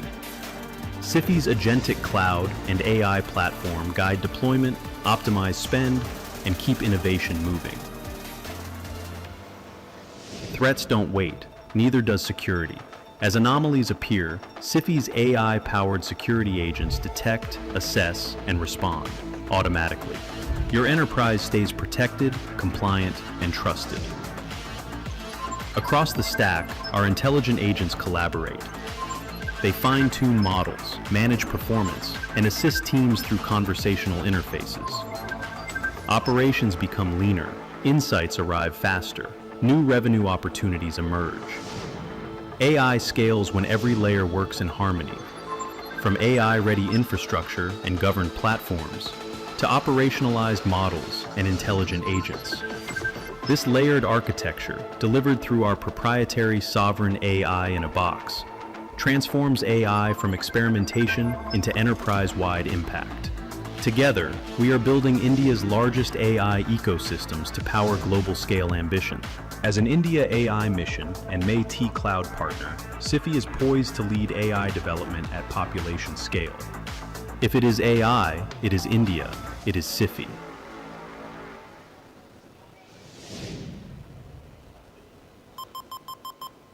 For 33 years, Skylark has been turning technological vision into reality across the globe.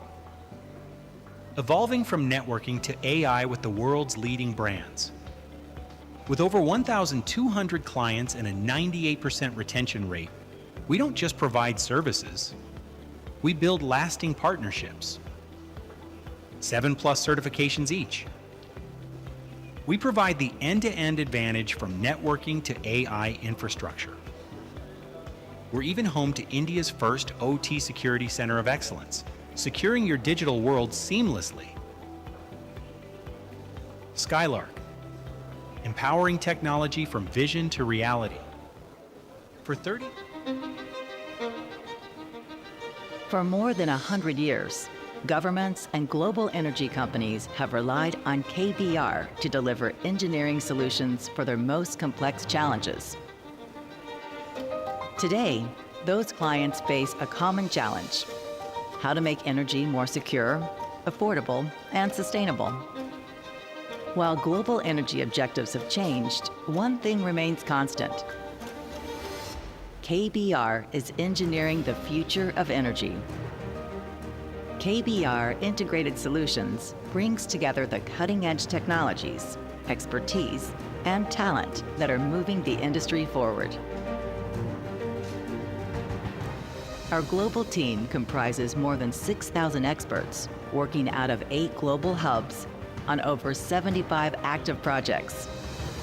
And through our zero-harm safety culture, we regularly deliver multi-year projects with tens of millions of safe work hours.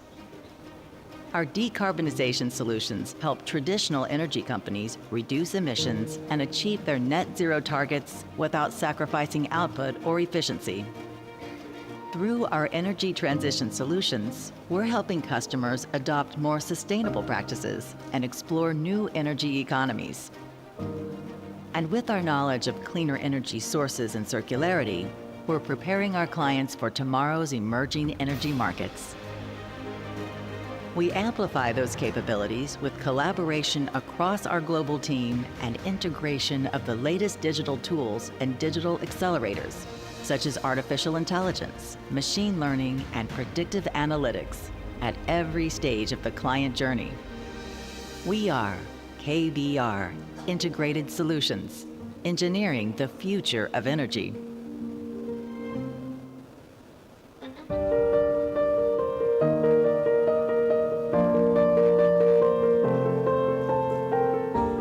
This is a story about change.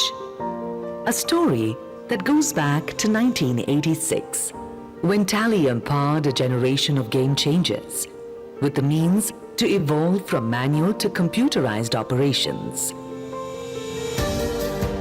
This is a story of 2.5 million small and medium businesses. Delhi है, कोई tension नहीं है. Redefine your business with The life easier for everyone. Sense of comfort. You are saving on the hours and you are getting more clients, and then of course you are getting more money. Delhi है तो भरोसा है. A story of 28,000 partners in India and across 100 other countries. As we create solutions that help transition and maneuver the compliance regime through VAT and GST. With innovative business management solutions to give you a superior product experience that's reliable, faster, simpler, and flexible. This is our story, because it is in your growth that we grow.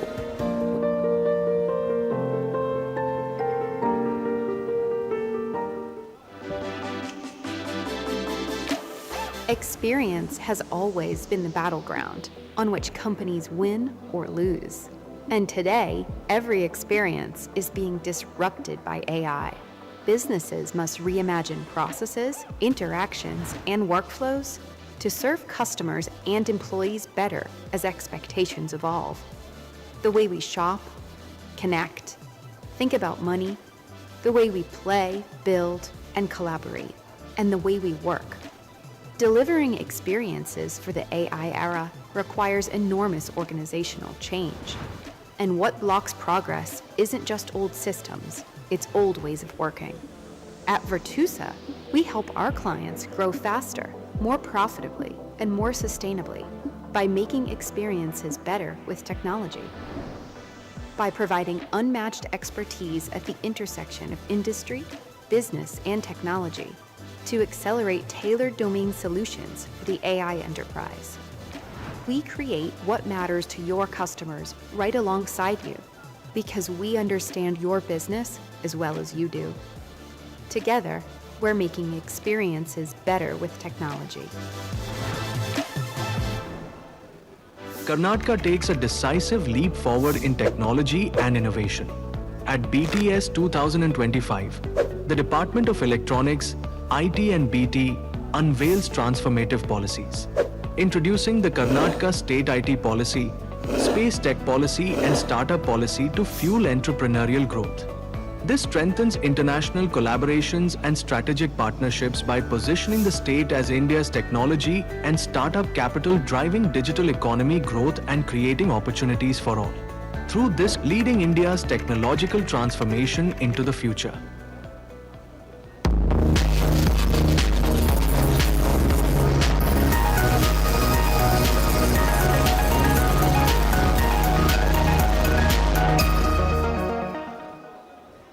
ചാപ്പിടില്ലേ ബ്രേക്ക്ഫാസ്റ്റും ചാപ്പിടില്ലേ നോക്കിക്കോ എന്താ ചെയ്യേണ്ടതെന്ന്. Why are you being difficult? Read the newspaper.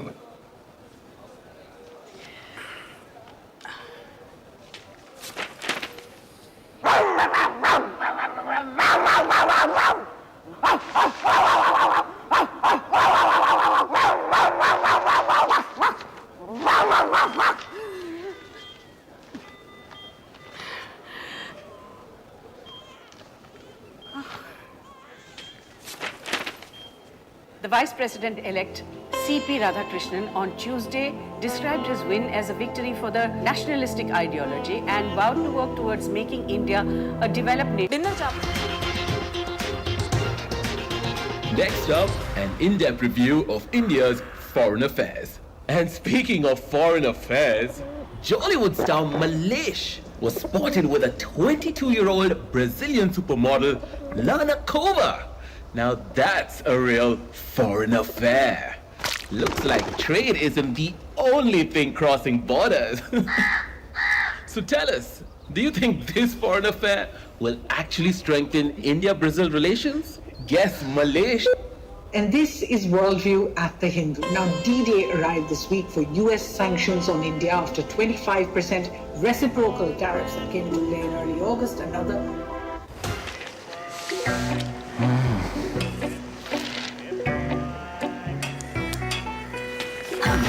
ಗಪ್ಪುತ್ತಾಂಗಲ ಅಯ್ಯೋ ಗಪ್ಪುತ್ತಾಂಗಲ heroine phone ತೊಲಂಜ headline news ಅಮ್ಮ ತಾಂಗಲ ಅಯ್ಯೋ ತಾಂಗಲ ಗಪ್ಪುತ್ತಾಂಗಲ ಮಾಮ ಪ್ರಹತಕ್ಕೆ ಲೇಟ ಬಂದ breaking crime.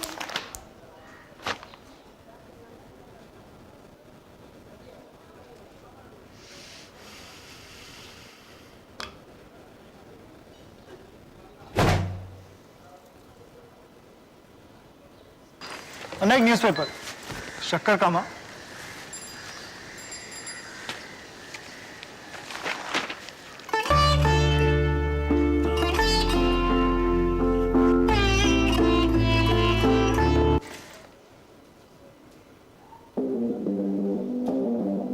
Every idea, every challenge, every breakthrough starts with a question. Are you ready to innovate? Start, try again, push harder, think smarter. Not working? Try more. Impossible? Not in our labs. Experiment. Research. Test. Record. Redesign. Problem? Find a new way. Improve the design. Your first win? Good. That means you're building. New tools, bold ideas. We don't wait for the future. We build it. This is VIT, Vellore Institute of Technology.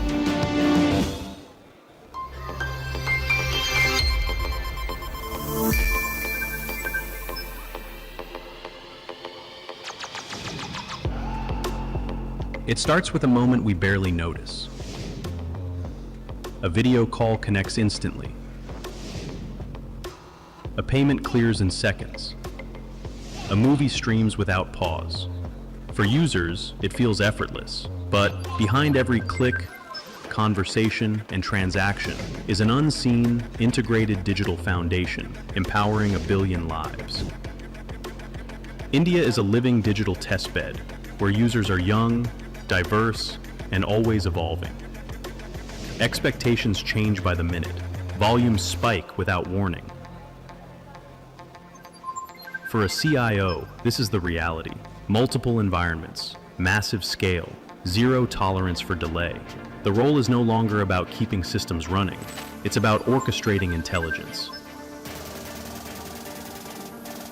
So, how do we enable intelligent conversations, operations, experiences, and growth?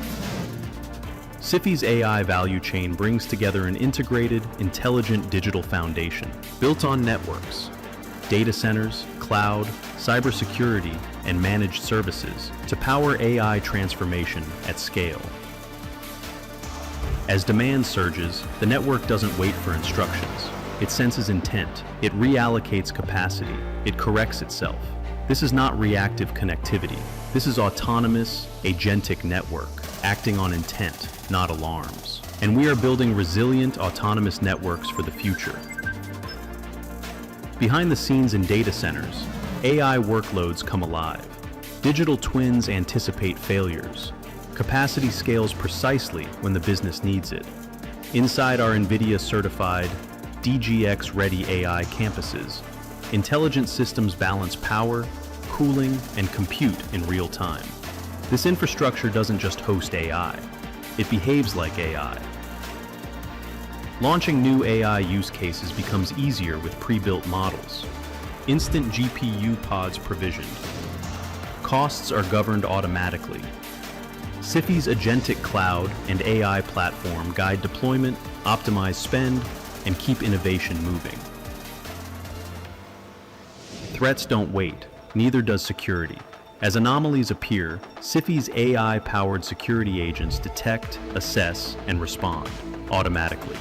Your enterprise stays protected, compliant, and trusted.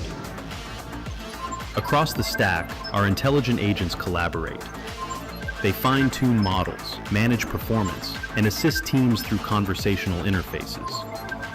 Operations become leaner, insights arrive faster, new revenue opportunities emerge.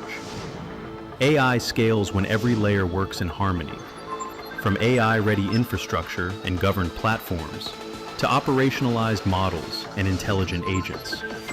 This layered architecture, delivered through our proprietary sovereign AI in a box, transforms AI from experimentation into enterprise-wide impact. Together, we are building India's largest AI ecosystems to power global-scale ambition. As an India AI mission and MAIT Cloud partner, CIFI is poised to lead AI development at population scale. If it is AI, it is India, it is CIFI.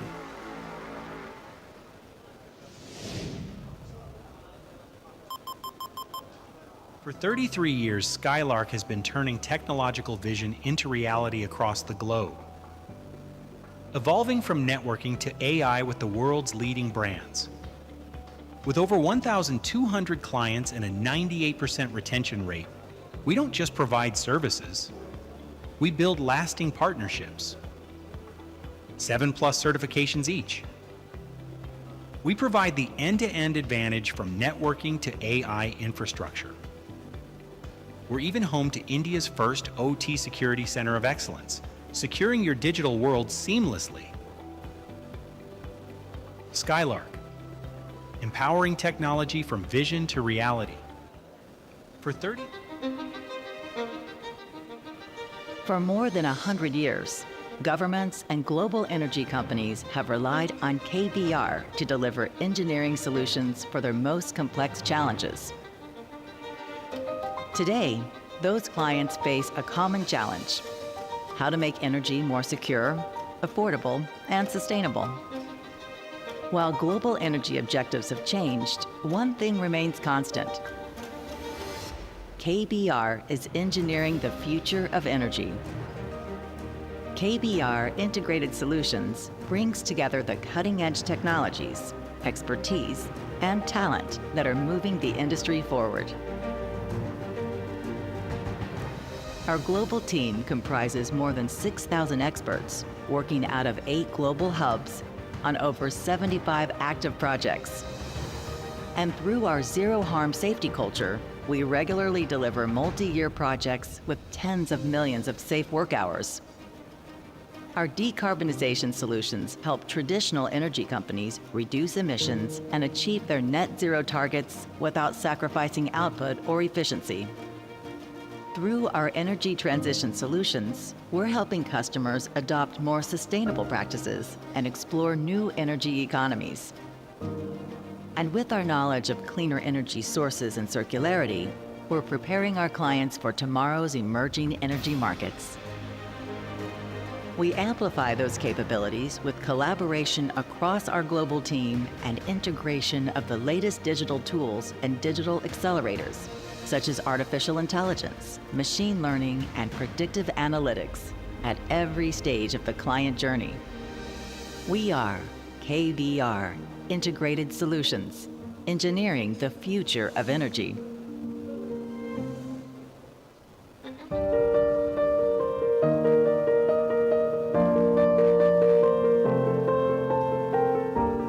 This is a story about change.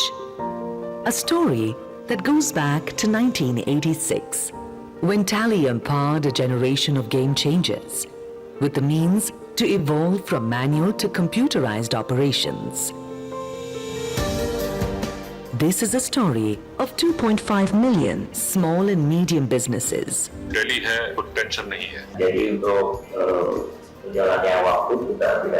Redefine your business with TelePrime. The life easier for everyone. Sense of comfort. You are saving on the hours and you are getting more clients and then of course you are getting more money. Delhi है तो भरोसा है. A story of 28,000 partners in India and across 100 other countries. As we create solutions that help transition and maneuver the compliance regime through VAT and GST. With innovative business management solutions to give you a superior product experience that's reliable, faster, simpler, and flexible. This is our story because it is in your growth that we grow.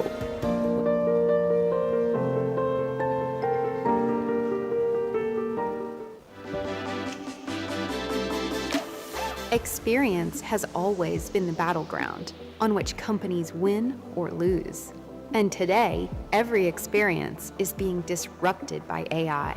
Businesses must reimagine processes, interactions, and workflows to serve customers and employees better as expectations evolve. The way we shop, connect, think about money, the way we play, build, and collaborate. Governments and global energy companies have relied on KBR to deliver engineering solutions for their most complex challenges. Today, those clients face a common challenge: how to make energy more secure, affordable, and sustainable.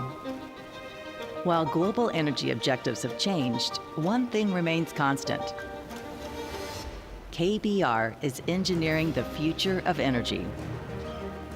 KBR Integrated Solutions brings together the cutting-edge technologies, expertise, and talent that are moving the industry forward. Our global team comprises more than 6,000 experts working out of 8 global hubs on over 75 active projects. And through our zero harm safety culture, we regularly deliver multi-year projects with tens of millions of safe work hours. Our decarbonization solutions help traditional energy companies reduce emissions and achieve their net zero targets without sacrificing output or efficiency. Through our energy transition solutions, we're helping customers adopt more sustainable practices and explore new energy economies.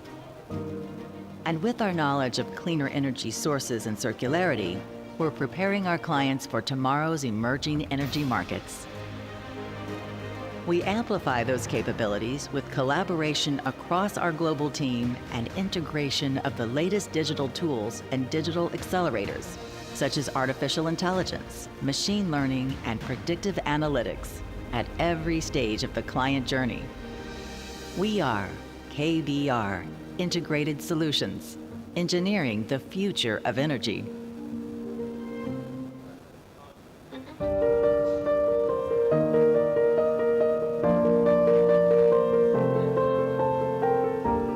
This is a story about change. A story that goes back to 1986, when Tally empowered a generation of game changers with the means to evolve from manual to computerized operations. This is a story of 2.5 million small and medium businesses. Delhi है, कोई tension नहीं है. Redefine your business with Teleprime. The life easier for everyone. Sense of comfort. You are saving on the hours and you are getting more clients and then of course you are getting more money. Delhi है तो भरोसा है. A story of 28,000 partners in India and across 100 other countries. As we create solutions that help transition and maneuver the compliance regime through VAT and GST. With innovative business management solutions to give you a superior product experience that's reliable, faster, simpler, and flexible. This is our story because it is in your growth that we grow.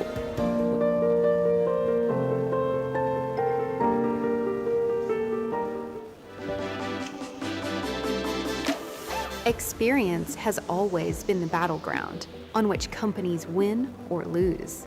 And today, every experience is being disrupted by AI.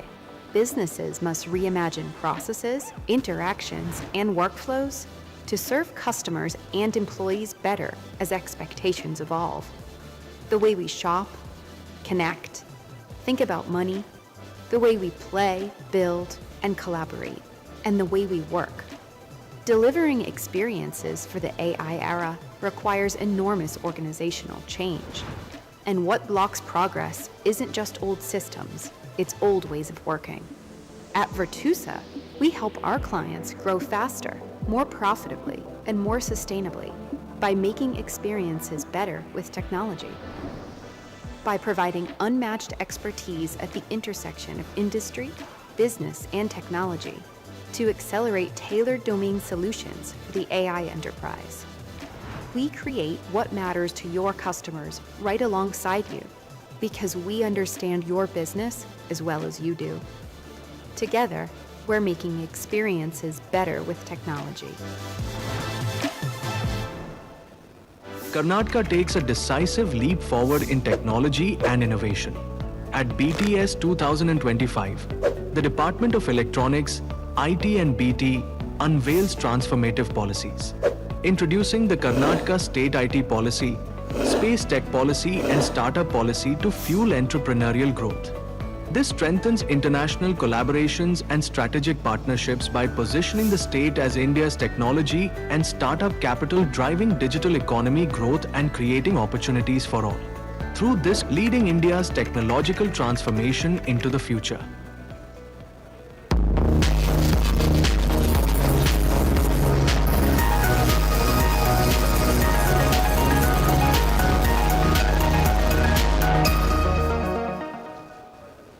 ചാപ്പിടില്ല ബ്രേക്ക്ഫാസ്റ്റും ചാപ്പിടില്ല നോക്കിക്കോ എന്താ ചെയ്യേണ്ടതെന്ന്. Why are you being difficult? Read the newspaper.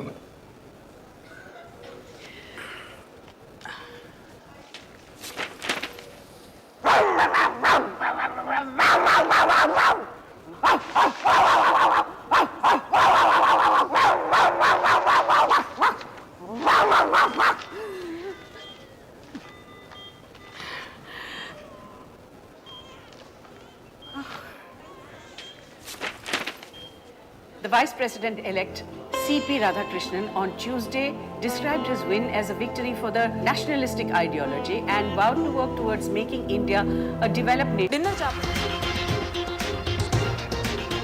Next up, an in-depth review of India's foreign affairs. And speaking of foreign affairs, Jollywood star Malesh was spotted with a 22-year-old Brazilian supermodel, Lana Kova. Now that's a real foreign affair. Looks like trade isn't the only thing crossing borders. So tell us, do you think this foreign affair will actually strengthen India-Brazil relations? Guess Malaysia. And this is Worldview at the Hindu. Now, D-Day arrived this week for US sanctions on India after 25% reciprocal tariffs that came into play in early August. Another.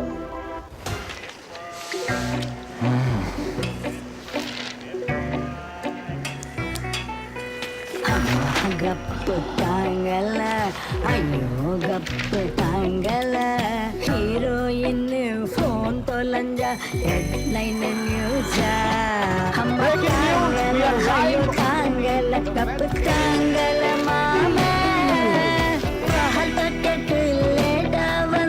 breaking print.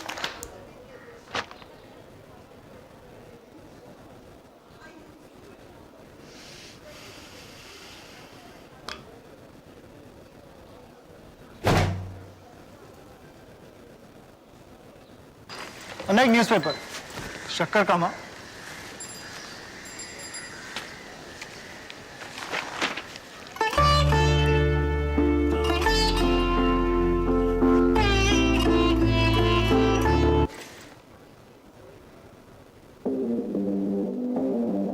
Every idea, every challenge, every breakthrough starts with a question.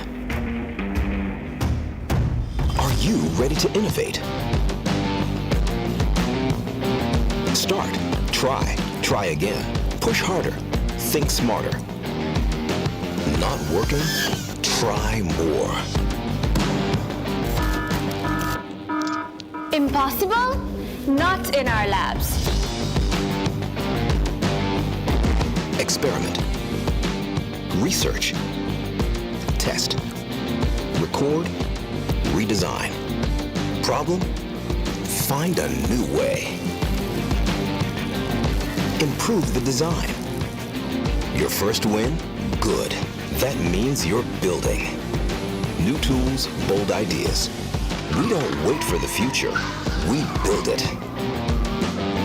This is VIT, Vellore Institute of Technology.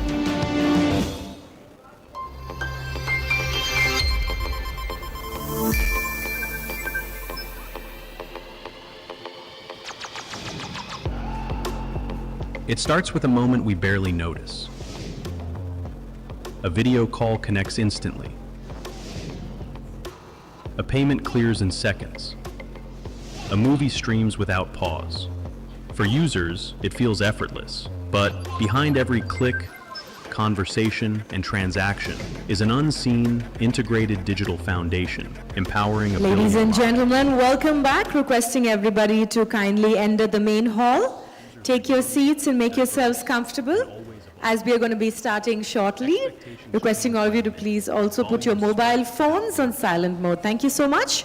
We will be starting with our For a next session CIO, shortly. this is the reality. Multiple environments, massive scale, zero tolerance for delay. The role is no longer about keeping systems running. It's about orchestrating intelligence.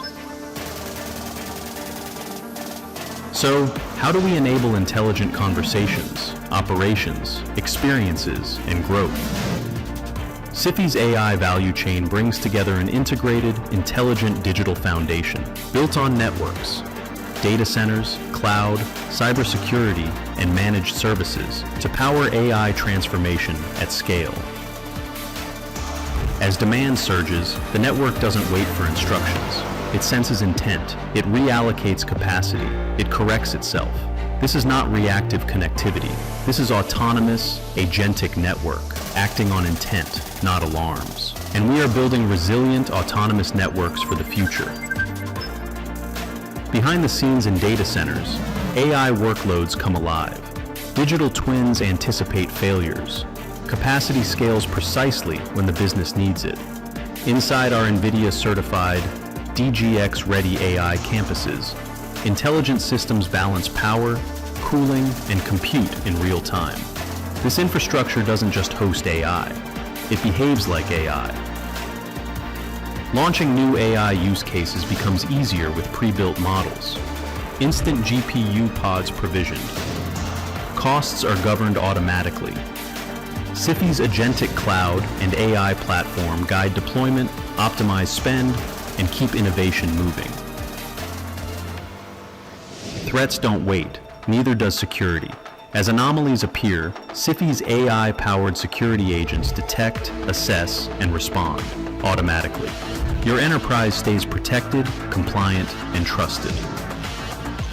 Across the stack, our intelligent agents collaborate. They fine-tune models, manage performance, and assist teams through conversational interfaces. Operations become leaner, insights arrive faster, new revenue opportunities emerge. AI scales when every layer works in harmony, from AI-ready infrastructure and governed platforms to operationalized models and intelligent agents. This layered architecture, delivered through our proprietary sovereign AI in a box, transforms AI from experimentation into enterprise-wide impact. Together, we are building India's largest AI ecosystems to power global-scale ambition. As an India AI mission and METI cloud partner, SIFI is poised to lead AI development at population scale. If it is AI, it is India, it is SIFI.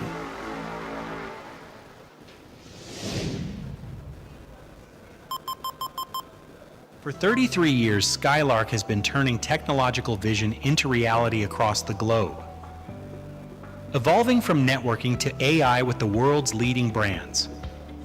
With over 1,200 clients and a 98% retention rate, we don't just provide services, we build lasting partnerships. 7+ certifications each. We provide the end-to-end advantage from networking to AI infrastructure. We're even home to India's first OT Security Center of Excellence, securing your digital world seamlessly. Skylark, empowering technology from vision to reality. For more than 100 years, governments and global energy companies have relied on KBR to deliver engineering solutions for their most complex challenges. Today, those clients face a common challenge: how to make energy more secure, affordable, and sustainable. While global energy objectives have changed, one thing remains constant. KBR is engineering the future of energy. KBR Integrated Solutions brings together the cutting-edge technologies, expertise, and talent that are moving the industry forward. Our global team comprises more than 6,000 experts working out of 8 global hubs on over 75 active projects. And through our zero-harm safety culture, we regularly deliver multi-year projects with tens of millions of safe work hours. Our decarbonization solutions help traditional energy companies reduce emissions and achieve their net zero targets without sacrificing output or efficiency. Through our energy transition solutions, we're helping customers adopt more sustainable practices. A very good afternoon, ladies and gentlemen. Energy economies. We're all set to begin our next session, requesting everyone to kindly take your seats and put your mobile phones on silent mode as we're ready to begin. Thank you.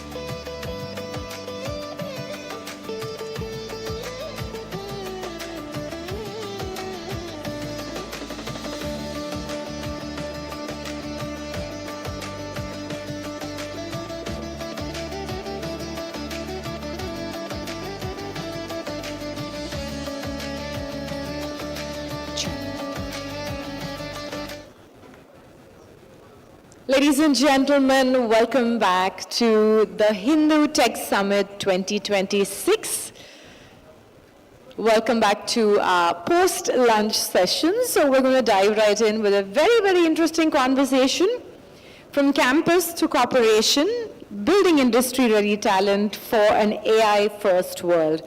I think the topic was briefly touched upon in our earlier sessions, and now we're going to dive into it a little bit more in detail. So to do the honors, I'd like to invite a very special someone to take the stage, our speaker for this session, calling upon Ms. Kadambari S. Vishwanathan, Assistant Vice President, VIT Institute of Technology, a new generation education leader driving innovation in higher education.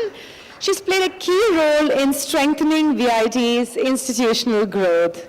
With a strong focus on global engagement, administration, and industry connect, she champions future-ready programs and active learning models. Welcome, ma'am. We're so happy to have you here with us this afternoon. She will be in conversation with Mr. L.V. Navneet, CEO of The Hindu. Let's begin this session with a big round of applause.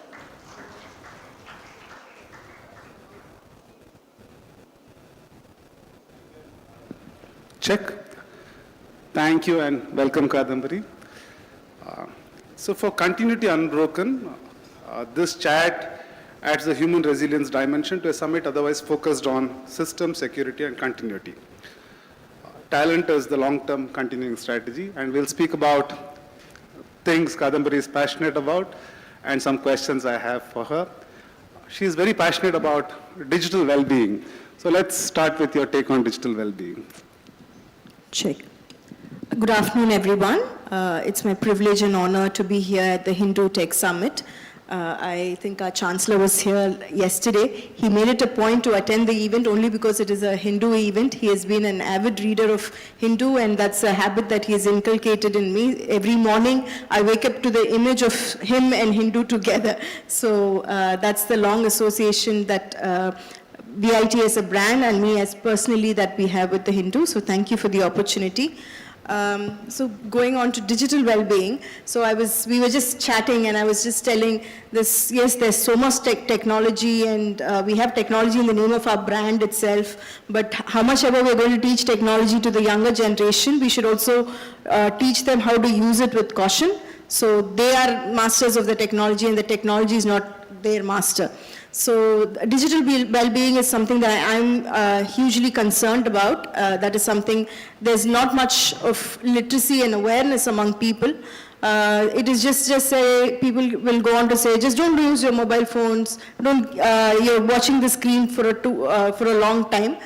These are just parental advice, but I would like to bring out certain points that has been going on world over with proper research, evidence-backed conclusions that screen time affects childhood and the mental well-being of teenagers. By the time they are high teens and when they come to college, there's not much we're able to do to them. They are young adults and a lot of things are already set in stone. So if something could be done early on, so every time I get invited to a school annual function or any school event, I make it a point to attend it, mostly to address about digital well-being. I don't know how many of you are aware of, Australia successfully banned social media for children under the age of 16 a couple of months back. I think it came into effect last December. So that was the first country to do so, and I think Canada and the European Union is also considering such options. I think India as a nation should have policymakers who are looking into these ways, because there has been a sharp decline in the mental health of the Gen Zs, the digital natives, people who are accustomed to having a mobile phone with internet connection. Not just a mobile phone, when it was just used for calling purposes, you never had that issue, but a mobile phone that is always connected and through which you can access social media platforms have been shown to be detrimental, especially to girls. So this is another awareness that I would like to raise, that now that we have so much empowerment given to women and a lot of opportunities coming up, we should not go down the trap of comparing ourselves with others, get into the trap of FOMO, because all the social media sites, especially Instagram, Snapchat, they put so much value on how you look at each other, how you value someone with physical appearance, you look at how somebody's day-to-day life is, and you get into this weird way of only looking at others but not introspecting yourself. So this is something at every platform I'm given, I think I'm duty-bound to talk about it. And so any questions from here, we can go ahead with AI and other things. No, thank you. I have one more question, and I know you have a view about it. While digital engagement needs to be calibrated, digital engagement is also reality, and social media is real. The question is, what role can social media play in addressing critical subjects like cyberbullying, suicide prevention, and so on?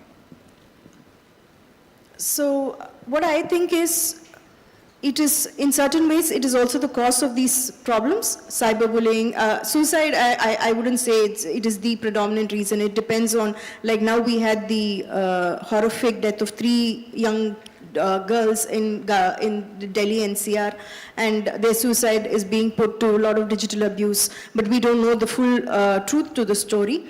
But what I see is a lot of our content, anything that relates to, even when I was searching for this news online, it came up with a helpline number, which is something that only technology can do. I was not in any mood for that, but I was just searching a news item about the incident, and there was immediately, it was flagged that it is an inappropriate content. Are you willing to see this content? And there was a helpline, so don't miss out on a chance. So these are very good ways that technology is intervening to identify vulnerable targets, so as to say, at a very early stage. And cyberbullying, I would say, is, again, is because of a lot of interaction where we don't control our privacy settings. That I wouldn't completely blame it on the technology. I would say that all technology platforms have extensive privacy settings.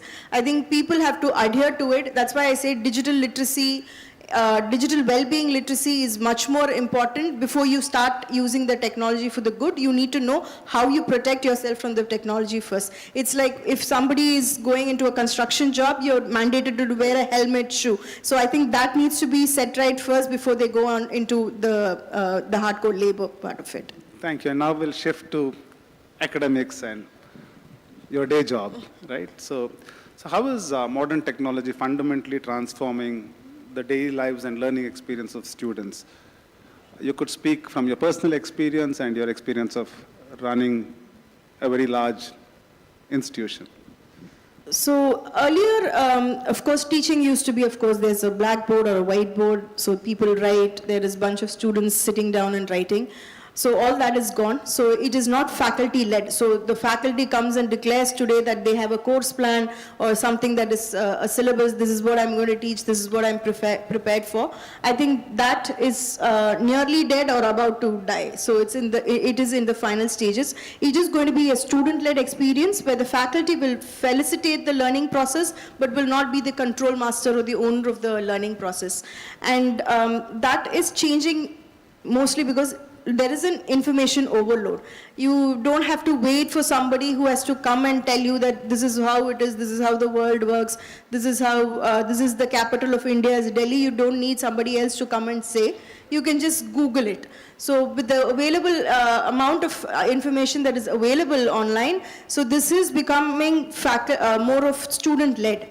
But you cannot completely remove the faculty from it because somebody has to be there to felicitate that. What do you learn at this age? What is the appropriate level you are in? So that definitely needs a human intervention, for which as of now technology is not available, or even if it is available, it doesn't bring the near experience of having an education or the bonding that you have with the knowledge. One of the things we keep hearing from industry, and we heard some of it on the earlier panels as well, is that despite strong technical degrees, industry still reports a talent readiness gap. Where do you think academia could do better when it comes to real-world AI deployment needs, and what is being done? So I think going forward, probably not exactly, probably like the students, those who are in say 10th or 11th, currently studying 10th or 11th, by the time when they come to undergraduate education, they will be in how we call a digital native, they'll be an AI native population. So for them, anything, so for us, for an earlier generation, probably they would, if there is any news, they might probably take a Hindu, if they had heard about an incident, they might check on the paper. I might probably Google it. Probably the next generation will not even Google it, would ask ChatGPT for it. So it is going to be an AI native generation. So definitely the way that the skill sets are going to progress is going to be much different. That is one point that I want to make as a demography. But is there a skill set mismatch? Most definitely yes. And that is due to the lack of practical exposure that the students get during their engineering degrees. So this can only be sorted when there is a proper communication between the industry and the academia as to what is the requirement. So once there is a good input on what is the skill set that needs to be matched for the next 5 years, these are the critical skills that the student needs to have. So then it becomes a easier issue. The second thing is the lack of, like you said, how do you deploy it? Because even now when I see, we have an AI ML program and AI is studied by a lot of students. But the problem is that a lot of students only see it on the theoretical upfront. Nobody considers the deployment issue. In all the noise about AI in Davos, one statement that actually rang home to me was Satya Nadella telling the social permission of AI. Do you really think it is all going to go into an implement stage? Is it possible? Do you have the data centers? Do you have the energy requirements? Do you have the IT infrastructure to handle all of this? So that part has to be critically analyzed, and there needs to be a policy at a larger level. It doesn't just involve the academia, but how do you deploy it into the industry is something at a larger frame we'll have to discuss. So if you have to look at problems to be solved for today and tomorrow, few things are important, right? One is critical thinking is important.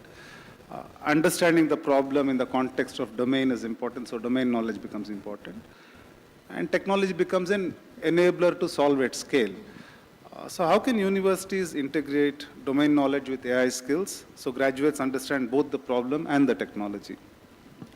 I think domain knowledge is going to be a critical factor for the incoming workforce because if, say, with agentic coding, where you don't need to know a line of coding, but the AI prompts, if you prompt it properly, the AI generates the code. So in those cases, domain knowledge becomes the most critical factor, and we need to have students required to study humanities much more than what it used to be in the previous generation. An engineer can absolutely go away in his life without knowing anything about, say, a philosophy.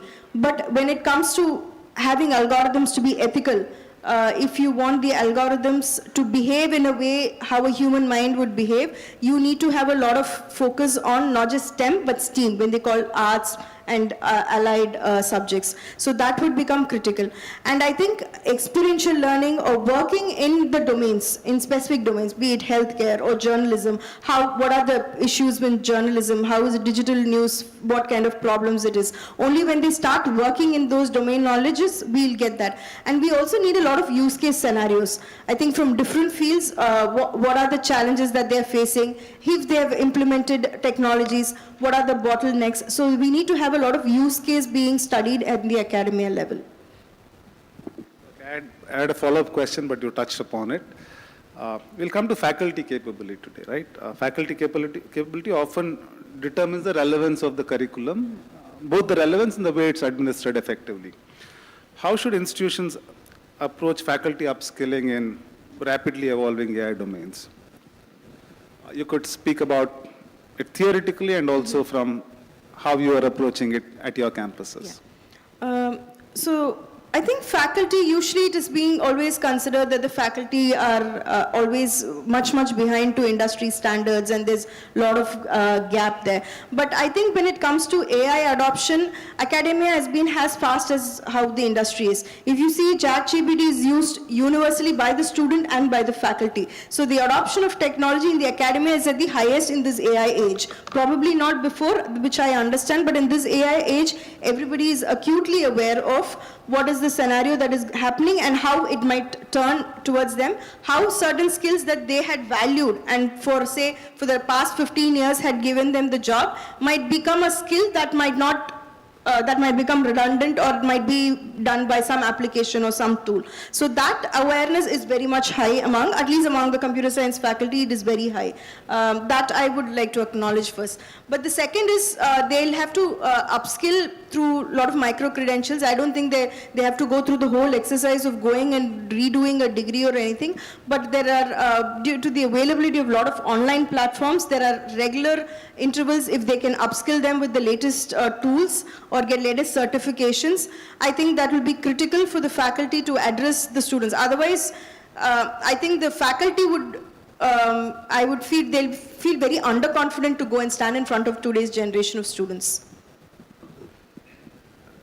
I mean, you have been a student and you're involved with students at your institutions probably at the graduate level, but when we spoke, you also said you go to schools often and interact with students. Obviously, that's something close to your heart.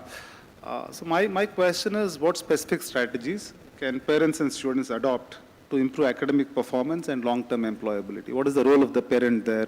What is the role of the institution? How early in life does that start?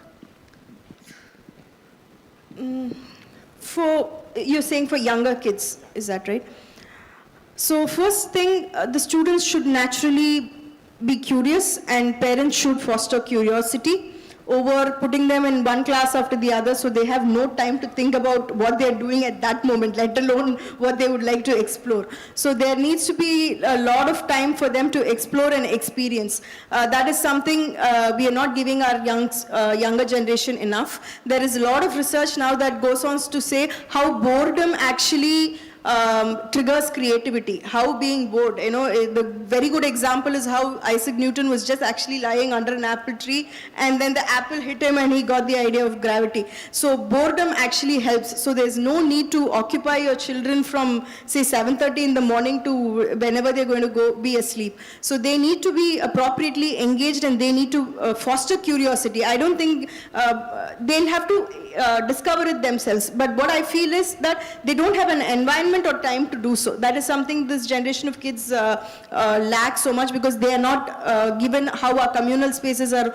always occupied by traffic. I understand it's very difficult for kids to go out and explore, but somehow we need to bring in that ability for them to be curious. That is one thing. The second thing is at no point should there be a compromise in foundational skills because AI can do it. Because then for our generation there was a calculator, then none of us would have needed to learn basic arithmetic at all. It is a no-brainer, but they have to have basic foundational skills right. And in this way, if you see, the other biggest challenge is generative AI, so it is affecting a lot of people's communication skills. So, what we essentially call, a person should have good communication skills. When you were looking for, you would mean that somebody is able to write a good email. But right now, if you prompt currently an email comes through, but later when you are to go and interact with that person, you find them to be, what are they trying to say? Are they arrogant? Do they understand the issue or not? So you get a lot of these questions. So please do not compromise on foundational skills and foster curiosity. Then it is for you as a parent and the child to discover a future and career based on their talent and their interest. It is very good that we aim high. That is something all of us have in mind. If we have 10, we always want go to 1,000. But it should also be realistic because it adds a lot of pressure to the students, especially in a digitally connected era where people post to do say they have success or they really posted, I really don't know. But that level of grounding should be there where parents understand. Say for example in NEET, you do realize that there are 25 lakh students writing the exam.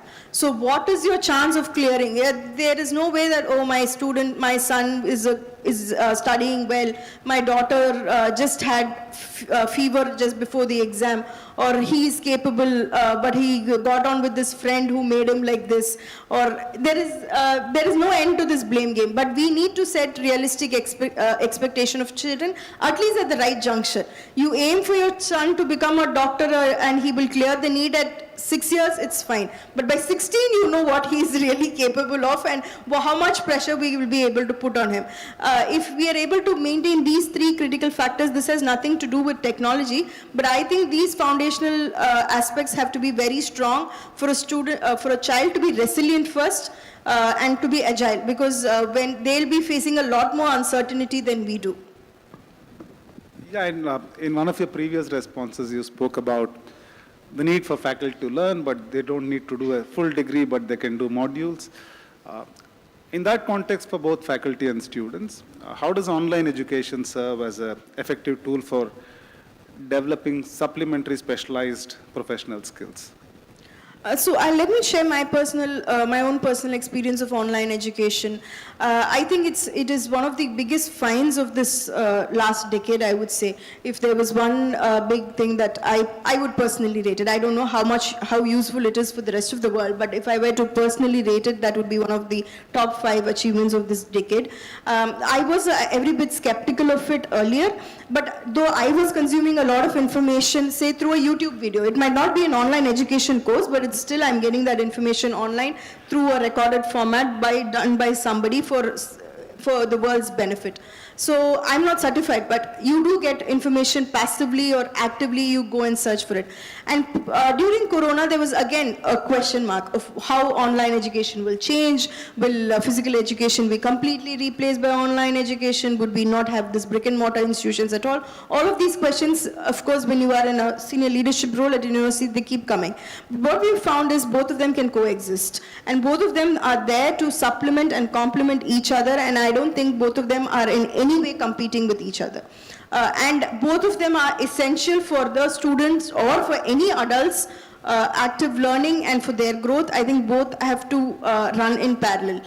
Probably until a certain age, it might be a brick and mortar institution, but post that, everything is going to be online. And why I say online is critical these days is that a lot of companies have gone into skill-based hiring, wherein they give much more preference. And I make it with caution because I like to say, because a lot of students misinterpret saying that they don't need a degree. That is not the case. Your degree is like your main thing. This is just a topping. You're just adding an extra topping. It's like going to an ice cream shop and just adding the topping but not adding the ice cream. So that's not how it works. So because a lot of kids, in their craze, they just hear half the information and come and say, oh, we don't need a degree. I have 4 certifications. That's not how the industry works. So with the skill-based hiring, I think they have the opportunity to go explore a lot of things that might not be offered to them in the classroom. There is nearly impossible for us to offer everything in the classroom. It is for the students. That's why I said the students should have the time to go explore and experience something on their own. It need not all come through a teacher. It need not all come through a parent. I think a self-awareness and self-interest will create much more passion in the student to complete it, the motivation to utilize it in a better manner. Now we'll move on to collaboration with industry or enterprises. In your view, what makes for a good, effective partnership between a university and an enterprise or the industry? And I also would like you to speak about the way you have brought your 2 alma maters together at your Bhopal campus. I found that very fascinating. Okay. If you could share that as well. All right. So first, let me address the part about the industry.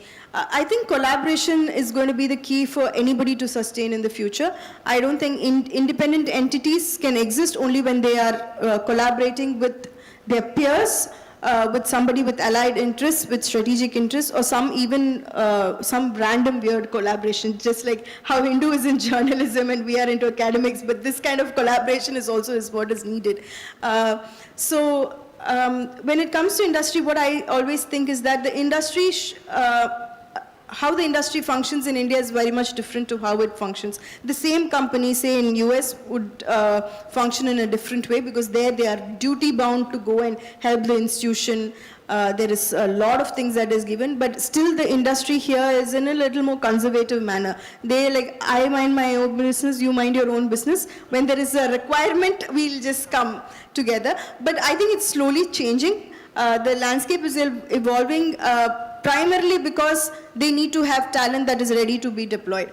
So that is the primary reason, of course. The second part is that they also understand that until they nurture ingrown talent and they have ingrown industry problems, they will not be able to improve on their R&D. And given that a lot of restrictions is coming up in the Western world, India has to be independent and resilient on the R&D front, which we are not for now.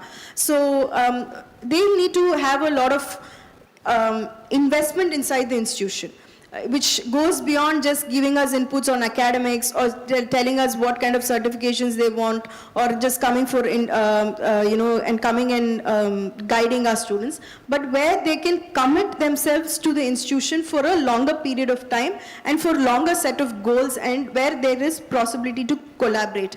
And I think sabbaticals is a common practice in academia, but industry should also have sabbaticals where they are also, motivated to come and work in the academia for some time.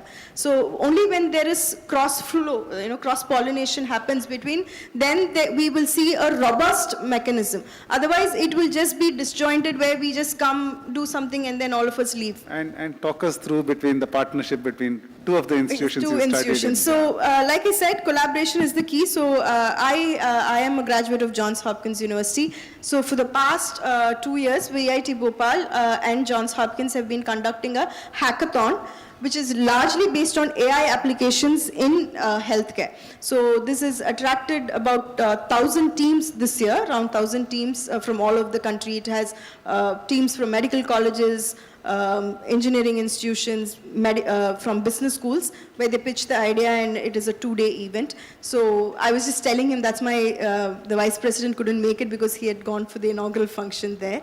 And that is a truly successful partnership, because that's the only hackathon even that Johns Hopkins is conducting, and that too, that's not in their campus. They're doing it with an Indian partner university. Maybe you should study more and get more partnerships.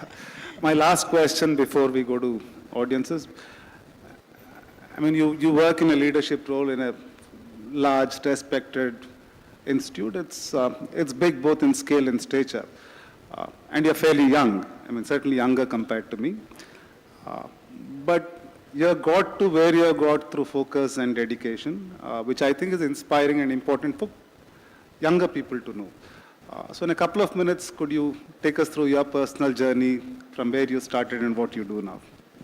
So, I was just telling him as well, my education and what I do are completely different, which makes me a true-bred Indian. I think all Indians are like that. What we studied and what we end up doing are two disparate things. So I graduated with a degree in biotechnology from VIT and did my master's in public health from Johns Hopkins. And then it's all been VIT. And in 2013, I started my career as assistant vice president, and in 2016, I spearheaded the initiative of establishing VIT campus in Bhopal. So, so that has taken much of my career has been focused on developing that. And now we have about 17,500 students in Bhopal in the last 8-9 years. And so that's a very, very short brief history of my career at VIT. Perfect. Very, very interesting and exciting. We have time for a couple of questions. So if somebody has, gentleman there. Yeah. Hi. So you're mentioning that learning and critical thinking are necessary. I've been hearing this repeatedly, but I think we lack something fundamental, because if you ask a kid in 9th standard who is studying 9th grade right now, or an engineer or any of you right now, answer, we always expect a fixed answer, but I think society and science doesn't work like that. Because if I ask most of the people here, can AI exist without fire? Everybody is going to say yes, but what is the interconnection that has, you can see 10,000 years of history, right? So what are we going to do about it? Because everything is interconnected. So my question is, fundamentally we lack that. Would you accept that? Fundamentally we lack what? Fundamentally we lack to see systems level thinking and connections between what led to what and how it can exist without that. I know it's a deeper question, but fundamentally learning is broken, I would say. I know this has been I know a lot of social media people say Indian systems are all of rote learning. No, I'm not talking about Indian systems in general, because people are not able to see in general, you say that this is not prevalent in any country, or you say it's in some not just specific... India. I'm not taking up any institution, anything in particular. The question is, learning is broken because we are not able to see the systematic level connection between physics, chemistry, biology and maths, because everything led to what we are doing now. I'll come to the question. That is because most of the education systems in the world have very clear distinction of what subject is. In maths, if you go, you will do multiplication. You don't know where this multiplication is going to be used in commerce, how this multiplication is going to be used in calculating speed of a vehicle. So all of that is never being taught. So they are all taught as very individualistic, compartmentalized aspects, except for a country called Finland, where they have a phenomenon-based education. So there, for example, if they take corona, so anything related to corona they study, so the biology of it, the history of it, the geographical dynamics of it, so all the technology implications of it. So that is called a phenomenon way of studying. So where you look into a problem and you study it from all corners and you learn. So it is basically how your learning system is. And what you're saying is a very higher order thinking skills. People who are involved in systems biology, systems engineering, they might probably be seeing the interconnectedness of systems because that is their discipline of study. Otherwise, all of us are focused on what we are supposed to be doing. Thank you. We'll take one final question. There was a gentleman there. Yes, sir. Please go ahead. Sir, ma'am, the artificial intelligence, there are many fake images and false information is coming out in the media. So because of the artificially created images, what will be the effect on the younger generation, especially the mind of children? Yes, sir. That is why I keep saying the importance of having digital-free kids, at least for a very young age, because a lot of children do not understand the difference between what is reality and what is fake. Because it is so real. Even sometimes even you get fooled thinking, oh, all this is happening. So if you see, there will be Marina Beach, the water is coming till, I don't know, till city center. If somebody was to create a video, you and I would know, but if some 4-year-old child sees, he would think, oh, that is a possibility. So this has to be, this cannot be dealt with. It's a genie, you can't put the genie back in the bottle. There's no way you're going to stop the generative content flowing from, but this is why you need algorithms that are ethical. That's why I said when we study, we have to have a lot of information on philosophy, so we teach the system to be ethical and moral. But there is no way we are going to put the generative AI back into its bottle. It is going to exist. It is better that we avoid that space of the internet. Thank you. Thank you. Thanks a lot, Kadambari. Lovely talking to you, and best wishes for every single plan you have for the future. Thank you, everyone.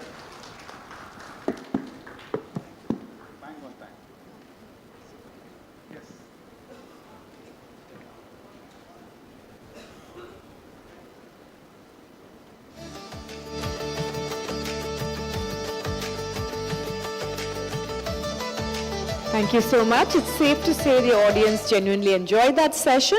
Just give us a few moments while we set up the stage for our next session. Thank you.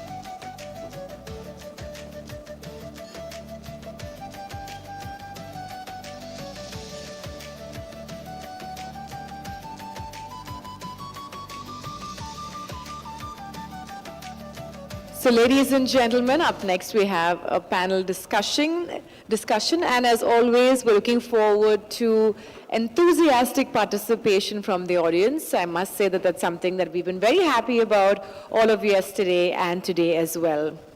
Our next panel discussion is titled Data Privacy as a Pillar of Resilience Building, Trust in a Digital Age.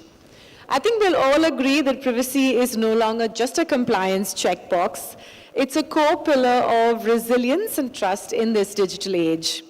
This session explores how integrating ISO 27001 and ISO 27701 enables organizations to embed privacy by design, strengthen continuity, and turn responsible data governance into a competitive advantage.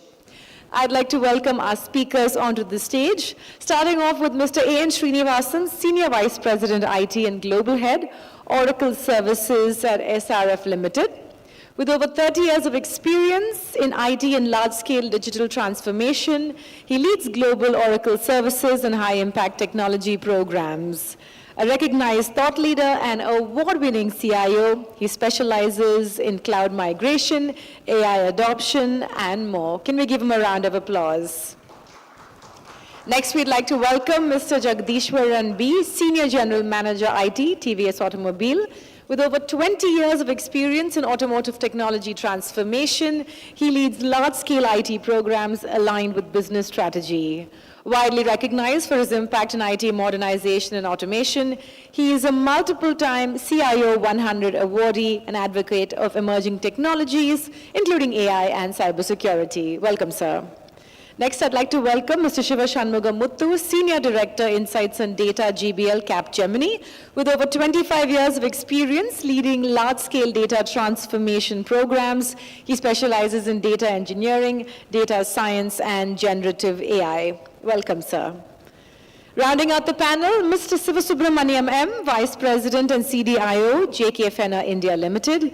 He is a seasoned digital leader with over 2 decades of experience. He drives enterprise IT strategy and digital transformation across industries. Recognized for his expertise in AI and future technologies, he brings strong leadership experience from senior digital roles. Welcome, Mr. Sivasubramaniam. And of course, moderating the panel is Mr. Nagaraj, Vice President, Data and Analytics, The Hindu. Let's give all of our panelists a big round of applause as we start this session. Good afternoon, ladies and gentlemen. We are here to talk about data privacy, but with a very specific lens. The theme for our conference is Continuity Unbroken. So we want to look at privacy as not just a compliance checklist or a legal hurdle. We want to treat it as the infrastructure for trust. In an AI world, if our users lose faith in us or how we handle their data, they leave. And if they were to leave, that's a fundamental problem with our ability to carry on our business. So we are here to explore privacy as a competitive advantage, the essential bridge that keeps the relationship between the user and the technology intact. First, I have the panel divided into 3 themes. The first theme that we look at is the idea of the contract of trust. Many of you would have encountered systems where even before you transact, you go to the website or you go to the app, you are asked to agree to terms and conditions. Terms and conditions generally say accept all cookies, reject all cookies, accept only necessary ones, and so on. Technically, we are taking informed consent from the user. Now, with AI models, particularly AI models that use generative AI, LLMs, what we take the informed consent for is we ourselves don't know how the model is going to use it. We ourselves don't know what's going to come out of it at some point in time. So if the user is clicking yes to something we ourselves don't know how it's going to be used, is it even right? Are we engaging in a legal fiction where we are asking a user to give us informed consent to the usage of their data in our algorithm, which we don't know how it will be used and what it will be used for? Are we being honest to our customers when we say we know how your data is used? So my first question to the panel is, privacy laws protect data, but AI creates insights. So there are 2 aspects to this. The first question I'd like you to answer, each of you in turn, is when we say informed consent, do we ourselves believe it's informed consent, number one? And number two is, we take the data, our AI models infer something from it, and are we allowed to have that inference separate from the data that we collected? An example that I can give you is, based on your search pattern, the search engine might know that you are searching for things around, let's say, a certain medical condition. Now, you never entered the medical condition in the search window, in the search box, but the model figured out that this is what it's about. So, can the company providing the service say, I didn't collect that data from you, that's data that I inferred. All I did was collect the data that you did willingly give me yourself. So, let's go. Mr. Srinivasan? Hello. Yeah. See, data collection is a very critical aspect of any AI model, yes. So as you also said that, we also collect data, let's say in terms of manufacturing. So the data, what we collect is very critical. That is, what kind of a data we collect is really important, that we ensure that the data which we collect is only pertinent to the operation which we are going to carry out. I mean, operation means what? I'm not saying that operation, not a medical operation, but the operation which we want to carry out based on the data. I can give you an example, okay? So we collect our supplier data as well as a customer data. For example, I will tell you how we do a consent. I'll just digress a little bit. So we take, let's say for example, we have something called a procurement cloud. Okay, we use something called procurement cloud. So we ask the supplier to fill in the data which we want himself using that cloud, which means the supplier himself is going to provide a data A, B, C, D, and that data will be residing in our system. It applies to customer also. So tomorrow, when I am doing an analysis based on, if I say based on the customer pattern or a way he is buying the material or etc., that is the inference the organization is coming out based on the data provided by the customer. But if you say that, that is, from an organization perspective, we do based on the data given by us. But that inference can be a data, it is not a data, if you ask me, it is an inference of the data which he has provided, which an organization will be using it for its purpose. The problem will come only when it goes out of the organization. Let's say the data which I collect from my customer A, let's say in our case, the price is a critical thing, okay? So when we supply something at a price A to a customer, and the customer knows that if that price goes out of to customer B, then that will create a problem. But otherwise, as long as that confidentiality is maintained, as long as that privacy is maintained, at least I don't foresee an issue in that. But the problem is once this privacy is broken, then in our case, there is a point called customer trust. We will be losing the customer trust for sure. Which means, let's say in your question, healthcare itself, what you have asked. So if you have collected a data about some patient's detail, that's what it... Let me clarify. If you fill the healthcare form, obviously you will reveal whatever your medical conditions are. I'm talking about a more innocent scenario where, let's say you have certain symptoms, so you are just using Google or ChatGPT or whichever engine to search this out.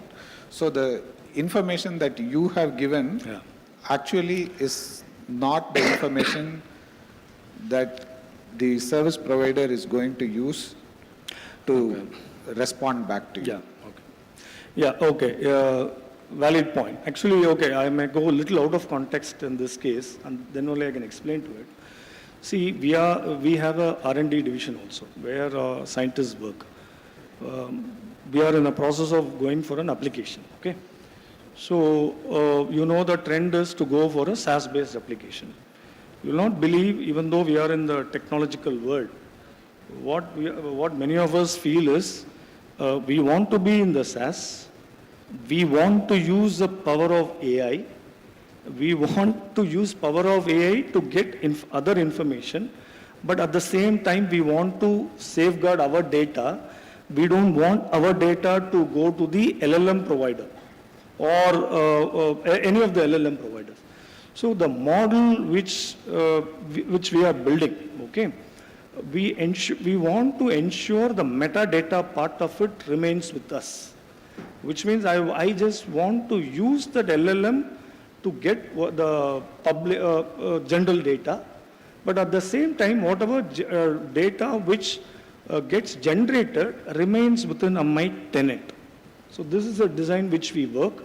I am sure many of the organizations where, let's say, research-based organizations, they don't want their data to go to the public LLM. Otherwise, many companies will be folded up. So I'm sure organization will be working to ensure that to retain their data, but at the same time use the public, other general data. This is how we do. Okay. Mr. Shiv Subramaniam. Hi, good afternoon, everyone. Thank you very much, Hindu and Mr. Nagaraju, for making this panel. And the subject is very dry, and that is especially after lunch is kind of, I could see there are, and the ambience is also in such a way that people can get into the meditation mode. I think we need to be more different scenarios for this panel. Let me split into two things. So one is from the personal side of data and AI and what we disclose in the public. And second thing, we'll talk about how corporate is handling it. In a personal era, at this particular digital or AI era, there is nothing called, there is no privacy. All the privacy is only in the public. So Googles of the world and YouTubes of the world knows about you much more than what you know about yourself. So it's not only from your health perspective, even your travel perspective, the places which you visit and the things which you eat and what are the medicines you eat and who are your friend circle, whom are you socially connected with. All that, everything is right from your phone book to your photos, to your videos, to your search pattern, to your buying history, and your eating habit of Swiggy's and Zomatos of the world. They know kind of tomorrow we don't even be surprised that they can become an astrologer for you, saying that this is how your future is going to be. So it's basically privacy is in public for you, for as a person. So you're basically saying that the typical consumer should have no expectation of privacy. Is there any possibility when you download an app and can you go ahead without even accepting it? It's like signing a home loan, right? Home loan agreement, it's all fine print, maybe in the 7 or 6 inch or the fine print. We don't even read it and we sign it, right? When you get into litigation that time you'll come to know all this, whatever you mentioned is there and that you have signed it. Correct. So this is for the entire panel. It may seem as though I am arguing with Mr. Sivasubramanian, No, but it's not. So a couple of perspectives here. The first perspective is going back to my original question, which is informed consent. So we can treat informed consent two ways as service providers. One way to treat it is to say somebody is supposed to check that box. They have checked that box, so I'm fine with using whatever data they have given me. The other is to look at it in a more integrated manner in the matter of building trust, that I want to make sure that this person understands what they are giving me and how it will be used, right? So two things, that's one part of it. The other part of it is also around the expectation from the consumer in dealing with us. If you are using Google Maps, it's already obvious that Google Maps is going to have all your locations. Whenever you have used Google Maps, it knows exactly where you have been, etc. But that is not very obvious with more general products, number one. And number two is also what you do with that information as a corporate. If Google starts selling you stuff based on where you have been, then you will actually have a very strong negative reaction to what Google is doing. Actually, knowingly or unknowingly, we are living in this world. Like you yourself said that you search for certain things, and if the data is not paused, one simple example, I was in the air and just landing in Bombay, somebody from Bombay near the airport calls me saying that, sir, aapko cab chahiye kya karke? How some ex-person knows that I'm just landing in Bombay, and because I put a poster saying that I'm traveling to Mumbai. So immediately after landing, you are getting a call. So data is, I would not say it's compromised. It is been for whatever the business purposes. You have already agreed for it. So this is from the personal front. See, corporate perspective, what are the data we are going to have it? We are talking about your personal data, and another one is on your product data, or maybe your research data, or maybe your confidential data of an organization. This is from the data security and the productivity perspective. Second, from personal data perspective, who are the one is either you will have all the entire employees' data, your suppliers and vendors and your customers' data and your product data, and also maybe people who are visiting. So wherever you have, and obviously you will have a consent for taking this information, what purpose, its limit for that particular purpose, how long I can retain that particular information for you. For suppose if I'm a visitor, I'm entering into any factory or any factory premise, you will have your employee card ready, or then maybe your Aadhaar ID and your name, mobile number, email, and all that you are disclosing. Again, if it is a digital form, then there is a consent. If it is a physical form, then there is no consent. Yeah. But how do you know that this person, anybody in the security takes a photo and makes it as a digital? So there are lots of parameters. This is from the visitor side, and similarly for your supplier data or your customers' data.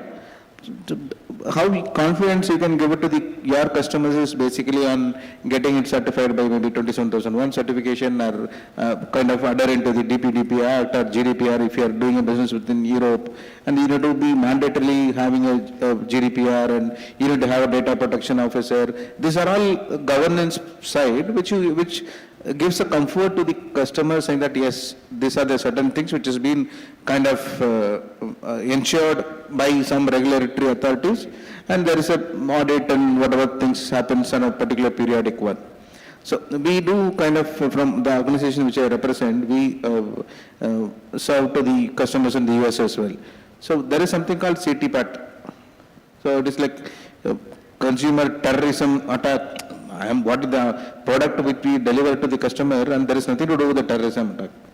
But there is a rigorous audit happens on basis of how do you secure data, who can access this particular data, and who are all the people and who need to know basis. All that is part of this particular certification agencies. So that kind of gives a comfort feeling for the customer. So I'll leave it here maybe. Mr. Shiv Shanmugam. Yeah. Hello. Hi, good afternoon, everyone. So, first of all, I would say that this will have both the two sides of the coin. I come from the protection industry, predominantly in the insurance last 10 years plus, and before that with healthcare. So, if you ask me, the data, whether the consent is given and what purpose it is used, either if you go cross-sell, upsell opportunities, then definitely the data must be used for all other purposes. For example, if I go and approach a customer and who come and onboarded in my, say, a personal risk services, auto or home insurance, I have an option to go and further cross-sell, upsell, for which some of these behaviors has to be tracked in terms, that's where the Google Tag Manager or the customer data platforms like Segment and Adobe, everything comes into the picture. So they do the right thing for the purpose of getting the businesses one side, getting the better experience for the people is the other side. So you need to have both.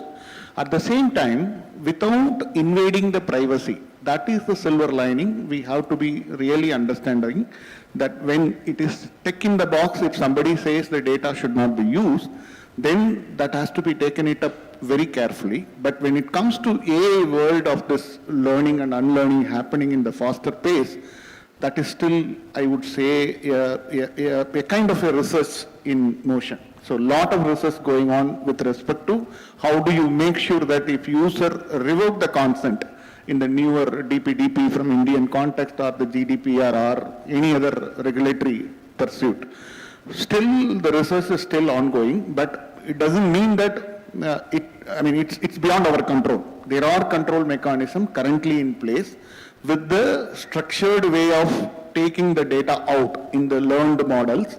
And there are ways to create a localized small language models or something like that to ensure that your customer's trust is not going away. So in short, trust is very important.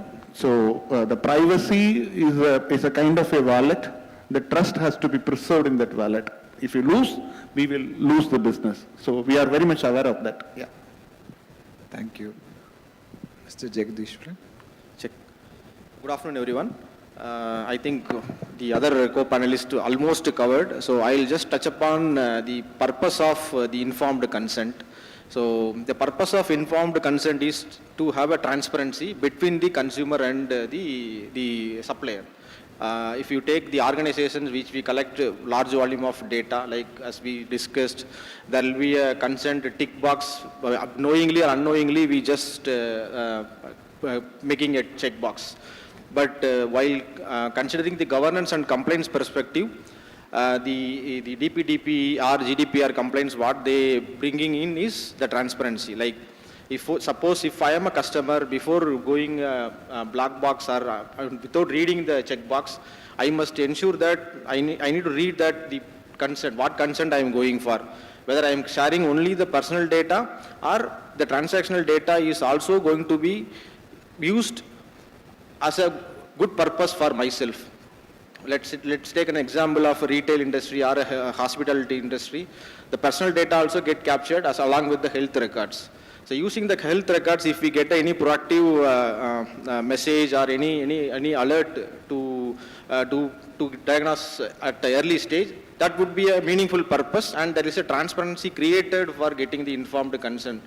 That will be a win-win situation for both the parties. So that's how I envisage. So it's an evolving stage right now for entire industry, I hope so. So everybody will work for getting the data into a informed consent with a greater insight of a wallet-based way, so that it gets protected. At the same time, there will be a transparency between the consumer and the supplier. Thank you. Actually, what you said, Mr. Jagdishwaran, leads me to the final question in this theme, and we'll do a quick check from your side towards this side. Would you agree that we need some kind of, just like food products have nutritional labels, that information products and apps should have some kind of label for AI usage? Yeah, absolutely. Because before getting the consent, so it has to be transparent. Like, for example, personal data is captured, customer must say yes.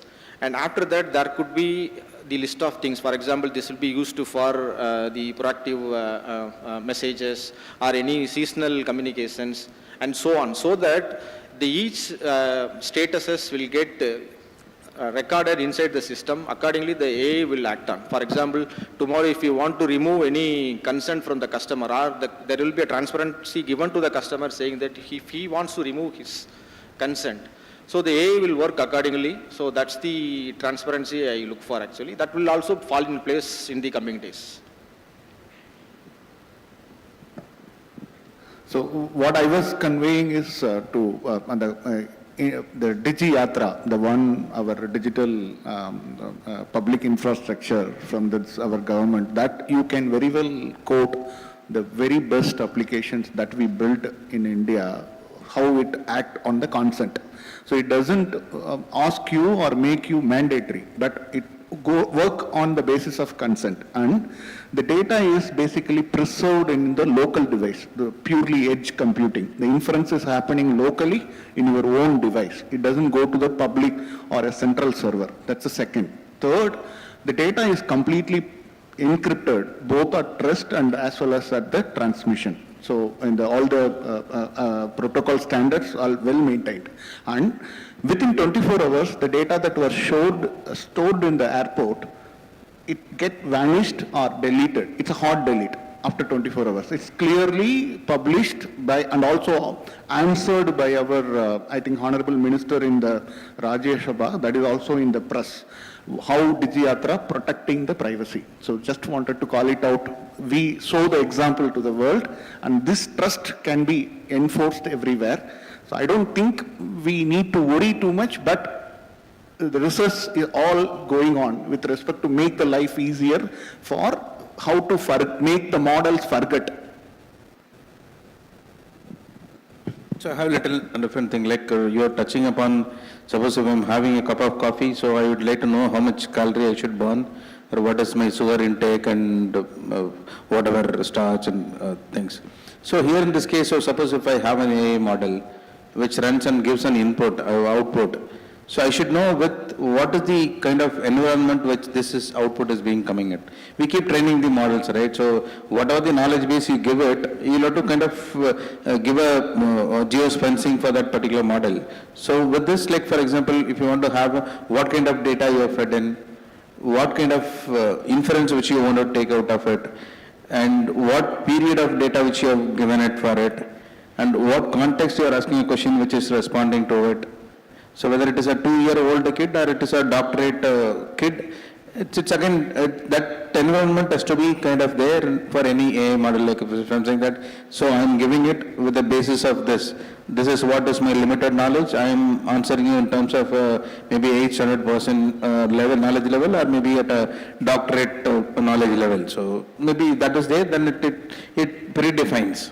You can keep prompting it, then it will tell you, oh, this is what you are asking for. So then, okay, so sometimes you might have it in the knowledge base, but when you ask a question, it says that no, then you have to tell them that, hey, can you please recheck and validate, is there anything else is there? So which means that whatever the parameter, it needs to be defined, then it is better for the consumers of this particular platform will help.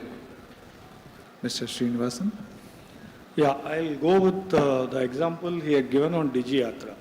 So when you are giving a consent or when you are feeding the data, the AI model or wherever you are feeding it, they need to tell us what is the purpose of collecting the data.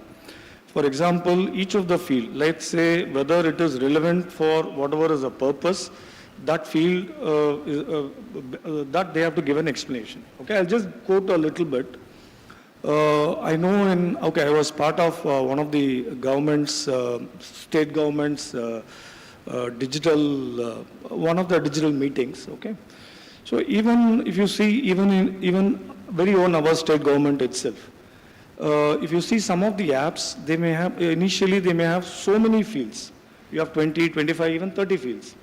Now a bigger exercise is going on, where they are reducing from 30 fields to 10 fields, which means data minimization. So this my view is this is happening considering not to capture unwanted, unnecessary data. So which means I think people are aware that we need to be sure what kind of data we are providing and what is the purpose of providing. So my view was, I think this awareness has started even at a government level itself. So we also need to be very careful why a particular data is requested by let's say by a site. What is the purpose? If you feel that, if you feel it's not relevant to enter it, you should not do it, and I'm not saying you should take it up with them, or you should send a mail asking them, why do you want me to give this data? So I think the data minimization is important. People should be aware and conscious what they are, what is the type of, what is the data they are entering, and they should be clear what can be the purpose of it. The guy should tell, but my view is, I don't know whether at every time they will be telling it. The public should be conscious. There should be a self-awareness program or something to do with that, where they should be conscious about not to give. There are many examples for this. For example, nowadays bank is circulating a lot of messages also. Sorry to interrupt you, but actually you've kind of touched upon the next theme. Okay.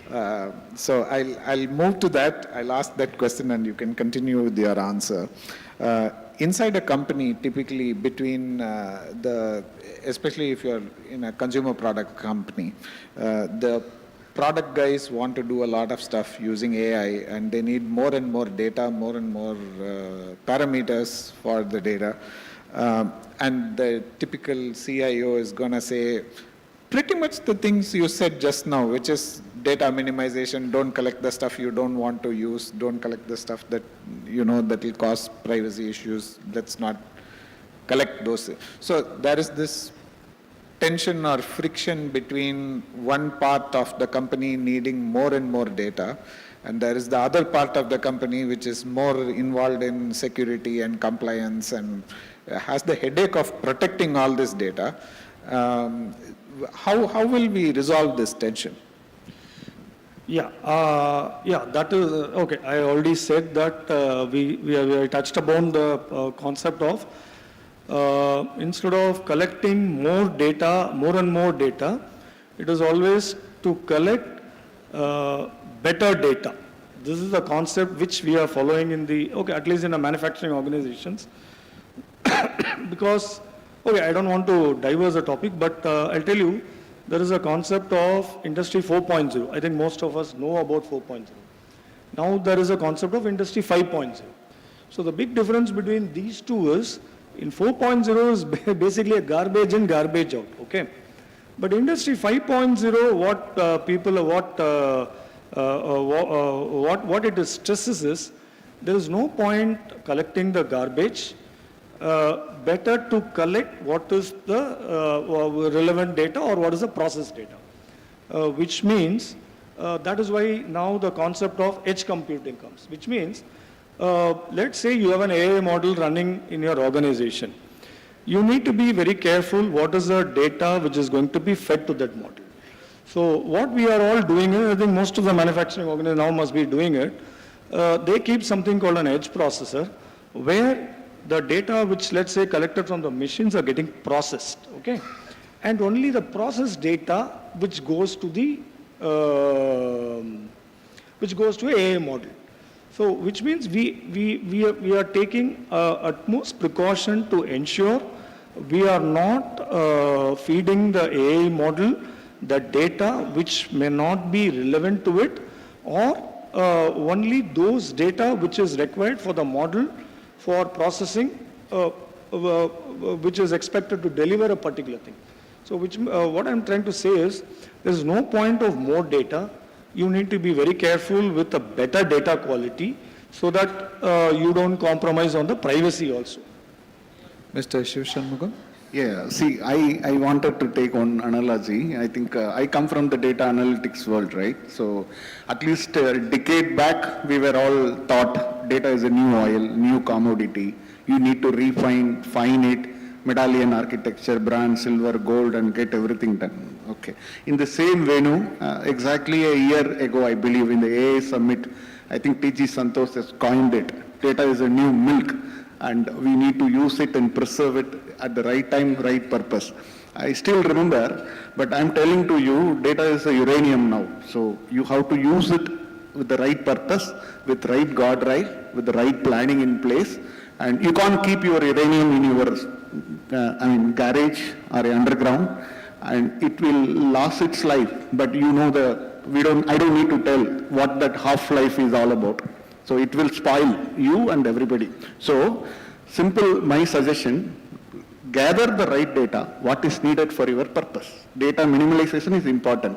Let AI be hungry, but We have to be cautious about what data we are collecting, how much parameterization is needed, go with simple and small language models. And even I wanted to quote what our Honorable Minister Ashwini Vaishnaw told in the Davos recent economic summit, that India is in the powerful place. We are in the 5-stack tier of the AI world. We are at the top tier. We are really not required to build bigger trillion model. We can build small model and deliver the best on the top tier world for the purpose of practical reasons of how AI bring our usage. That's I wanted to. That's where the data minimalization may help. Since he said the data is a new uranium, so actually it is.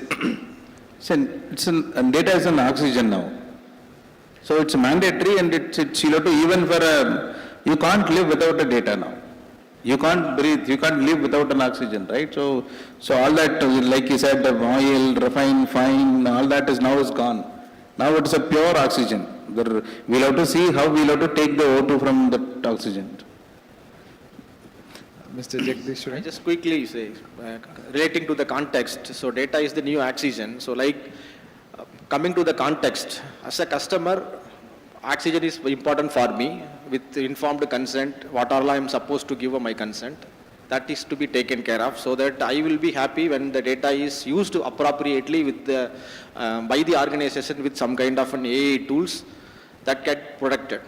The other side of it, at the organization level, again the data is an oxygen for them also. So they have to use the data in a proper way, like the government, how they are taking a new initiatives like Digiyatra kind of stuff, put up more encryptions and bring more trust to the customers. So that's how I see this is going to come up. Thank you. I'm moving on to the third theme, which is more technical. So we know the 27001 and 27301 ISO standards. These are standards to follow. In many cases, these are required for compliance. Your thoughts on treating it as compliance versus treating it as your infrastructure for trust? It's a typical question, but compliance perspective, we have to honor whatever the compliance are in place, especially in terms of doing a proactive or a periodic audit, so that the risk and the vulnerabilities get mitigated appropriately. That is one side of it. The other side of it, as an infrastructure, of course, it has to be there so that we will generate the whatever form, whatever the way we want to generate the data. So both are two sides of the coin. That's what I treat, and that's my perspective actually. So in my view, I would say the guardrails or the regulations and the standards are not a speed breaker, rather a seat belt. So we have to wear it and to move fast in this journey. So that's how we have to see. So for me, it is like this. It's a roadmap. It's a process. So it has to be a way of life. It is not that we should not work in the system. We should work through the system. It's a kind of, so why do people get certified? One is certificate so that at least you are ensuring that this all been kind of adhered to it. Second thing is when it is becoming a process over a period of time, then renewals and again audit and all that, after some time it will become a way of life. Right, so if you say without having some certain certifications, you are saying, okay, I'm adhering to it, but how do you ensure and how do you kind of comply to that? So one is, it's a process. First you get certified, then maybe you will become kind of process, then it will become part of your life. Okay. So my view is it is part of the infrastructure. Okay. I can say very simply, we don't want the data to go to dark web. Simple. Okay. So I don't know how many of you know, I think 2024, 23 late, 24, so many things happen, okay? So we are very clear, it is part of the infrastructure, to take it as a part of the infrastructure to safeguard the organization's data, as simple as that, okay? And our view is, if we take it as an infrastructure and put all the guardrails and everything in place, compliance will be automatically met is our view, okay?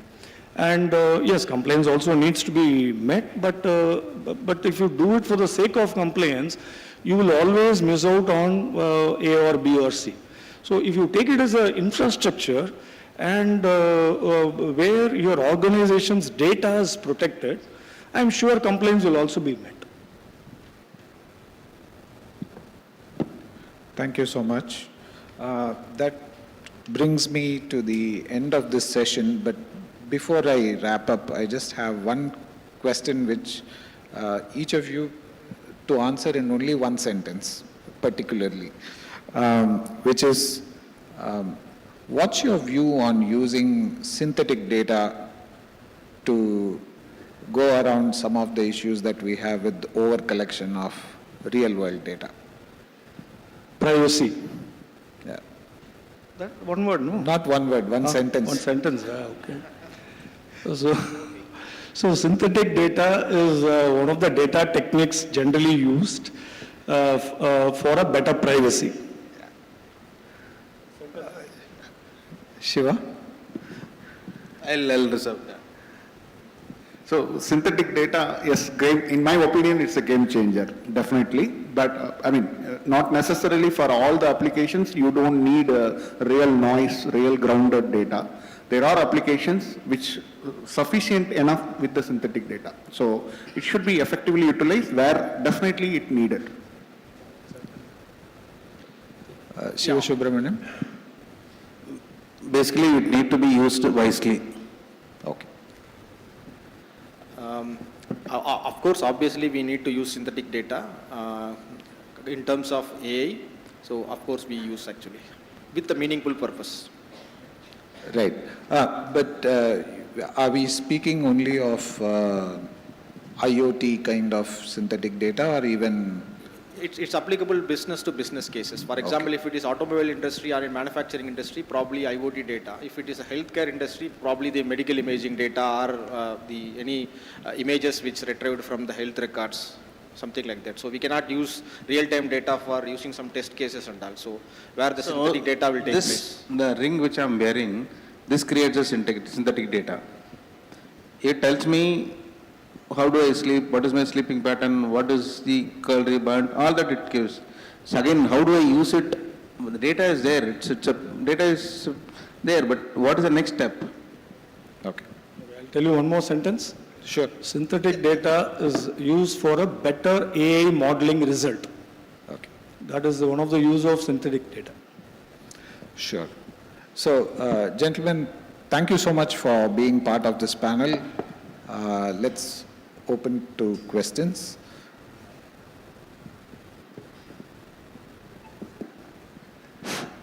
Hello. On the one hand, you mentioned that AI is data hungry. On the other hand, there are privacy issues, there are patent issues, copyright issues, restrictions on accessibility, etc. So to what extent in the long run, AI-related output from the public domain will be usable or reliable? That is one part. Another part is you mentioned about data being the new oil, uranium, milk, etc., etc. But on the other hand, liability is also put for its leakage by GDPR or Indian acts, etc.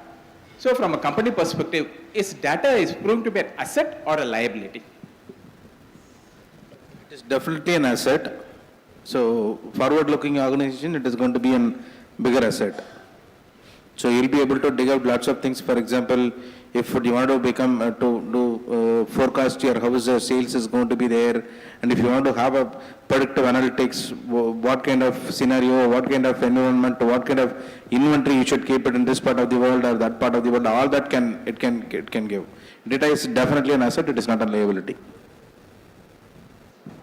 So in my view, In my view, it can be, I mean, as I said, it's an asset as well as a liability. How would you use it? How much you carry? How much you generate? So go that minimalization purpose, and the tug of war or the debate of whether AI hunger for data, privacy promotes lesser data, both are same for the logical reason. So we have to be mindful, and in my opinion, it's on both. How you use it appropriately. It's like our own day-to-day life, right? Your balance sheet, asset and liability. The same money go into both the places. How you are positioning it. Data is basically the experience, right? Suppose if a person in the industry uses stalwart, he has seen every scenarios. It's all stored here. And if any scenario you get into it, okay, he has handled it, so it has become a way of life for him. He doesn't need to dig out what are the scenarios. He's not going to, what like somebody was, in the previous panel, people are talking about, I do a kind of maths, physics, chemistry. How do I correlate? It doesn't, the education is just for a qualification. It's like a passport, right? Whatever the data you accumulated, the informations, the decisions which you have taken over a period of maybe 40 years, 50 years, by showing it, you'll be able to take a decision. It's like again I'm saying from the 8th standard kids to a degree holder, it's a age difference, and because of the age difference he might have come through lots of environment, what are the scenarios, issues, he might have resolved it, so it has become a way of life. So this is what is going to happen with the data. It's again, we need to use it wisely, and we need to kind of capture it, what data it's, including the noise, we need to keep it, or only the filtered data you'll have to keep it. If it is a filtered and wisely used data, it is a asset. If it is a lots of noise data which is there, then it has become a liability.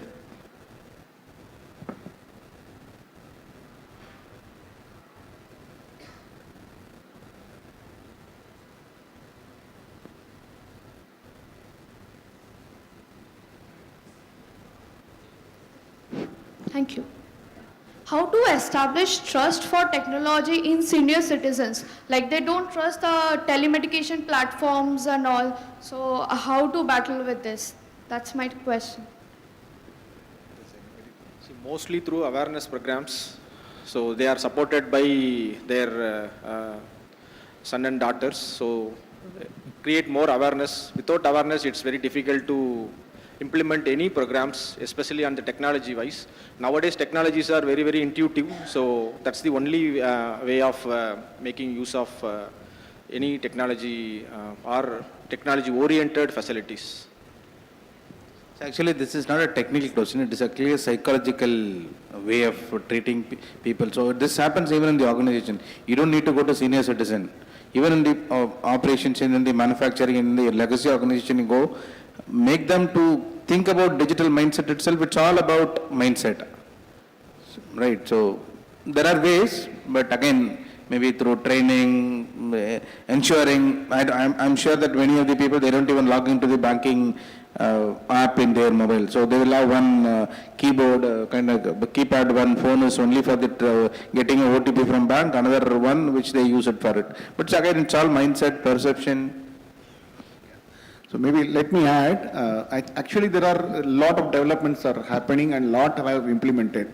Hopefully you know digital twin, right? The digital twins helps the senior citizens very effectively. And I think lot is coming up here, but what I recently understood that in Singapore, there is a senior citizen enclave that helps on their day-to-day digital infrastructure support, where there is a bot that helps them to do all their, it's like your day-to-day chores, making your payment, making your appointment with your GPs or getting a specialty treatment, and to make you live longer independently. The digital twins is a technology that is helping a lot in that aspect. So a lot of developments are coming up, keeping the disability, inclusivity, it's all part of the DSG.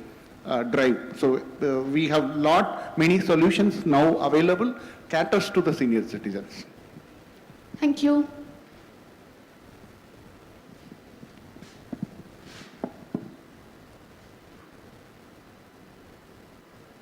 Is that it? You've been a wonderful audience, and my colleagues here on stage, you've been a wonderful panel. Thank you so much.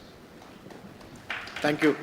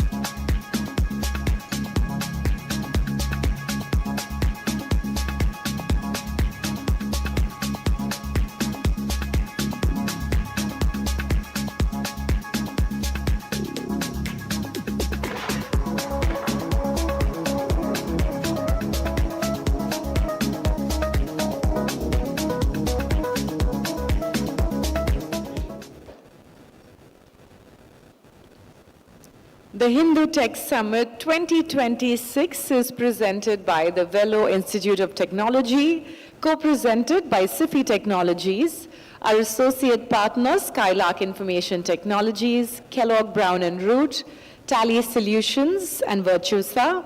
Our realty partner is G Square Housing, our state partner, Government of Karnataka, our television partner, Pudiya Talamurai, our digital news partner, The Federal, our knowledge partner, CIO Association, our industry partner, Madras Management Association, our ecosystems partner, Startup Singham Season 2, and our gift partner, Nexus. Our next panel discussion, ladies and gentlemen, is titled Bridging Academia and Industry, Building the Resilience Talent Pipeline. Resilient systems demand resilient talent, and the growing complexity of cyber risk, compliance, and digital transformation is widening the skills gap.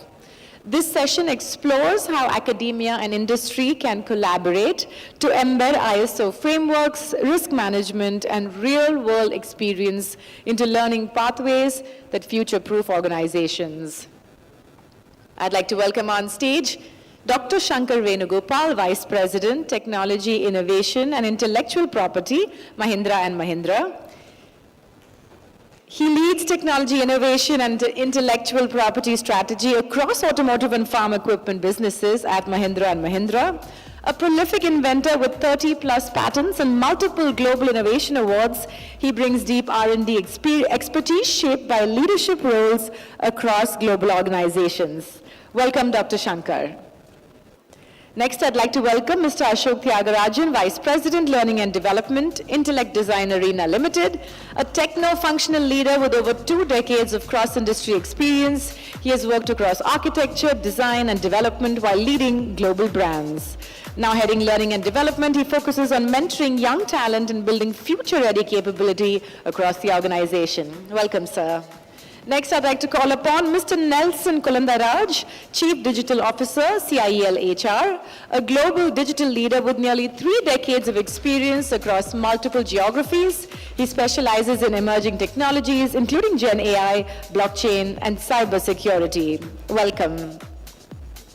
We also have with us Dr. Parthasarathi Malik, Pro Vice Chancellor, Vellore Institute of Technology, a distinguished academician with deep expertise in microelectronics and applied research. He has led pioneering research initiatives and secured multiple Government of India grants. He plays a key role at VIT, advancing academic excellence, global collaborations, and institutional innovation. A big welcome to our illustrious panel.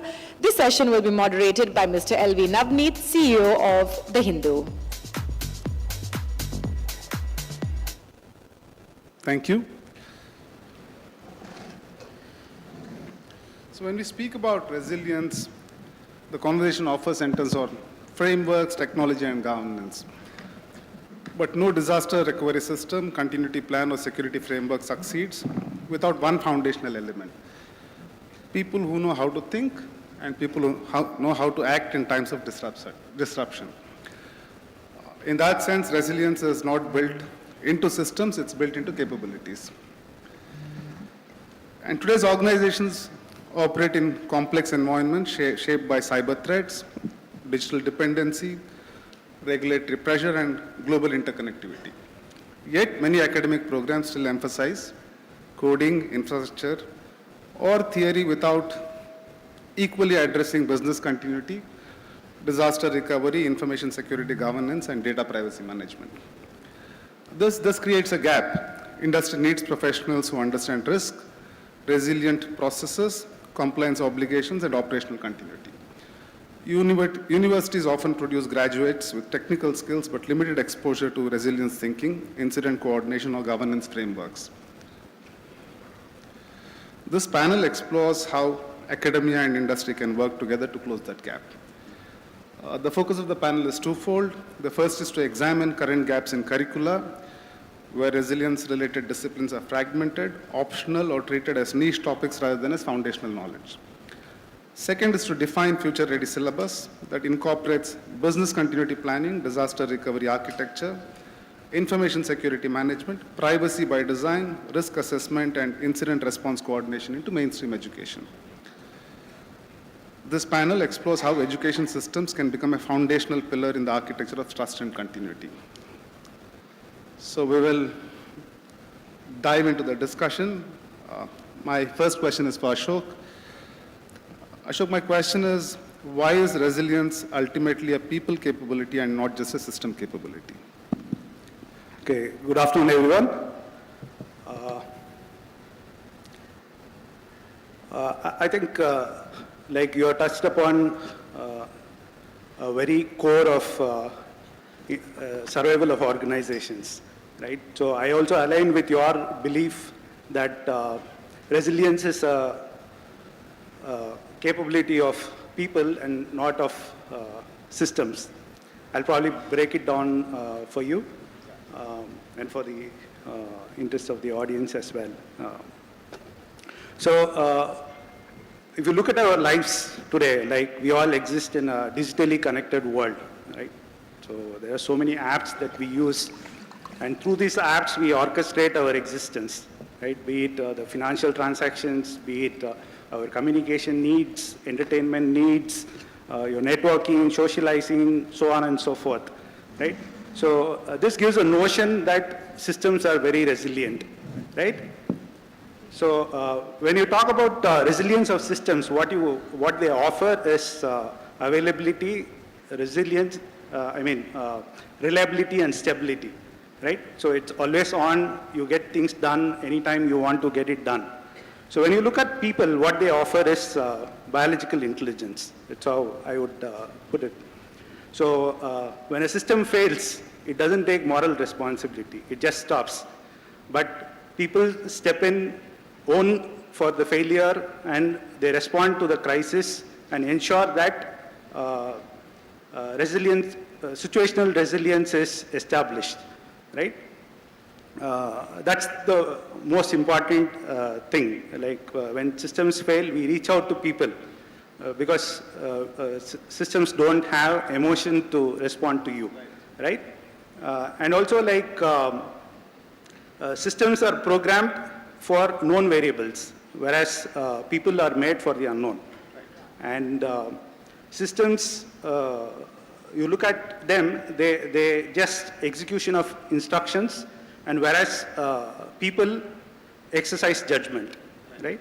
So if I have to break it down further, what biological intelligence is contributing the resilience of people, I would bring in three dimensions, the traits, the perspective, and expertise. So when you're talking about traits, like be it curiosity or like judgment or reasoning, decision making, thoroughness, or the sense of urgency, this allows us to diagnose and act in any situation, right?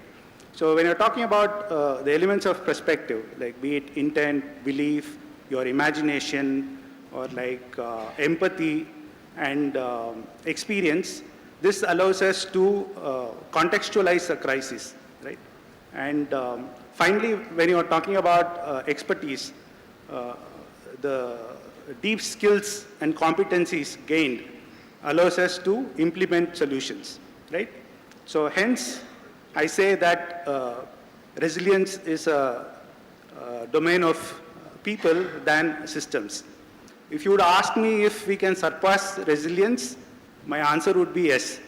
So if you add emotional intelligence and learning adaptability to resilience, you become anti-fragile. So when talent is anti-fragile, they produce more robust and resilient systems. That would be my submission. Fantastic, thank you. Nelson, building on that, in that context, what skills are most critical during disruptions, and where do organizations see the biggest talent shortages? Okay, good afternoon all. It's a wonderful event and a great question. So today, as per 2021 statistics, we are talking about 75 lakhs, 63,000 students passing out from various schools. It starts from your ITI, Polytechnic, Engineering College, Arts and Science, Management schools, and then the alternative MBA schools, alternative science schools. And we are saying that we are living in a agentic AI world. There is a news that the last GPT model was built by another AI, right? In this world, what would be the skills that will not be replaced or that will outlast every advancement that can happen? I would give three. One is agency. Agency is all about getting the things done using your communication, collaboration, networking skills. If there is an issue, if somebody has to get it done, instead of waiting for someone to give you the order, instead of waiting for someone to tell you what needs to be done, if we can pick up the threads and if we can start doing things, then it is agency. Let us assume there was a cyber attack happened in your organization and you have to work on it, and there will be 10 people discussing on that. Now, what happened, what could be the root cause and all those things, and there will be one person who will say, okay, I will take it up, I will set up the call, I will set up the bridge, I will call this person, I will call someone from the OEM and get it done. That is agency, okay? No AI, no agentic AI can replace this skill. Number two, it's about having awareness about the cyber and the data, right? Today, we live in a world, everything is on one or the other way digitally connected. So you need to know what are the systems that you are there. You do not need to be a technology person. You do not need to be an engineering graduate. You could be an MBA graduate. You could be an arts and science graduate. Still, if you know what are the cyber systems that are acting as a nurse inside the system, and then you should have the complete awareness of the data. Okay, whenever I say awareness of the data, understanding the data in terms of what they are doing, right? With the DPDPA coming into picture, 250 crores is the penalty people are talking about. Then whatever role you play, you are all expected to have that knowledge and the awareness and understanding of those systems, data points. The third skill is, again, no one can replace, no AI, no Claude, no Anthropic, no one can replace, that is authentic leadership. Authentic leadership is all about owning things and get the things done and give credit where it is due, okay? Even during turbulence time, even during circumstances that demand lots of pressure and put you in stress, if we can still stand to that and get the things done, get the things moving, then people will look up to you. You are not a person going to make up things, then people will say, he is a person who is authentic leader. So it's all about agency, having awareness about your cyber and the data, and being an authentic leader. These are the skills that would be definitely needed. Fantastic, thank you. Now we'll move to gaps in current curriculum. Shankar, my question to you is, where do universities fall short in preparing students for resilient roles? Sure. So I've been with the industry, but I've been working fairly close with the academia also. And I think it's part of the industry's responsibility also to bridge this gap, because at the end of the day, we want students who are more ready to take up very challenging problems and come up with innovative solutions. So we do something proactively by working with the universities. But the key gaps, if you see, is knowing versus doing. I'm sure they have very good teachers. They get to learn a lot in terms of the conceptual foundations. But when it comes to working on real-world problems, there is a lot of hesitation because they haven't done that in the past. So we have all gone through that phase when you have to do something for the very first time. I think what they need is more opportunities to practice with the real-world problems, possibly through summer internships, all those things that can definitely help. And the second gap is in terms of breadth versus depth. A lot of them come with a reasonable technical depth in their chosen domain. Say a mechanical engineer knows a reasonable amount of mechanical engineering, so fine. But today's industry needs a good amount of technical breadth also. For example, the kind of space we are in electric cars, electric mobility, we need mobility engineers who know mechanical, electrical, electronics, basic programming skills, a whole bunch of things. So that's how the needs of the industry have changed. So that's the second area, which is technical breadth. And the last and the final one is innovation and problem solving. I think that's common for all the engineering domains, and then again, definitely it can be addressed through working on projects. It can't be taught in the classroom, it has to be done through projects. I think if we address these three gaps, we'll be in very good shape. Sure. That reminds me of the frameworks we used to speak about evolution of skills from an I shape to a T shape to a pie shape to a comb shape. Now we'll come to the academician on the panel. Further building on this, are resilience topics treated as optional rather than core in current curriculum? Good afternoon all. In fact, I feel resilient talents, they need to have a high level of emotional intelligence and also the adaptability. So if I keep that in mind, I'll have to say it should be core. It's not optional. In fact, universities and industries need to think and focus on this, and it's core. In fact, some of the universities abroad, if you see University of Lisbon, they have a full-time program on resilience education, how to build the resilient talent. And of course, we also have some training program for soft skill development. So this has to be core. We all think it as core only. Yeah, that's it. Thank you. Now we'll come to how do we embed continuity concepts as part of the design stage itself. So Ashok, how can business continuity and DR be integrated into mainstream courses? And DR applies to one's own life as much as it applies to institutions, right? So, so if you have to truly integrate DR and business continuity into student curriculum, I would like to move a little upstream, right? So if you look at DR and business continuity, they are action-oriented response frameworks that emerge out of a architecture and design analysis, right? So we can't talk about business continuity and DR in isolation, right? So if you have to integrate these two things into a curriculum, my suggestion would be to give a course on system architecture and design, so that people know the system architecture and design builds the DNA of any system. So when you are talking about the DNA of systems, we are talking about the functional requirements and the non-functional requirements. And business continuity and DR come into the architecture domains of operations and risk management.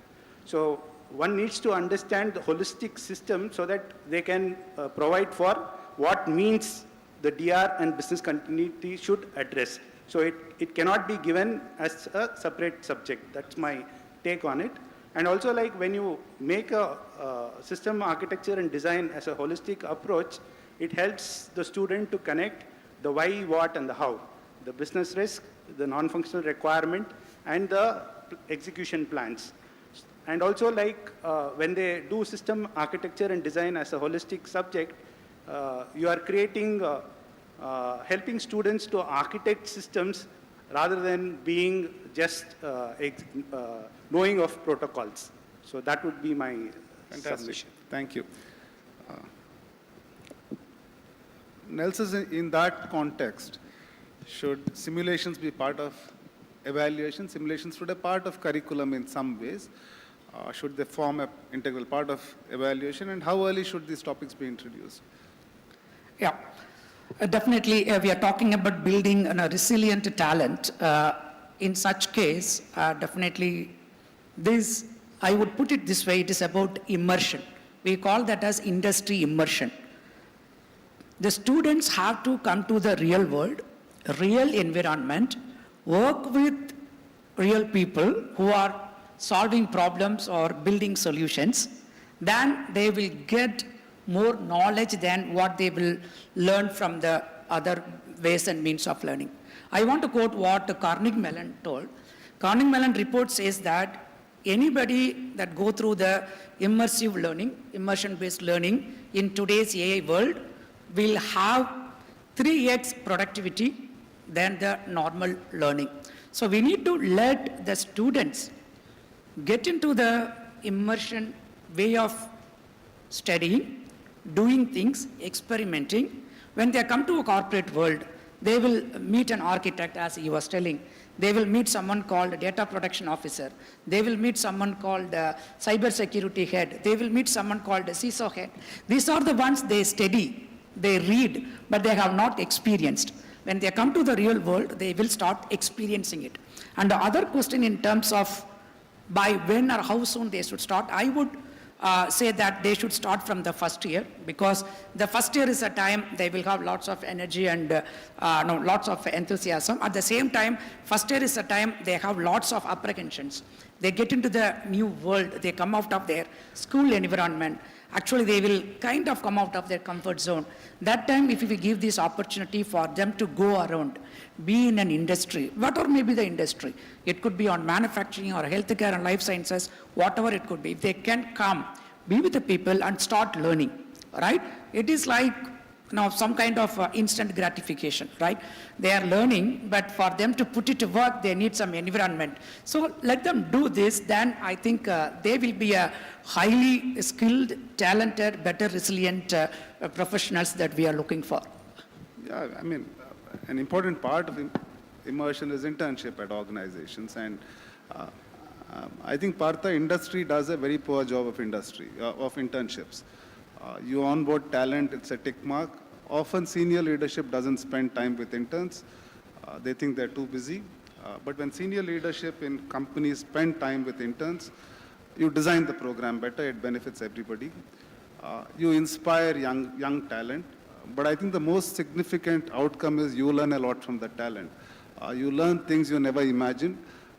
So I would urge you to spend time with industry, for senior leadership to get involved in internship programs and spend some time, if not all their time, with interns. Moving on to information security and privacy education, Partha, how should curricula reflect evolving data protection and security expectations? Actually, if you ask me how, first of all, I would say that industry and the academic institutions both should come forward, and both should be the integral part of this development of curricula.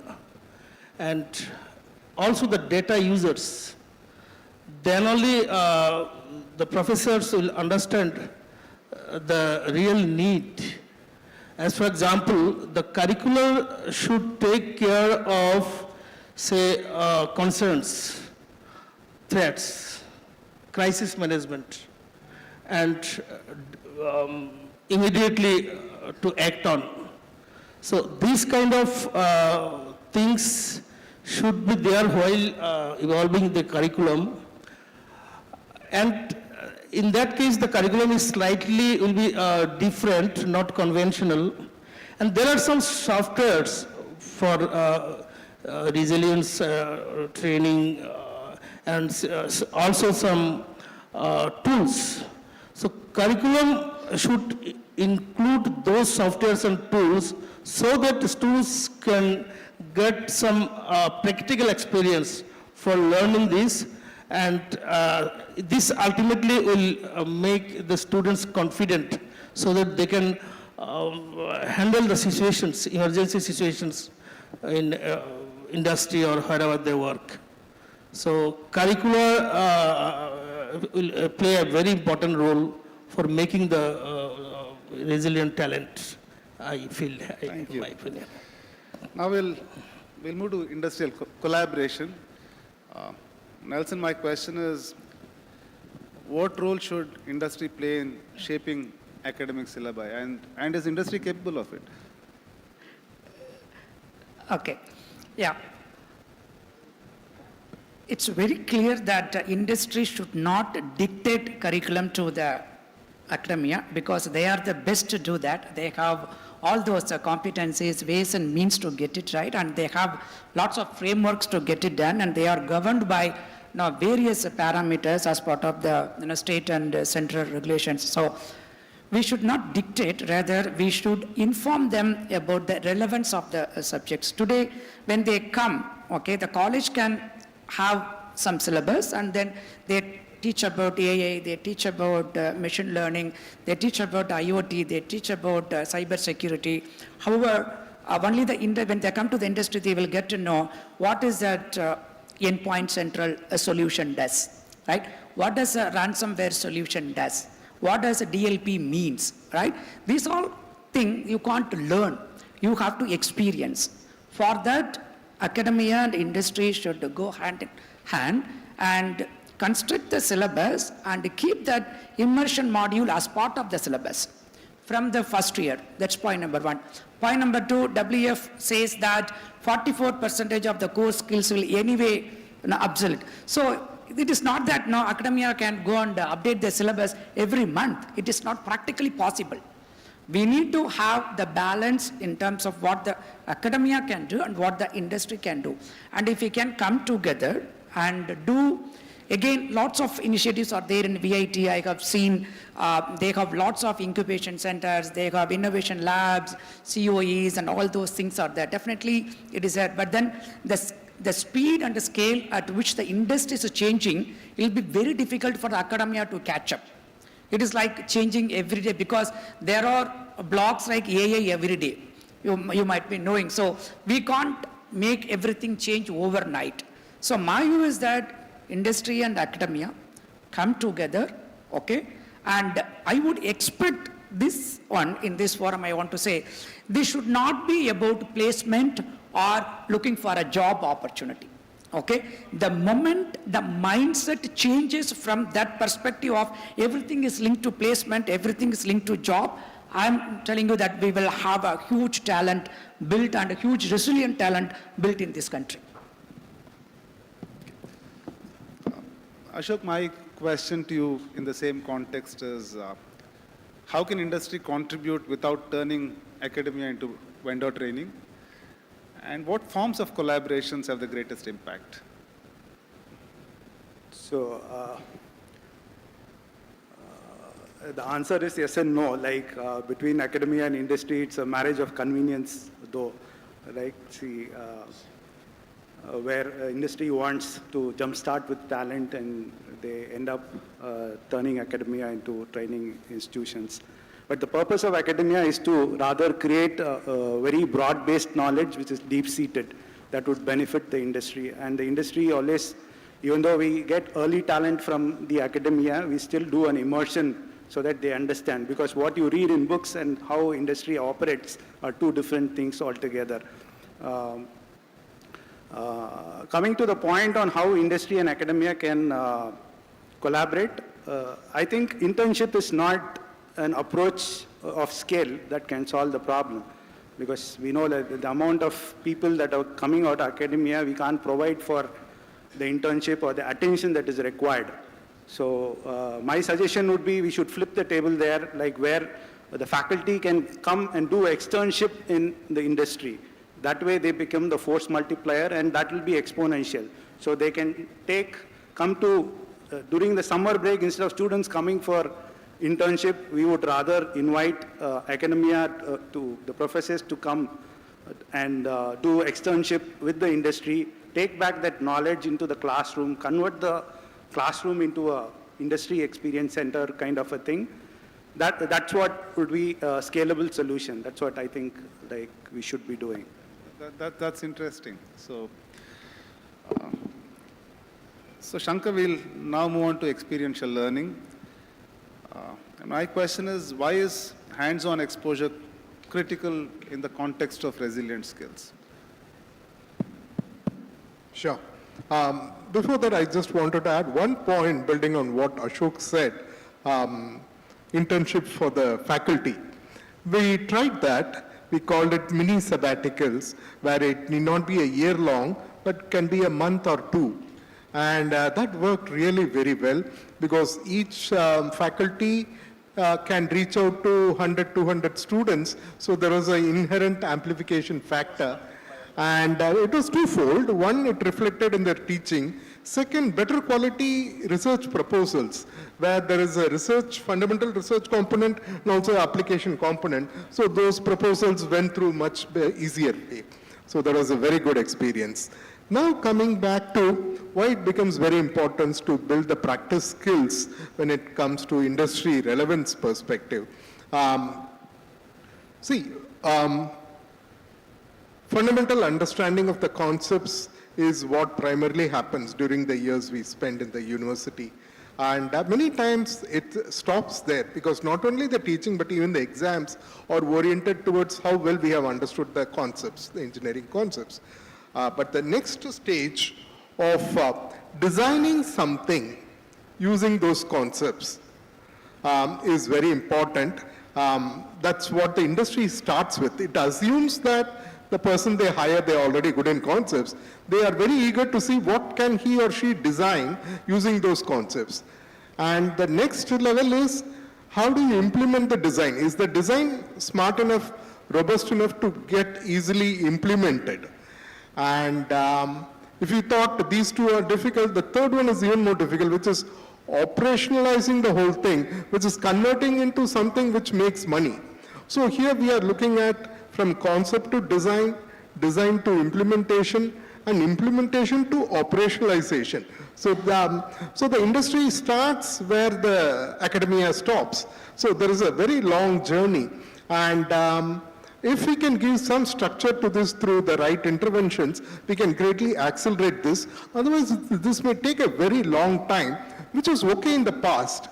But now it's not okay, because technology itself is growing so fast. If you take a long time, technology will change, and what you know is no longer relevant. So that's why there is a lot of pressure on both the industry and academia to do it in a much faster way.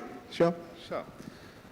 Partha, as a follow-up, how can universities simulate crisis scenarios safely but realistically, and what role should, we spoke about internship in the other concept, but what role can internships continue to play? This crisis management, we do many things.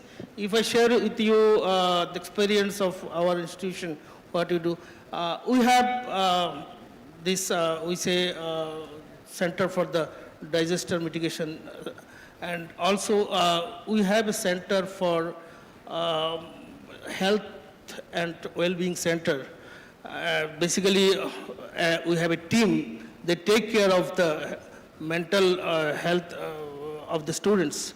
So if any emergency situation, anything, the entire team works. And you'll be happy to know that we have a system called mentoring system for every teacher, 20 students. So all the mentors, the teachers, take care of their students, and it slowly and silently creating that environment for the students, all the crisis management in the campus. So these are some of the things, activities we have. And you mentioned that hands-on experience. And at the same time, I would like to say hands-on experience is very much required for students' resilience training. We do have activities in the campus for hands-on experience, like we have a system, fully flexible cadet system. In every semester, students are getting new teachers, new friends in the classroom, and new classrooms and new timing. And also, this is in hostels. In every semester, students are getting new rooms, new roommates, and multidisciplinary environment, interdisciplinary environment they work. So all these things are creating a cross-cultural activities. They're facing new challenges. Ultimately, these practices, before getting a degree, making them fit for facing the challenges in the industry or on board. Thank you. Many of us wouldn't be aware there's so much design into that aspect. Yeah, so many things we do in the campus. Nelson, now, Partha spoke about learning in different environments. In a way, you are bringing interdisciplinary people together. So we'll stay with interdisciplinary learning now. So how can combining IT, risk, and management education strengthen resilience talent? Yeah, this is an interesting topic. I think Partha talked about so passionately about whatever they are doing. Our expectation from the industry is how do we scale that? Okay, how do we make it affordable to every student in the country? Because today the expectations are very, very different, right? One of them is the multidisciplinary, skills people need to have. In the IT world, we call that as a pod model. A pod is something where you have an engineering expert, a management expert, right? And then there is a domain expert. They all come together and deliver a work. Wherever you have this kind of setup, infrastructure, then the outcomes are definitely 10x, 20x, right? While we are talking about this IT, risk and the governance aspect, today's world, they are all like, the lines are kind of blurring out, graying out, right? Whether it was with the GDPR or now with the DPDP Act or with the job codes that we are talking about, all the things are making it, one thing very clear. Every one of us need to be clearly aware of the GRC framework. Okay, governance, risk, and compliance, right? The earlier panel people talked about, yeah, I can do ISO 27001, I can do ISO 40001 for the AI, but that is on the compliance side. We always talk about compliance versus commitment. Compliance is yes, getting all the certifications. Commitment is we live by that. Okay, so for that to happen, the interdisciplinary skills should be taught to the students at the college level. Okay, like the way Partha was telling, we have to make them to get exposed. Okay, what if a risk happened? What if now a financial exposure happened? What are you going to do? Okay, you will work with your legal team, you will work with your IT team, you will work with your board, because DPDP expects certain kind of rules and regulations to be followed, a framework to be there, consent manager system should be there. The students should know what is a consent manager, who is the data fiduciary, who is the data processor. The moment they get them at the early stage of their career, I think they will build a very, very resilient and safe country for all of us. Absolutely, and when you speak about different disciplines, one of the things I keep telling our IT leadership team is that you should talk technical to your team, talk application to the rest of the organization, right? And the other, Suresh must be somewhere here. So 5 years ago, or 6 years ago, when Suresh and I met each other for the first time, he asked me what is my one-line mandate. And you know Suresh is very brief with words. So I said your mandate internally is that today IT is the port of last call to fix problems. I want IT to be the port of first call to co-create solutions. If we make that transition, it's good. Ashok, I'll come to you now, building on the previous question. How can business, legal, and technical departments collaborate in curriculum design? And what barriers prevent interdisciplinary teaching in universities today? You could take either of them or both the questions. Navneet, I don't come from the academia, but I can always give you the industry perspective on it, since I'm a director of learning at Intellect. In corporate, it's a given. Like when you give a problem, it's owned by everyone. It's not a siloed thing somebody is working on. So interdisciplinary or cross-functional collaboration is a given. We never have constraints around that. And any course that I offer through my academy has to be vetted by business. Without business vetting it, I have no chance of launching that course at all.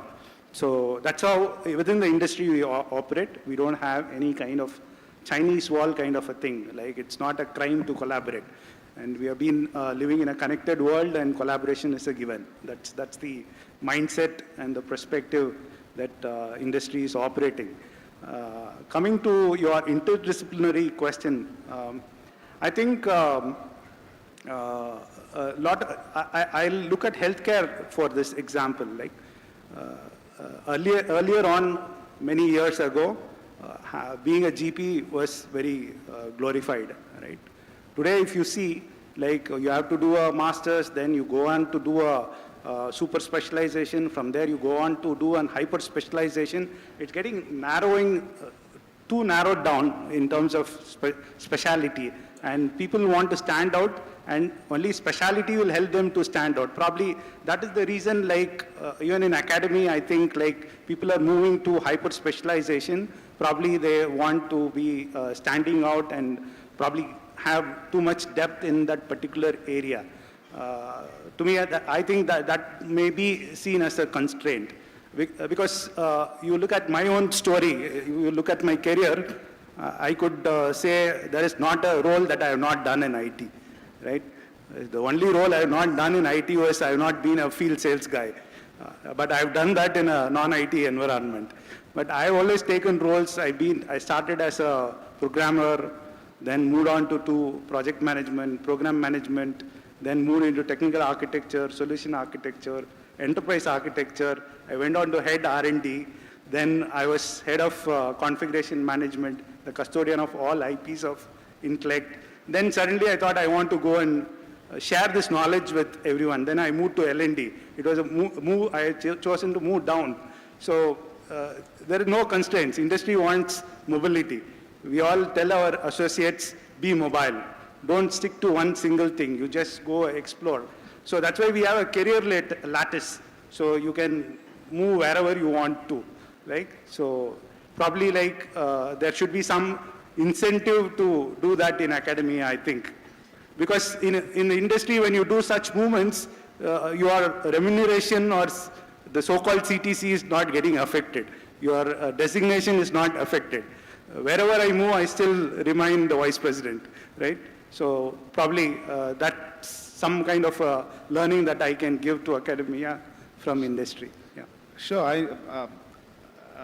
Nagaraj in his previous session had one final question to all the panelists, and it was you had to say something in one sentence. And so I was promising my panelists I won't surprise them, but I might ask a question to all of you at the end of our conversation is, in one or two lines, how do you build resilience into your professional careers? What do you do individually to ensure you are resilient? Is a question I will come back to later. But right now, we'll speak about building long-term talent pipelines. Shankar, my question is, how can academia create sustainable, resilient career paths? Sure. I think it's very important for us to kind of reinvent ourselves periodically. And in my case, it was like every 7-8 years, I used to learn something new and get onto a new role. But now that 7 years has become like 3 years and 4 years now. And so when there is such a need for us all professionals to learn something new and get into a new role, maybe sometimes you have to create the role. It may not readily exist in the organization. When all that happens, of course, the first place I would look for help to do that is my alma mater. Wherever I studied, I would like to go back there and take some help because I know who are the experts. And I'm also very comfortable going there. And also kind of psychologically, it will take me to my learning days. So I will be more receptive, more absorbing in that mode, in that place. So it's always a nice thing for me to go back. I studied at IIC Bangalore and IIM Bangalore. So I'd always prefer going back there to learn something new. I think this is a great opportunity for all the universities to stay connected with all their students, even after 10, 20 years or 30 years in the career. So they always feel comfortable to come back and learn something new. And sometimes they can be students, sometimes they can also be teachers. They can come and teach a small course which is application of something where the professor is already teaching all the concepts. They just come like a professor of practice and just teach what the industry is doing in that space. So it can be both ways. So I think that will greatly help all of us to stay very updated. Yeah. Fantastic. Partha, in the same line of thinking, how can institutes encourage students to view resilience as a career path? And what role do public-private partnerships play in the talent pipeline development? First of all, that encouragement is very much required. So institutions, they can do in many things, in many ways. One thing is that the way we do, creating the opportunities, facilities for the students, creating the maker space, creation lab, innovation lab, where we are giving them challenging tasks. And creating a challenging environment is extremely important. But how to make it happen? As for example, say, giving them challenging experiment, challenging assignment, challenging questions, challenging assessment. So by giving all these things and following up, a challenging environment has to be created in the campus. So slowly then the students, if they work on these things, and over a period of time, you will see that they are ready and they will be able to build a sustainable career growth for themselves. So this is what exactly we have been doing in our campus. Fantastic. Thank you. Now we'll shift gears to the future of resilient skills. Shankar, my question is, what new competences will define resilient professionals in the medium and long term? Sure. One skill that will become super important is what we call as learnability, the ability to quickly learn something totally new, which we have never done in the past. And nobody teaches us how to do that. We always struggle with that. And sometimes it works, sometimes it doesn't work. But if somebody can go a little deeper and teach us how to get into any new space and learn quickly, I think that will be a very important skill. And the second is collaboration. How can I communicate effectively with people from other domains and have shared goals and collaborate in a very meaningful way? I think that will also greatly accelerate whatever we are trying to do. The third is, of course, innovation, which cuts across all the domains. Whichever domain I could be, how to come up with fresh perspectives, how to come up with totally new ideas, and take them all the way from the lab to the market. These are skills I think will help us to always stay a little ahead of the curve. And these are not going to change. New domains may come, new skills you may need, but these three, which is ability to learn, ability to collaborate, and ability to innovate, I think these three will continue to remain most relevant all through. Sure.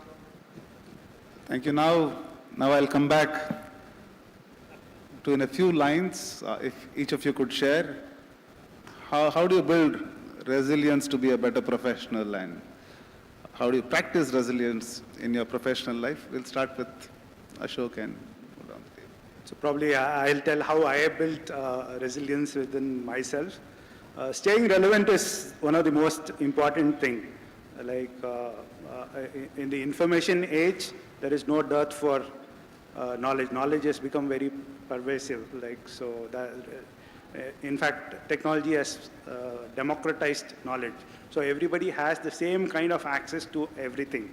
So what I have done is I have chosen problems where others would not fear to go. So that way I have stayed relevant and visible in whatever I did. Highest level of self-awareness will help building a resilient professional. When I say self-awareness, it is not just about us. It's about the industry you are in, about the company you are working for, and the society surrounding you. Because other skills Shankar has already told, and then Ashok also told. If you have this, and then you will be very successful. And another one of the important trait, I would say, being a good integrator. Okay, a person who can work with different circumstances, challenging situations, sometimes challenging people as well, because end of the day you have to deal with people. Even if the AI makes some mistake, we will be held responsible. Someone should be there as an integrator. If these two skills are there, I think we will be able to build a very resilient kind of talent around us. Yeah, I will tell about the academic campus.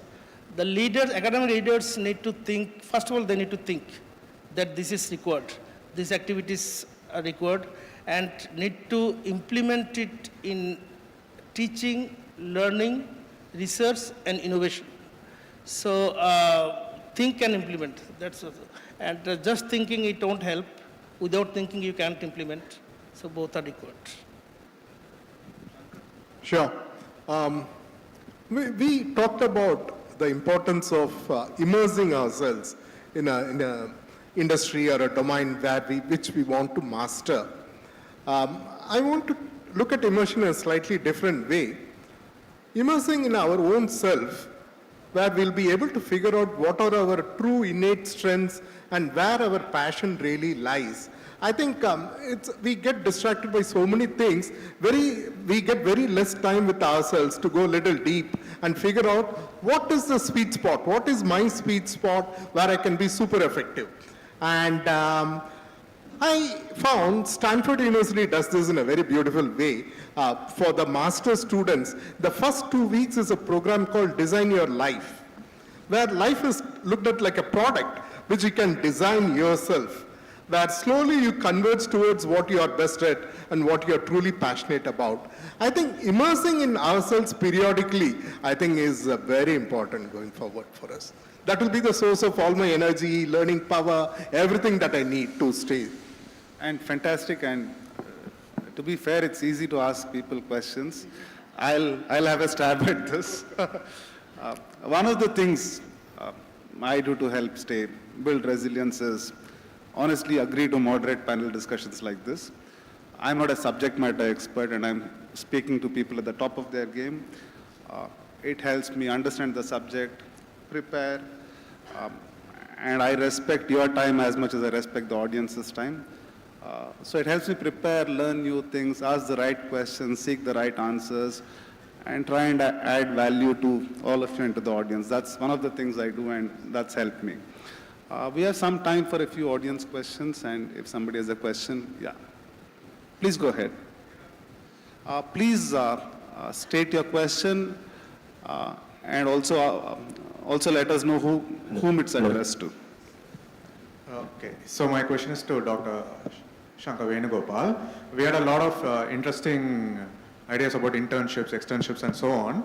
Now I'm thinking about industry professionals like building or upskilling themselves. In the US and Japan and South Korea, we know that industry professionals win Nobel Prizes, whereas in that culture is yet to come to India. So how do we upskill industry professionals to think about winning Nobel Prizes? Because they have access to infinite resources. Absolutely, true. I think that's where industry-academia collaboration comes in a big way, because industry professionals are mostly focused on developing applications of fairly mature science and sometimes developing a new technology out of a mature science. But many times a Nobel Prize is for a new discovery, which means something new in science itself, which can happen only through industry expert and an academic expert coming together, collaborating, so that the academician can do the fundamental research and the industry expert can do the application development of that. But together they'll be able to do a great job, which is the deep science and deep tech space. These are problems which need to be solved urgently, but there is no ready solution. Solution can come only through very deep research, which takes a significant amount of time. So that way, this will solve two problems when the industry and academia come together. Deep science and deep tech solutions will arise, and some of them may even become eligible for a Nobel Prize. I think this is a very good question, and this is a strong driver for the collaboration. Sure. But what about people outside academia who want to be part of industry research, but not as an employee, but as a consultant?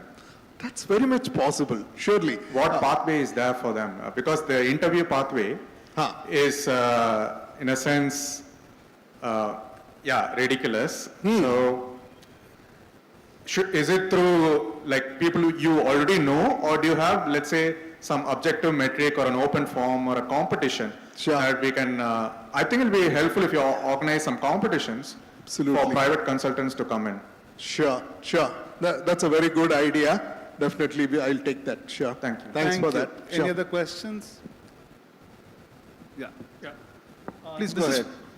this is for Mr. Partha, Dr. Partha. So I was just thinking when you were talking about running an institution, right?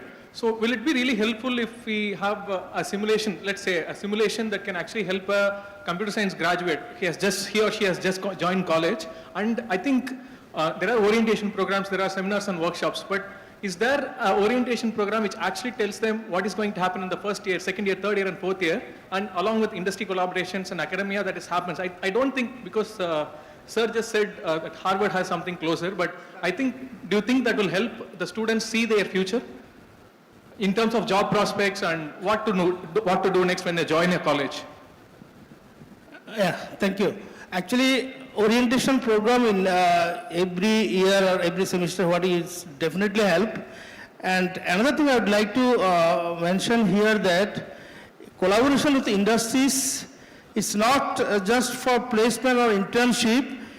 Industry should be the integral part of the growth of the institution, of any good institution. So without industry, we should not do the things. As for example, they should be the part of our syllabi and curriculum development, and they will, in fact, in VIT, one module has to be taught by the industry experts, so that students can learn the practical things from the industry experts. So doing research together, doing consultancy together, solving a student's problem together, and hackathon to do jointly, and makeathon, so all these things, and orientation program you mentioned, so it really helped the students for their career growth and even for getting a good job. Yeah. Any other questions for the panel? Yes, the gentleman there, please. Yeah. Could somebody, after you, please go ahead, sir. Yeah. Of course, this is a question to the Vice Chancellor. Is innovation part of the syllabus for the students, in colleges? One. Then secondly, about the internship scheme of the government, we learned that there are no takers. Possibly, maybe must be mainly because, the incentive given is not sufficient. You can comment on that also. The first question, it should be. Innovation should be the part and parcel of our syllabi. And many institutions, different institutions, they do in different way. Some institutions, they have some credits for innovation, entrepreneurship, and other. Even some institutions, I see that 1 year they make the students free for entrepreneurship. So similar kind of programs we have. We do have program and also some subjects for entrepreneurship. And we do have a lot of practical experiences students they get from the syllabi curriculum we developed. And as I mentioned, we have maker space and separate creation lab for the students. So this is some of the value-added courses we have for innovation. So entire campus, not only VIT, I believe any good institution, the campus should be a strong and vibrant innovation ecosystem has to be built. Startup ecosystem, IP development ecosystem, and finally, overall, the innovation ecosystem. It is must for upcoming days, because we are planning for 2047, Atmanirbhar Bharat. So if we really want to do that, this creating an innovation ecosystem in the campus, vibrant innovation ecosystem, is very, very important. Thank you. We'll take one final question from the gentleman there. Yes, sir. Please go ahead. Myself, Saravanan. Just a question for Dr. Shankar. Sir, you told you'll be training the faculties and also being alumni for the institution, bringing back the industrial experience to the students, right? Why can't we adopt institutes or the tier 2 institutes nearby your industry or any industry, so that we will people will get the better exposure and also the industrial experience. So one way you are bringing the tier 2, tier 3 institute students or the young talents to the outer world to meet the competition. And another way, you will also bringing up the upskilling of the new talents? Absolutely. I think that's a good idea.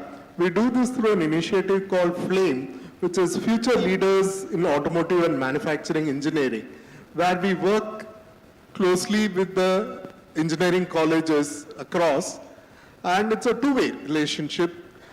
They support us in certain new emerging technology areas where we can learn from them, and we support them whenever they have ideas which they want to scale up and further get into products, and it's a both way. But we have monthly interactions to exchange this knowledge and have various events and competitions and also small projects. A whole bunch of things happens all through the year. But a lot more can be done. Having said that, it's a very small effort what we are doing, but I'm sure for a country like India, we can do a lot more of this, which should help both sides. Both the industry and academia will greatly benefit when this happens. We have started in a small way, but we can discuss more about it, sure. Ashok Nelson, do you want to weigh in on this question, add your thoughts? Probably like, if you look at the reality out there, industry itself uses a lot of open source, right? So everybody has access to open source. What I would recommend for people in academia is to champion the cause of contributing to open source. They can ask students to, so that they get the real life experience of solving real world problems. I think that would be very fantastic if academia can champion and be part of the open source community. Yeah. One last point just to add to what Partha said. I think lots of innovation contests and hackathons and incubation centers opening, all those things happen. But you can also look at this. An industry, any IT services company or a product or platform company, what they do is they go and ask their customers to give the problem statements, the use cases, and they have the contest for those use cases. It is like not giving a generic thing, right? It is like a particular problem statement, and if the students can come up with an innovative solution, they take it to the market. So when you do that, I think whatever we discussed here, all will come into one alignment saying that, okay, the industry immersion experience and then whatever they learned, now solving some customer problem will put all those things together, like connecting the dots and stitching it together. That's my view. Yeah. Thank you. You have been a lovely audience, and all of you have been a lovely panel. Thank you very much.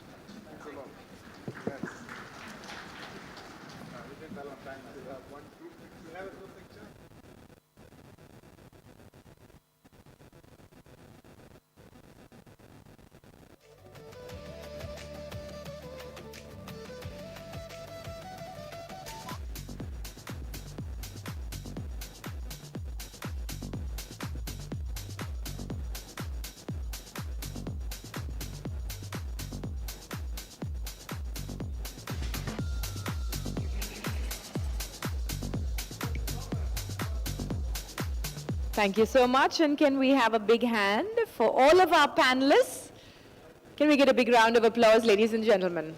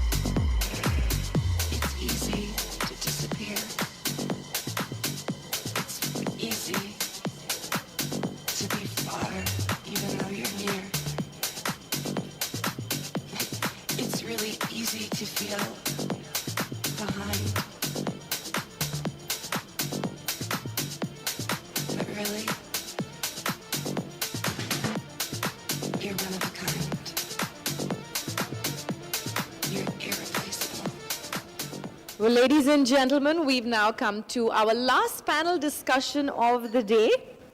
Continuing on in the same vein, data security and privacy in the age of AI, balancing innovation and compliance. AI may be accelerating innovation, but without governance, it risks eroding trust and resilience.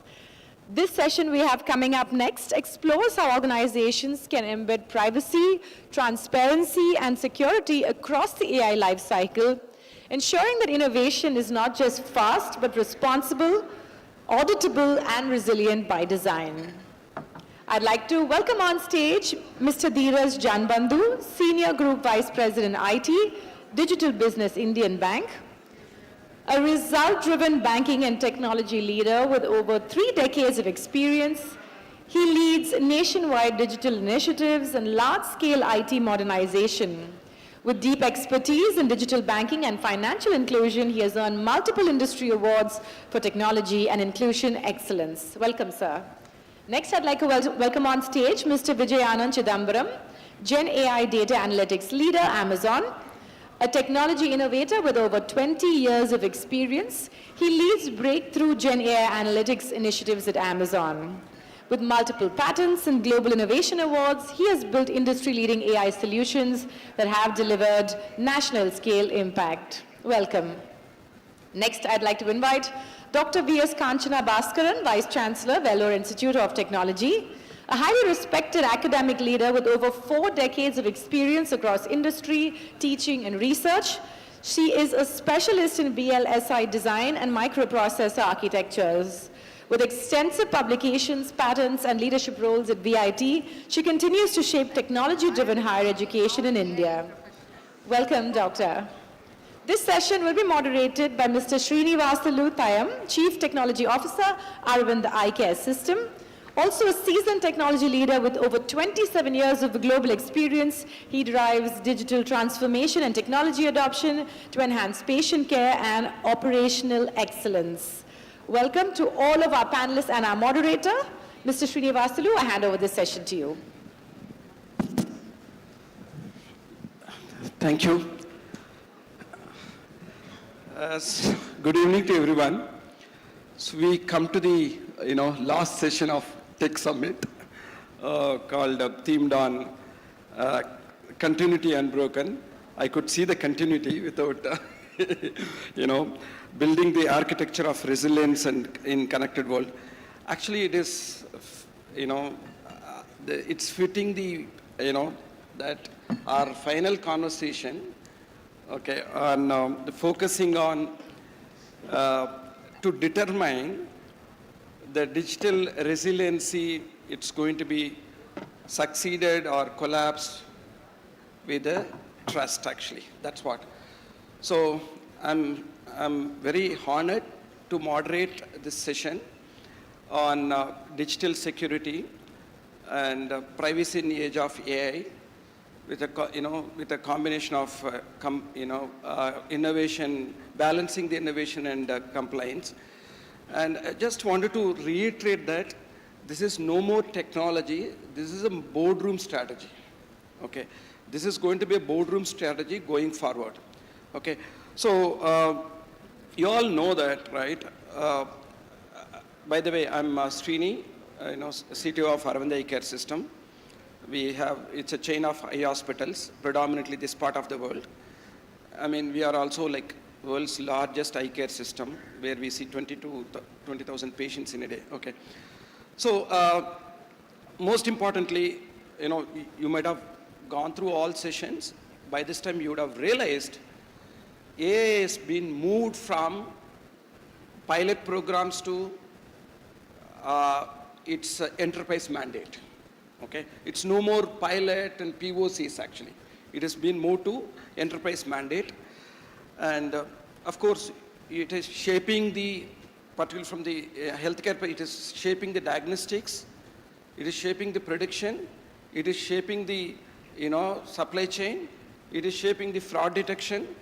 It is shaping the personalization and underwriting process, particularly in the insurance domain, and making decision by itself. So that's where today it has been kind of let me put it like this: across industry, this has been clearly directive as adopt AI, scale AI, compete with the AI. That's very clear. You have to adapt, scale, and compete with the AI. Okay, so that's the situation we are now. Having said all these things, in this hall, we all know, every CXO knows other side of the reality. Okay, so I mean, like, even though like we say it's like, adopt AI, so that's other side of, the reality is where the data is, today data is fueling the intelligence. While data is fueling the intelligence, it also increasing the attack surface, right? And while, increasing the automation, which, multiplies the efficiency, it also increases the accountability exposure. Okay, and also like, the personalization, where it delays the customer, it also intensifies the privacy risk. This is the flip side of, this transformation. Okay, so I hope you all are aware of that. So, I mean, my way is we are no longer no longer managing the data risk. We are manage a accelerated data risk. Okay, it's a accelerated data risk. That's what we are now actually. So, I mean, let me put it like, we are in the era of data as an infrastructure, right? Algorithms are decision makers. Okay, our regulations are catching up, and cyber threats are advancing than the compliance framework. Okay, so I mean that's where like, which kind of creates the central tension of, the discussion going to be. Okay, on top of that, we are going to discuss about the innovation and compliance. It's a contrary, right, in innovation and compliance. While innovation is pushing you to do more AI relay insights, where compliance is pulling you to focus on the data localization, right? While innovation is pushing you to do the predictive analysis, while compliance is pulling you to focus on the consent management. And while innovation is pushing you to do more interoperability, that's, particularly in the medical industry, whereas your compliance is pulling you to focus on more encryption mandate, right? And of course, the same thing in automation. Innovation is pushing you to bring more automation, whereas your compliance is pulling you to do the more audit trails. So, I mean, this is something very challenging, right? So, for me, what I see, the real question for the leaders here, fundamentally, if you put all these things, who really owns the data? Who controls the models training? Okay, is the data anonymization is efficient? Is it sufficient? And most importantly, is the synthetic data sets or the future implementation of AI? Okay, so that's the thing what we need to kind of debate and discuss. But I just wanted to, one distinction, the de-identified data does not mean anonymized data. Okay, the re-identification of the data is no more hypothesis, it is a practical reality. Okay, so with this context, let me bring my panel session. We have a wonderful speakers here. We have wonderful, panelists, I think with very rich experience. The way I wanted to structure this, so, first I would like to, panelists to, introduce themselves, introduce by themselves and talk about like, what kind of initiatives you have done in terms of the data security and the, protecting the privacy. So then we can focus about more on the governance. Finally, we can talk about, what is the CXOs in this hall, to take for, whatever the takeaways for the next 6 to 9 months plan. Okay, so that's why I wanted to I would like to start with, sorry, I think my speaker. So I would like to start with Dr. Kanchana Bhaskaran. And I have a very high regards on ma'am. I met a couple of times. She comes up with a huge experience. I think, I don't know how many of you know, she has 147 international journals on her name. And she has 3 patents on her name with the 4 decades of experience. I think it's a, for all of us, Let's give a big round of applause to be part of this initiative. Thank you, ma'am. Thanks for being part of this. Thank you. Having publications is actually on current days, it's nothing. We have got to have that many products, that many productization and getting into the market. That is more important, what we need for the country. Yes. I am Kanchana Bhaskaran, Vice Chancellor of VIT Vellore and the Chennai campus, of course. We have around 80 programs. And as the Vice Chancellor, this year, we have got a new curriculum made. And in the new curriculum, taking into account what the industry needs, we, as a deemed to be university, we have the privilege of offering new programs and all. And the programs based on the industry requirements, every 4 years we go for the curriculum revision. In that sense, this time also there are several multidisciplinary programs, and we have actually 17 schools and where different disciplines are offered, and 11 research centers and some centers of excellences also. Across the schools, we offer courses for the students on multidisciplinary, transdisciplinary basis also, and the students have the privilege of going for a minor program. If he is a mechanical engineering, he could go for AI and robotics, offered by multidisciplinary faculty from computer science and engineering, electronics and electrical and all. And this way, minors and honors, they enable the students to learn well. And we invite the industries to work with the students even when they are in the curriculum, during their curriculum years. During the 4 years, for certain labs, we get the industry problems for solutions, and we want to extend that even with a complete 1-year internship. Some of the students go, if they complete their credits and all by 3rd year, they go for the 4th year internship. It's a 1-year internship.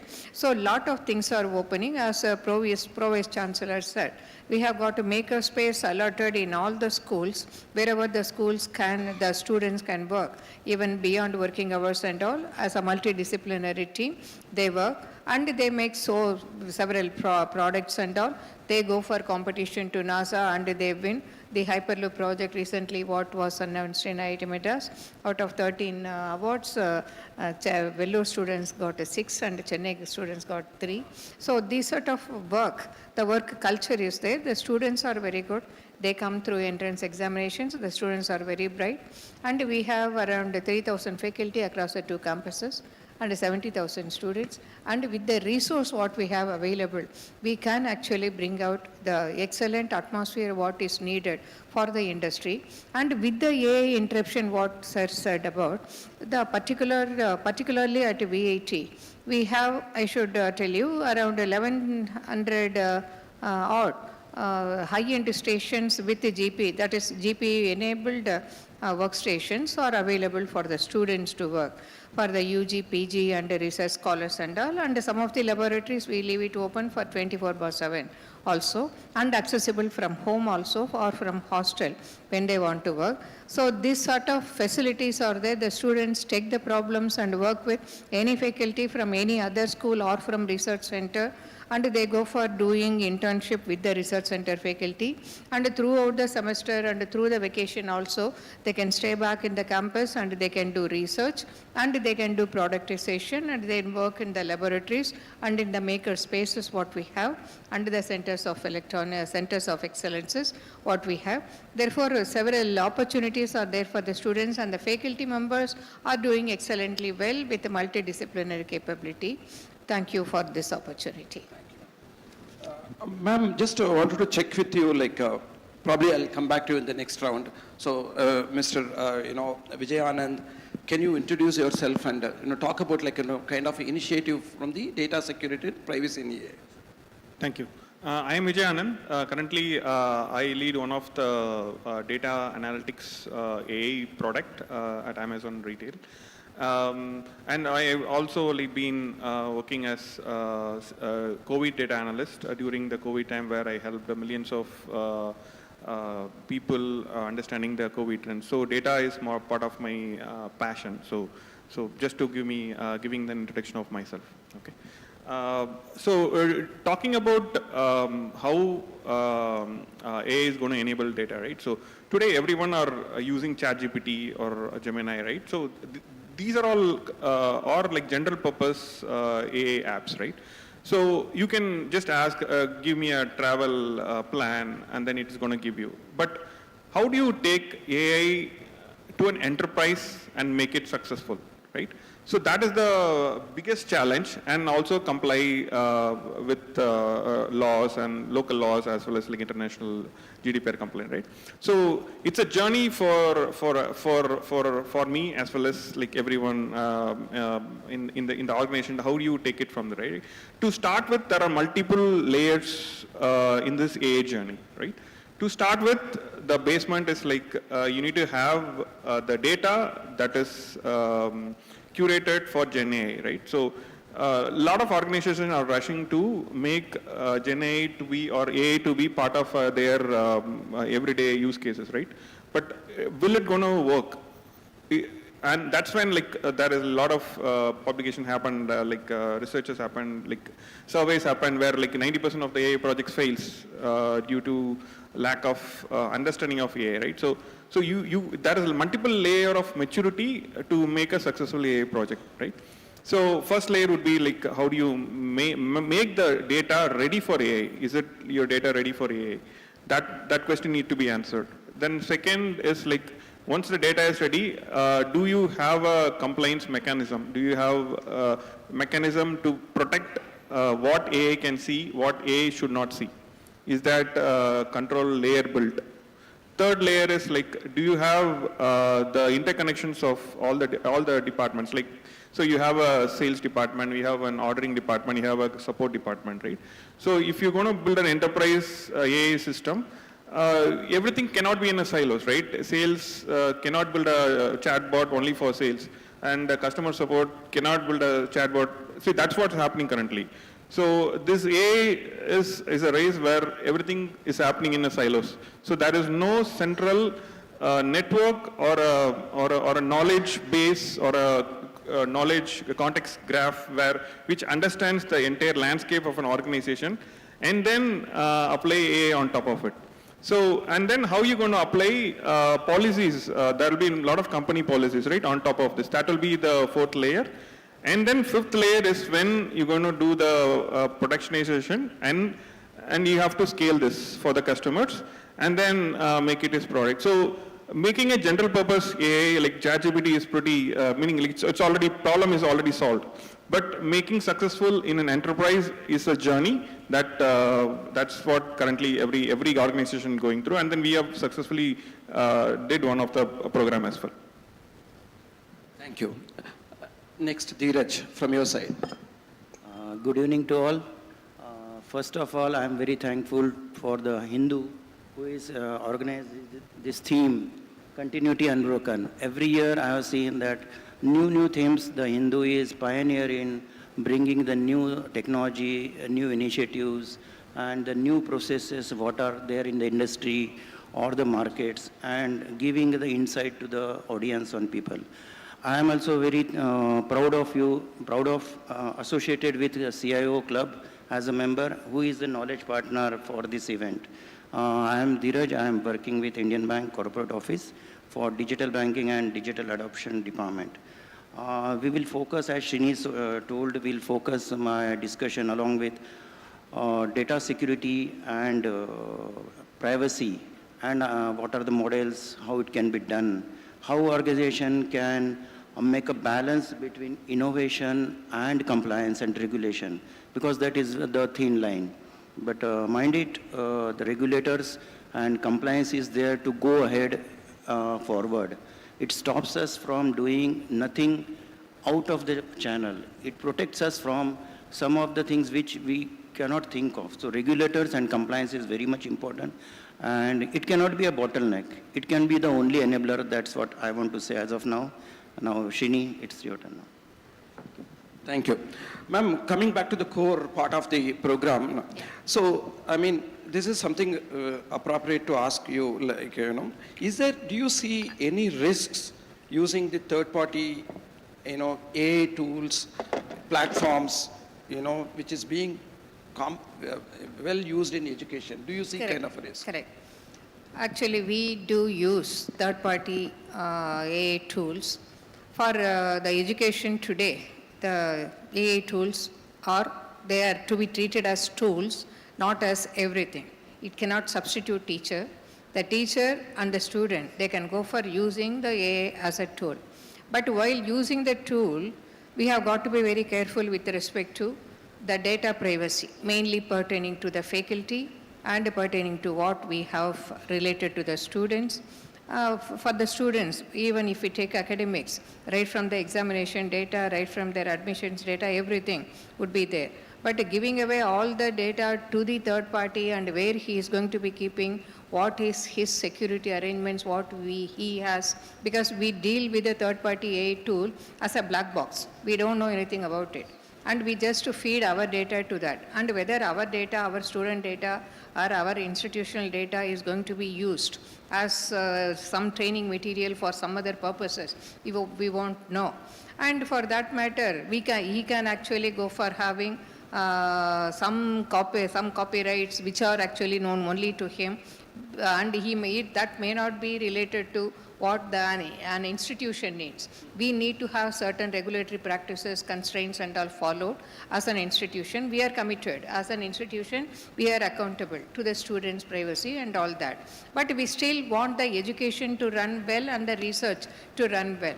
And we have got to use the AI tool. So there lies the boundary, which sort of tools. That is why what you said about anonymization or pseudonymization, they are going to be very important as far as our data, what we share with the third-party tools, that goes.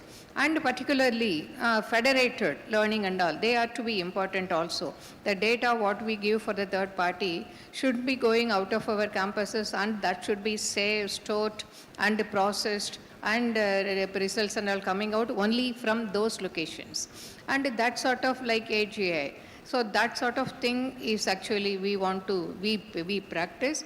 And for all these to be monitored, we have got the committees, and mainly for the privacy and whether the tools, even before we go for working with the AI, third-party AI tools, we audit. We audit their external arrangements and all, the security arrangements, what they have, and how they would use our data. And with consent, whether they go for taking, and the privilege to the student to go for opting out of if he doesn't want to have the data processed, and even for the faculty also. So all those privacy constraints, we actually very meticulously have got to follow, any university for that matter. With the huge data set what are available, with the huge data, which actually the data would give him a lot of input to process, lot of facilities to go for training their models and all. So we have got to be careful, but at the same time, we have to have our students, our faculty, our administrators, staff and all be knowing about everything, and they are actually periodically given with exposure, training and sort of sessions in which they come to know about it, because it is important, it is here to stay. But all the same, we have got to have the privacy also taken care of. So right from administration level, right up to the student level, we have got this, and different levels of security data also is there. Whether it is going to be a low risk data or very high risk data like examinations. So those things also, that we have different levels. So based on that, the committees what we have, they take care of that. But we do use them. I think, the takeaways from, I think you made it very clear. That's why VIT has been so successful. You mentioned a point like accountability, and you set the boundaries. I think these two are very critical in terms of the data security perspective. So that is the most underlining part. So coming back to the same accountability, Mr. Vijay, you're coming from Amazon, I think you will be the right person to, give a gyan on this. I mean, today, there's a lot of external APIs in the foundation models. I mean, this is going left and right across. So, I mean, the question is, from cloud provider perspective, what kind of risks where we're going to come across? That's one question. Other, also AI adoption in the cloud platform. So if you can help us to know these two areas, it will be really good. Sure, great. That's a great question. So currently there are two waves of integrating your system to AI, right? So there are, AI is kind of like you have machine learning models, and then now like everything has become large language models, right? So there are two different waves of how you AI operate. So if you talk about LLMs, large language models, like you have OpenAI, right, and then you have Anthropic, and then there are like multiple DeepSeek is there, and then there are like hundreds of models are there, right? So to make your enterprise safe, you need to go with some like cloud providers like AWS. AWS provides something called Bedrock. So what the cloud providers are doing is like they are providing this as a service, right? So they have a tie-up with the OpenAI or like or Anthropic. So what happens is the model that has been trained has a copy over the cloud, and then you can create your own virtual private cloud. We call it a VPC. And then you can have that instance connected with your app in your enterprises. So this way, you don't have a risk of exposing your data to external. So there are multiple tools, right? You can have a ChatGPT and then send your data to summarize it, or you can build your own app within your organization, connect it with Bedrock, or so there are two ways of looking at it. Like if you do not want data to go out of your organization, then you have to create a virtual private cloud and have this service providers instance, like you have Claude 4.6, 4.5. So all kind of latest models are available in the cloud that has a guardrail on enterprise security that you can be compliant over that. And so that's the one way of protecting your system. Another way is like you can build your own ML models, machine learning models, and host it in infra that is provided in the cloud, or it can be in on-premise also. So that way, data also doesn't go outside of internet, right? So see, there are facilities available right now to protect enterprise-grade security. I think if I summarize, if you wanted to have your own ML model in your own premises. Otherwise, if you are going for an enterprise, then you have a virtual private cloud which will secure from the large level. That's correct. I think that's a well summarized. Thank you, Vijay.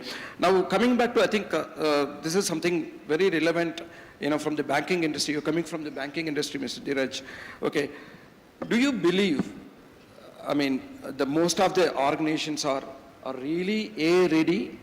Okay, from the data governance perspective, or are we building very shaky foundation? I know like banking is still not there to kind of adapt, but I think you will be the right person to say that actually. Yes, thank you for that question. But really speaking, my frank opinion means many organizations are building the AI models on shaky foundations. Because data is very important when we are going to implement AI modules.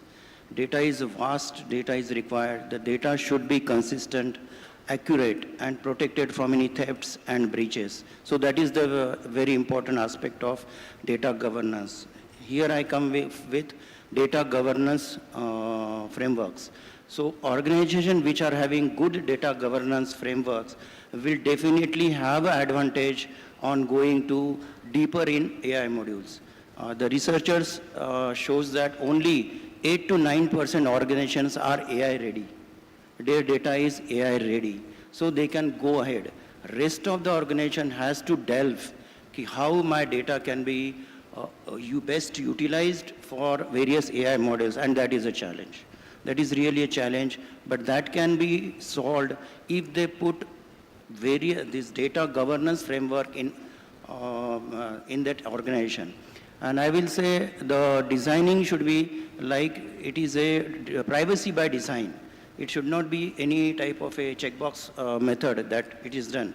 So when you adopt a privacy by design, your data is automatically protected. And that is the basic need for protecting your data, embedding your data, and giving a security to the people or those who are using, because AI is a very vast space and models are evolving.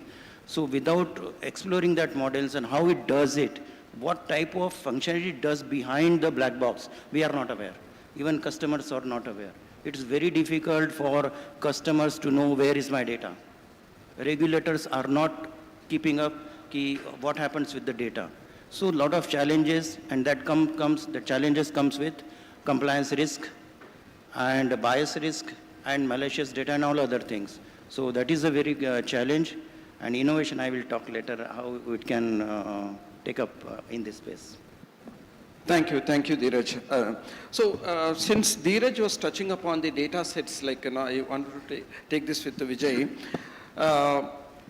There is a kind of a, I used to hear this quite frequently. Organizations are building AI-based HRA system to remove the biasing. Okay, so this will make unbiased system.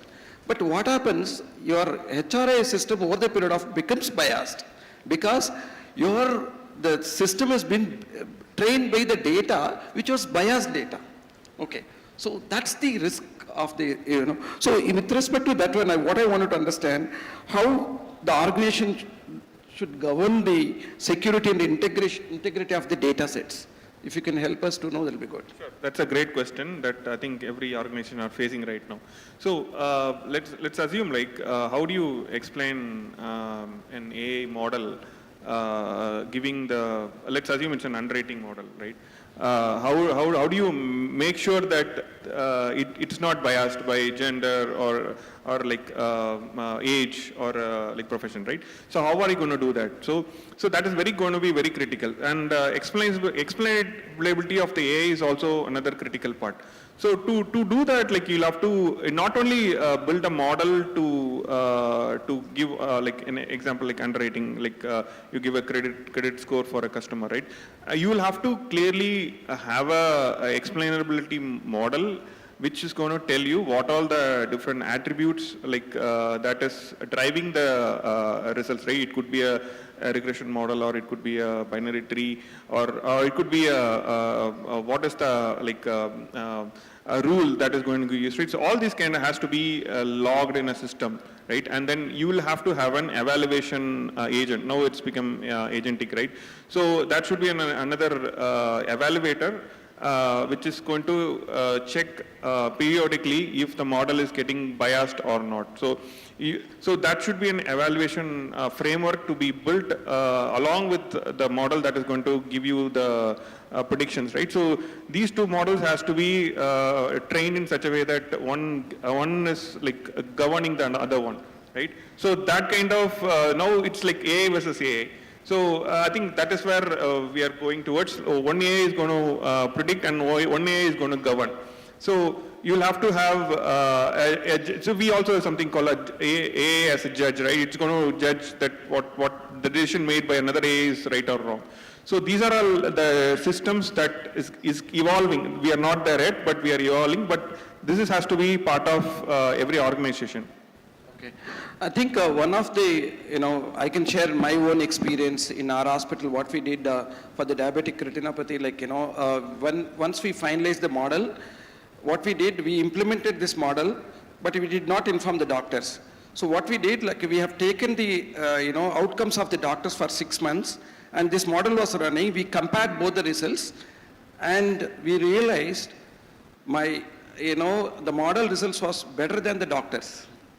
So then we kind of implemented production, and we informed the doctor that, now model is running. So that's something, one of the way we did that actually. Yeah, thank you. So ma'am, coming back to you, another core part is more on the research and complaints perspective, So typically how the universities, kind of use a responsibility while encouraging the innovation and research actually. So this is something, double-edged sword actually. So how do you do that actually? Yeah, AI research is very important, and for that matter, we cannot go for losing anything at all. Therefore, this is what we do actually. two of the 4 laboratories, 2 in each school. We have got 4 laboratories completely isolated, and that is, their network is isolated, and they work for cybersecurity and all. And they work for this sort of work. And the responsible AI, the research scholars, the faculty who are working with, they should be keeping up with what is happening elsewhere, what is the recent evolution in the technology. With respect to that, how they should actually go for mending their ways and go for forward with the research. For enabling that, we are always alert.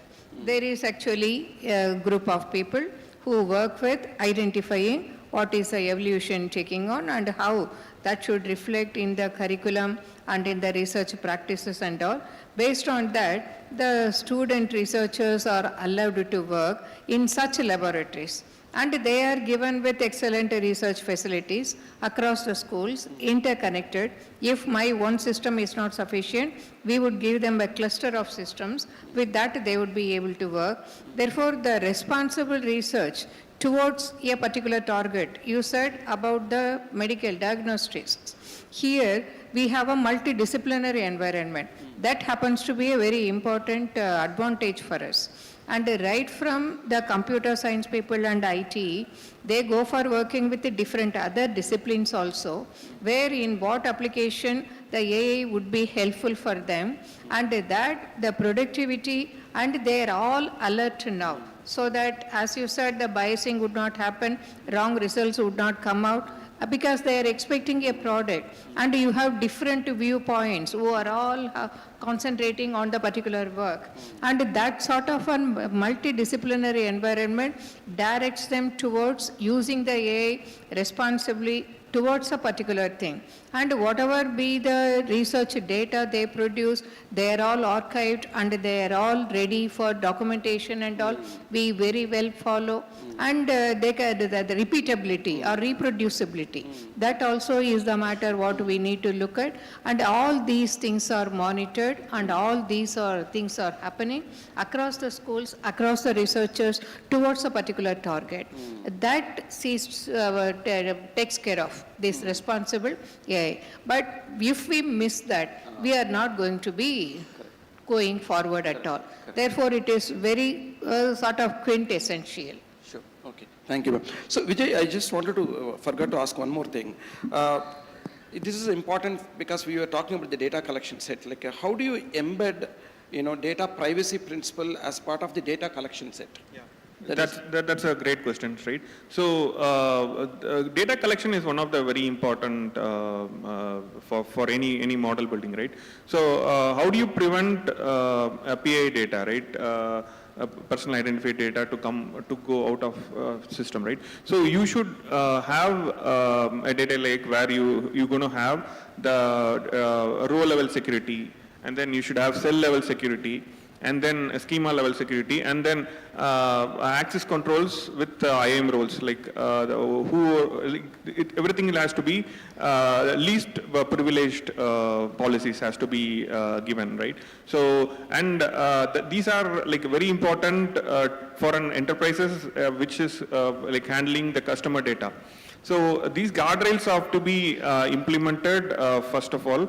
And then after that, you will have to have data classification being done. So is it going to be a red data? Who is authorized to get the red data? What all the, so we have to enforce multiple layer of authentication, right? Now authorization, right? So if I need a data of red, I need an approval from my organization, right? It has to be a human in loop. These kind of things, you cannot rely on AI. You have to bring in human in loop to make sure identifying the right data classification is very important in this AI age. So you can have like thousands of tables, thousands of data sets. We don't know which particular table has which amount of data, right? So there should be an effort within the organization to first classify the data and then identify it as going to be green, or orange, or red. So based on that, you'll have to provide access to those models only for, if you want to train a model to get on a healthcare, you should not give the patient ID or address or like you can have an age, but these has to be taken out of your system, or I should not be able to get the data for my training, right? So the protection has to be embedded in the data sets or a database layer itself, rather than human doing it. So you'll have to have that policy enforced at data lake level or database level. And then the models only see what is required to be trained. It should not be trained. So that is where like data protection comes into play. And you need to have definitely a human loop. And also there should be an audit happening, right? So today I'm going to tell like this particular column. It can be possible that I rename a column saying there is a PAN card or Aadhaar card. I can just put XYZ, and then it doesn't know that is an Aadhaar card, right? You also need to have a system which can monitor all the data. Is it going to be a Aadhaar? Is it going to be address? And then how are you going to encrypt those things at storage, right? So you'll have to have these data to be stored at encrypted level rather than storing it as a plain text. So these are like basic things that are necessary for the AI to be trained or like make the integrity of the data as well as the privacy of the data. Thank you. That's a wonderful insight, sir. Thank you. Coming back to Dheeraj, like, banking is more, regulations, complaints perspective, like, you deal with day in, day out. So how do you prevent complaints from becoming innovation bottleneck? So it is, yeah. Yes, as you are aware, banking is a daily happening space. Every incident happening in financials or anything is really pinching us. You have seen in recent one, cyber frauds are happening, cyber crimes are happening. Along with that, mule accounts now have come. It's a very big case study. Means you cannot imagine where it is coming from, where it is going. And I'll tell you, these gangs have more technology than the financial sectors. Amazingly, the people are so sophisticated. They have the tools to contact the people, to send the transaction, to receive the money. So that is separate I will talk about. But this teaches us how to deal with the situation. So what we will do, out of the AI development projects and other thing, of course we have two teams. One is in-house team, and other is a vendor partners team, what we are having projects with them. We ensure that the design should be perfect. At least you first work on the design. What we do normally, we work on the checkbox type model, we'll make a model, and then we'll go for a compliance after making that model.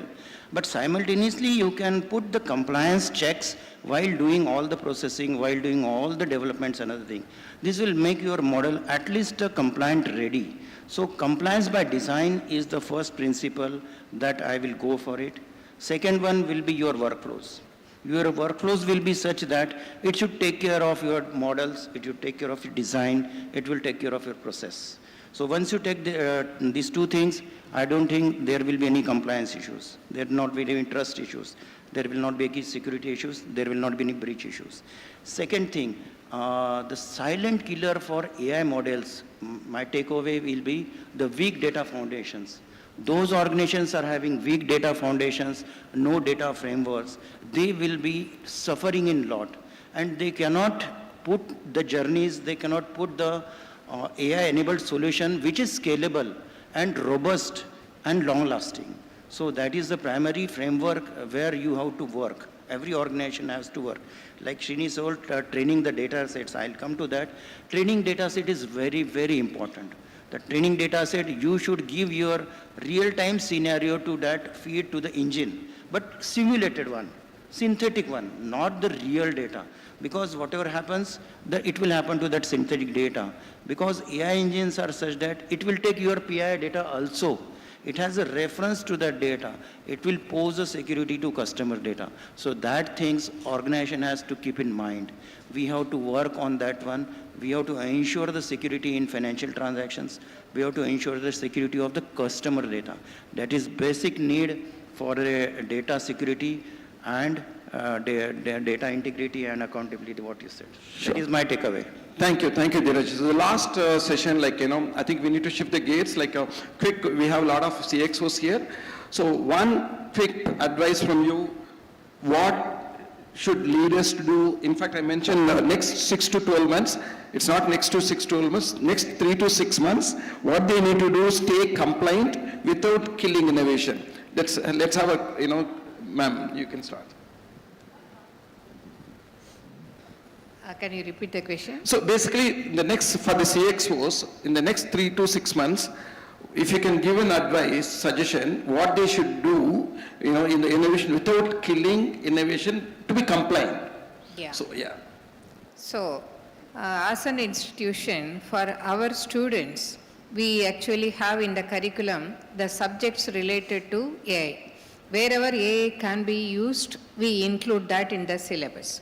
And whatever be the subjects, knowledge about LLMs and all, and about the privacy, and about the responsible AI, all these are given as subjects.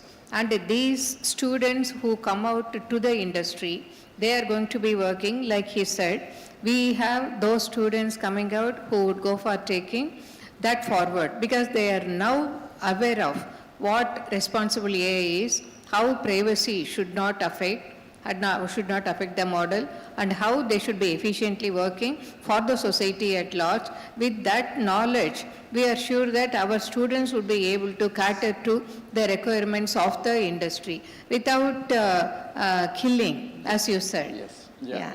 Thank you, ma'am. Wonderful. So, Vijay, I think you are the right person to say, from coming from the kind of a leader of the cloud. So how the innovation can stay without compromising the compliance? Yeah, absolutely. So I think as an enterprise, we need to provide a safe playground for employees to work on AI, right? So that is very important. How do you empower your employees to adopt AI in a more secured way, right? So you have enterprise softwares for that, right? So now you have got Kairos from AWS, right? So that is going to be a service that's going to be an assistant for programming. So that is predominantly everyone within my organization are using it, but it is pretty safe.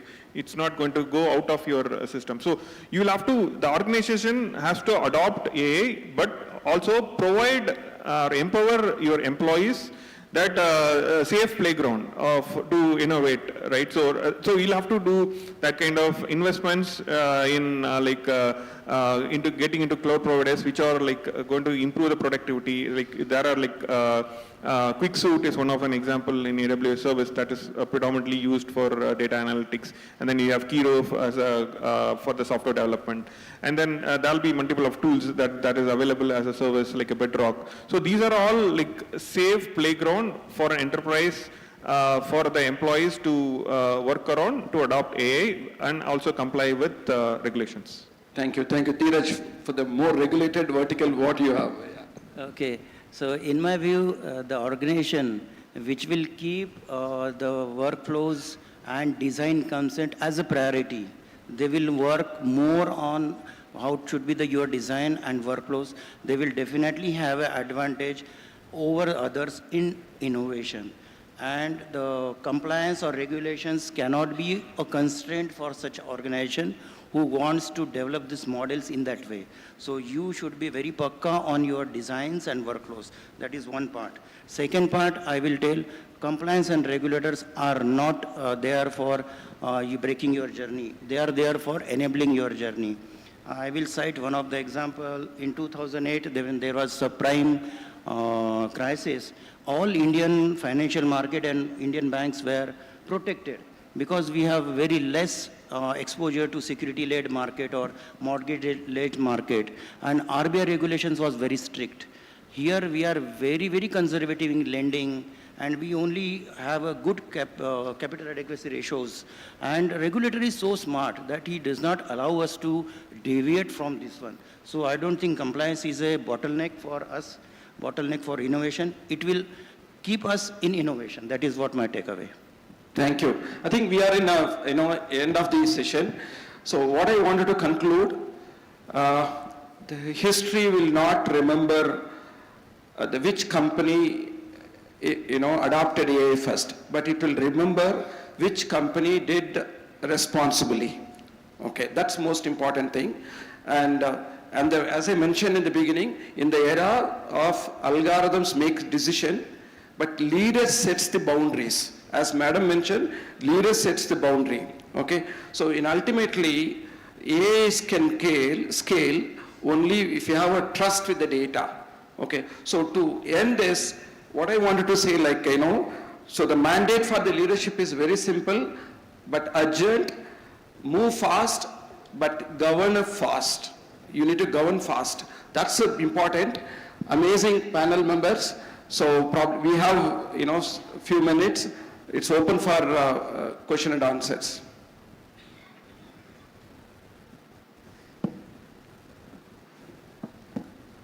So I'm Jairaj, retired from a PSU. So I have a question for Mr. Dinabandhu.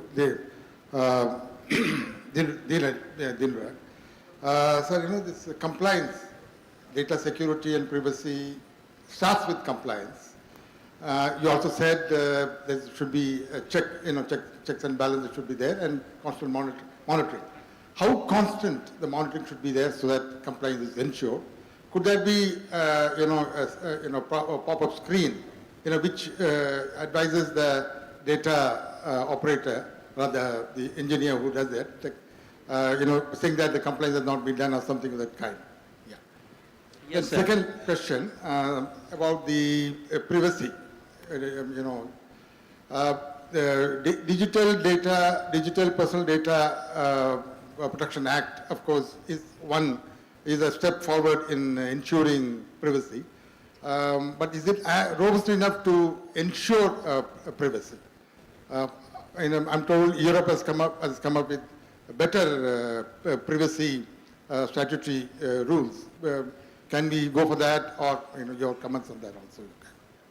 Thank you, sir. For your first questions, how is we can take away the transaction? It is the compliance by nature. There are various thresholds for various things. So it is the transaction by transaction we have to monitor. It is not a monitoring at intervals. It is as and when happens, the incident as and when happens. The modules, the application, the engine should be such that as and when the threshold happens for that one, it will give you alerts, it will give you alarm, it will give you signal to take care of the situation.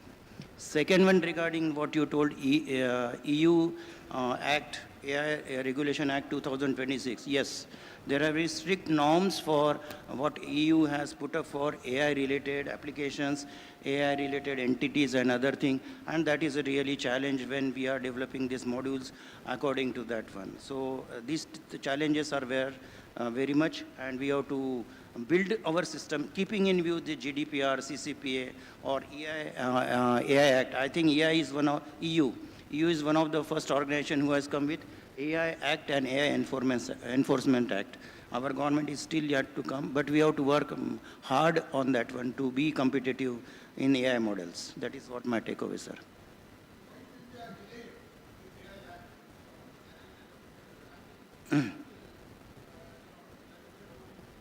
Writing, rather, based on government rules, that will help in regulating things further and also ensuring privacy, data yes, privacy. Yes, sir. That's what I said. Your design should be privacy, to keep in mind privacy. Privacy by design.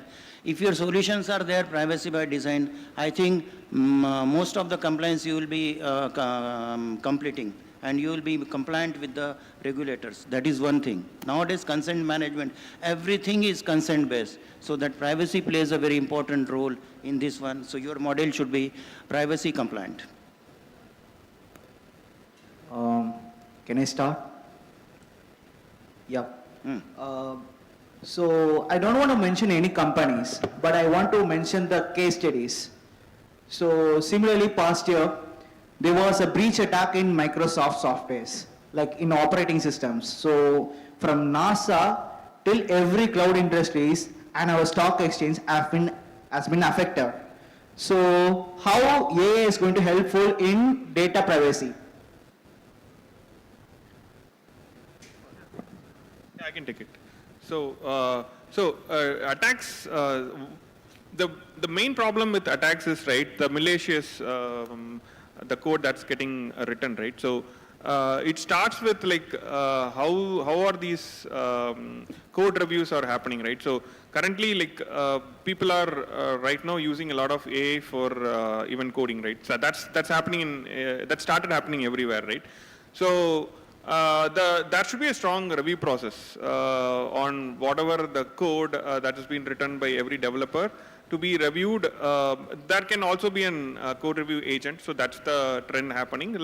But you will definitely need to have a human in loop before even making the code to prod, right? So that definitely have to be. We are not matured that like every code that is being developed can go to prod without a human review, right? That you can still have an agent, but end of the day, right now you'll have to have a human in loop to make the CI/CD.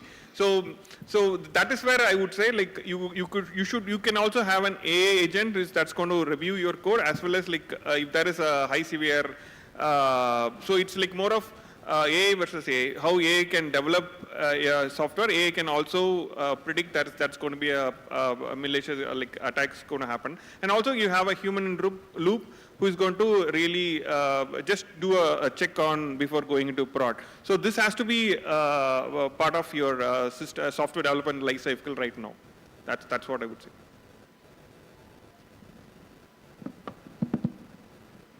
So I'm talking to you from a consumer point. The consumer who is searching, using the search engine, using the AI and getting an information about a place, probably about Delhi.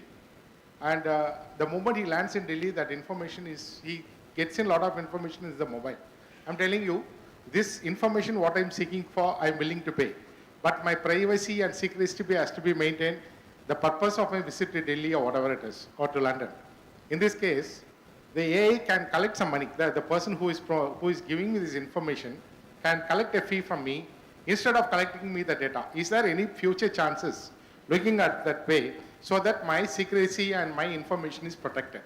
You can always charge me a fee and answer the questions what I'm asking you for, instead of pushing me the advertisements the moment I land in a particular city. Thank you.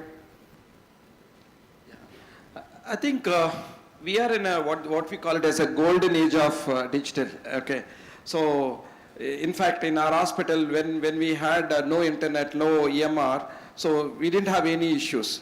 After started using EMRs, you know, it's all in the cloud. If some problem with the cloud, hospital cannot run. So, I mean, once you are on the internet, once you started using social media or anything, I think your information is already there actually. So it is like how you prevent, you know, updating your personal information. It's all based on your own, you know, how you handle your personal information. So that's something, it's completely controlled by you actually, today's world. Okay, so I mean, systems are smarter. I mean, vendors are smarter. So, but we need to be much smarter than them. Otherwise, we will have to face this actually. So any technology revolution, for that matter, any technology, you know, like a 2000 when we had an internet, we were talking about so much of, you know, internet issues and all those things. Now we are kind of continuing with that. So, I mean, these are all something how you can kind of control with your personal information. That's what I can tell you. So this is something that's what we call it as a golden digital age. So we can't escape from it actually. In addition to that, Srini, every application provides you the access to block your things. It is all there. Facebook, you can block your things which can be shared, which cannot be shared. So it is mandatory for the application that consents of the person which data to share and which not lies with you. In regard to what you said, you landed in Delhi. Already you have enabled yourself with GPS. For your enablement, that data is taken for movements and other thing, because you want some application to run over GPS and it will sense your location and other thing. Accordingly, it will throw you the data what is useful to you. So it is both way takeaway. Sir, plastic was hailed as a great revolution once upon a time, but now it is posing a great threat to humanity. Likewise, do you see AI is a great innovation, but do you see any potential risks to humanity? Though it looks very good, younger generation. I think you have an answer. you know. If you kindly elaborate. I mean, see, there is something called, I mean, I don't know how many of you know, like there is a port in China, it's completely operated unmanned. Okay, there's no person involved in that actually.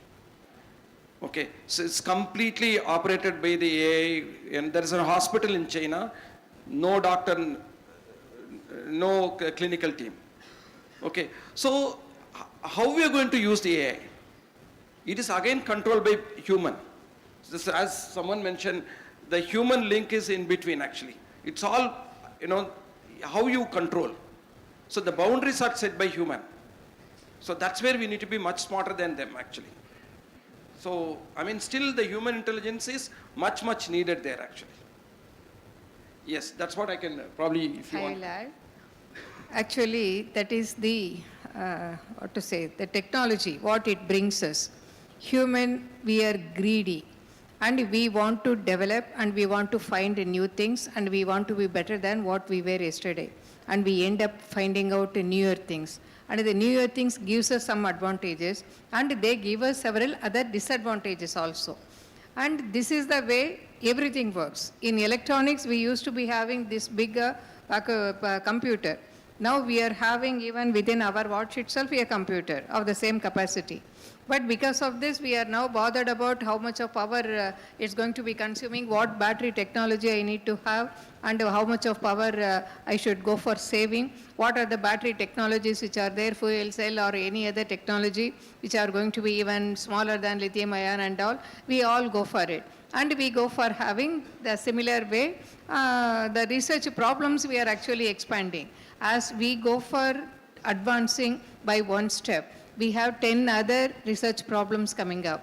And the man has to have a problem to solve.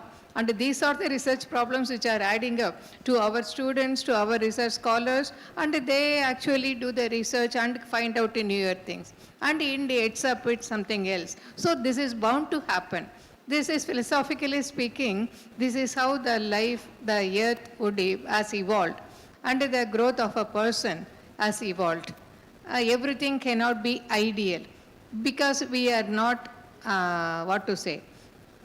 are not human beings who are just very satisfied with what we have today. And we want to develop, we want to create new things. And while creating new things, all come with as a package. And we will have to move.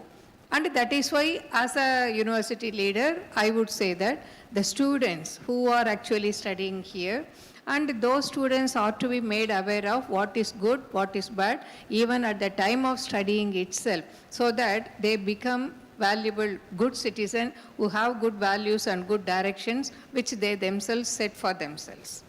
Thank you. I think we are done, I believe. Yeah? Thank you. Thank you all. Thank you, ma'am. Thank you. Thank you, ma'am.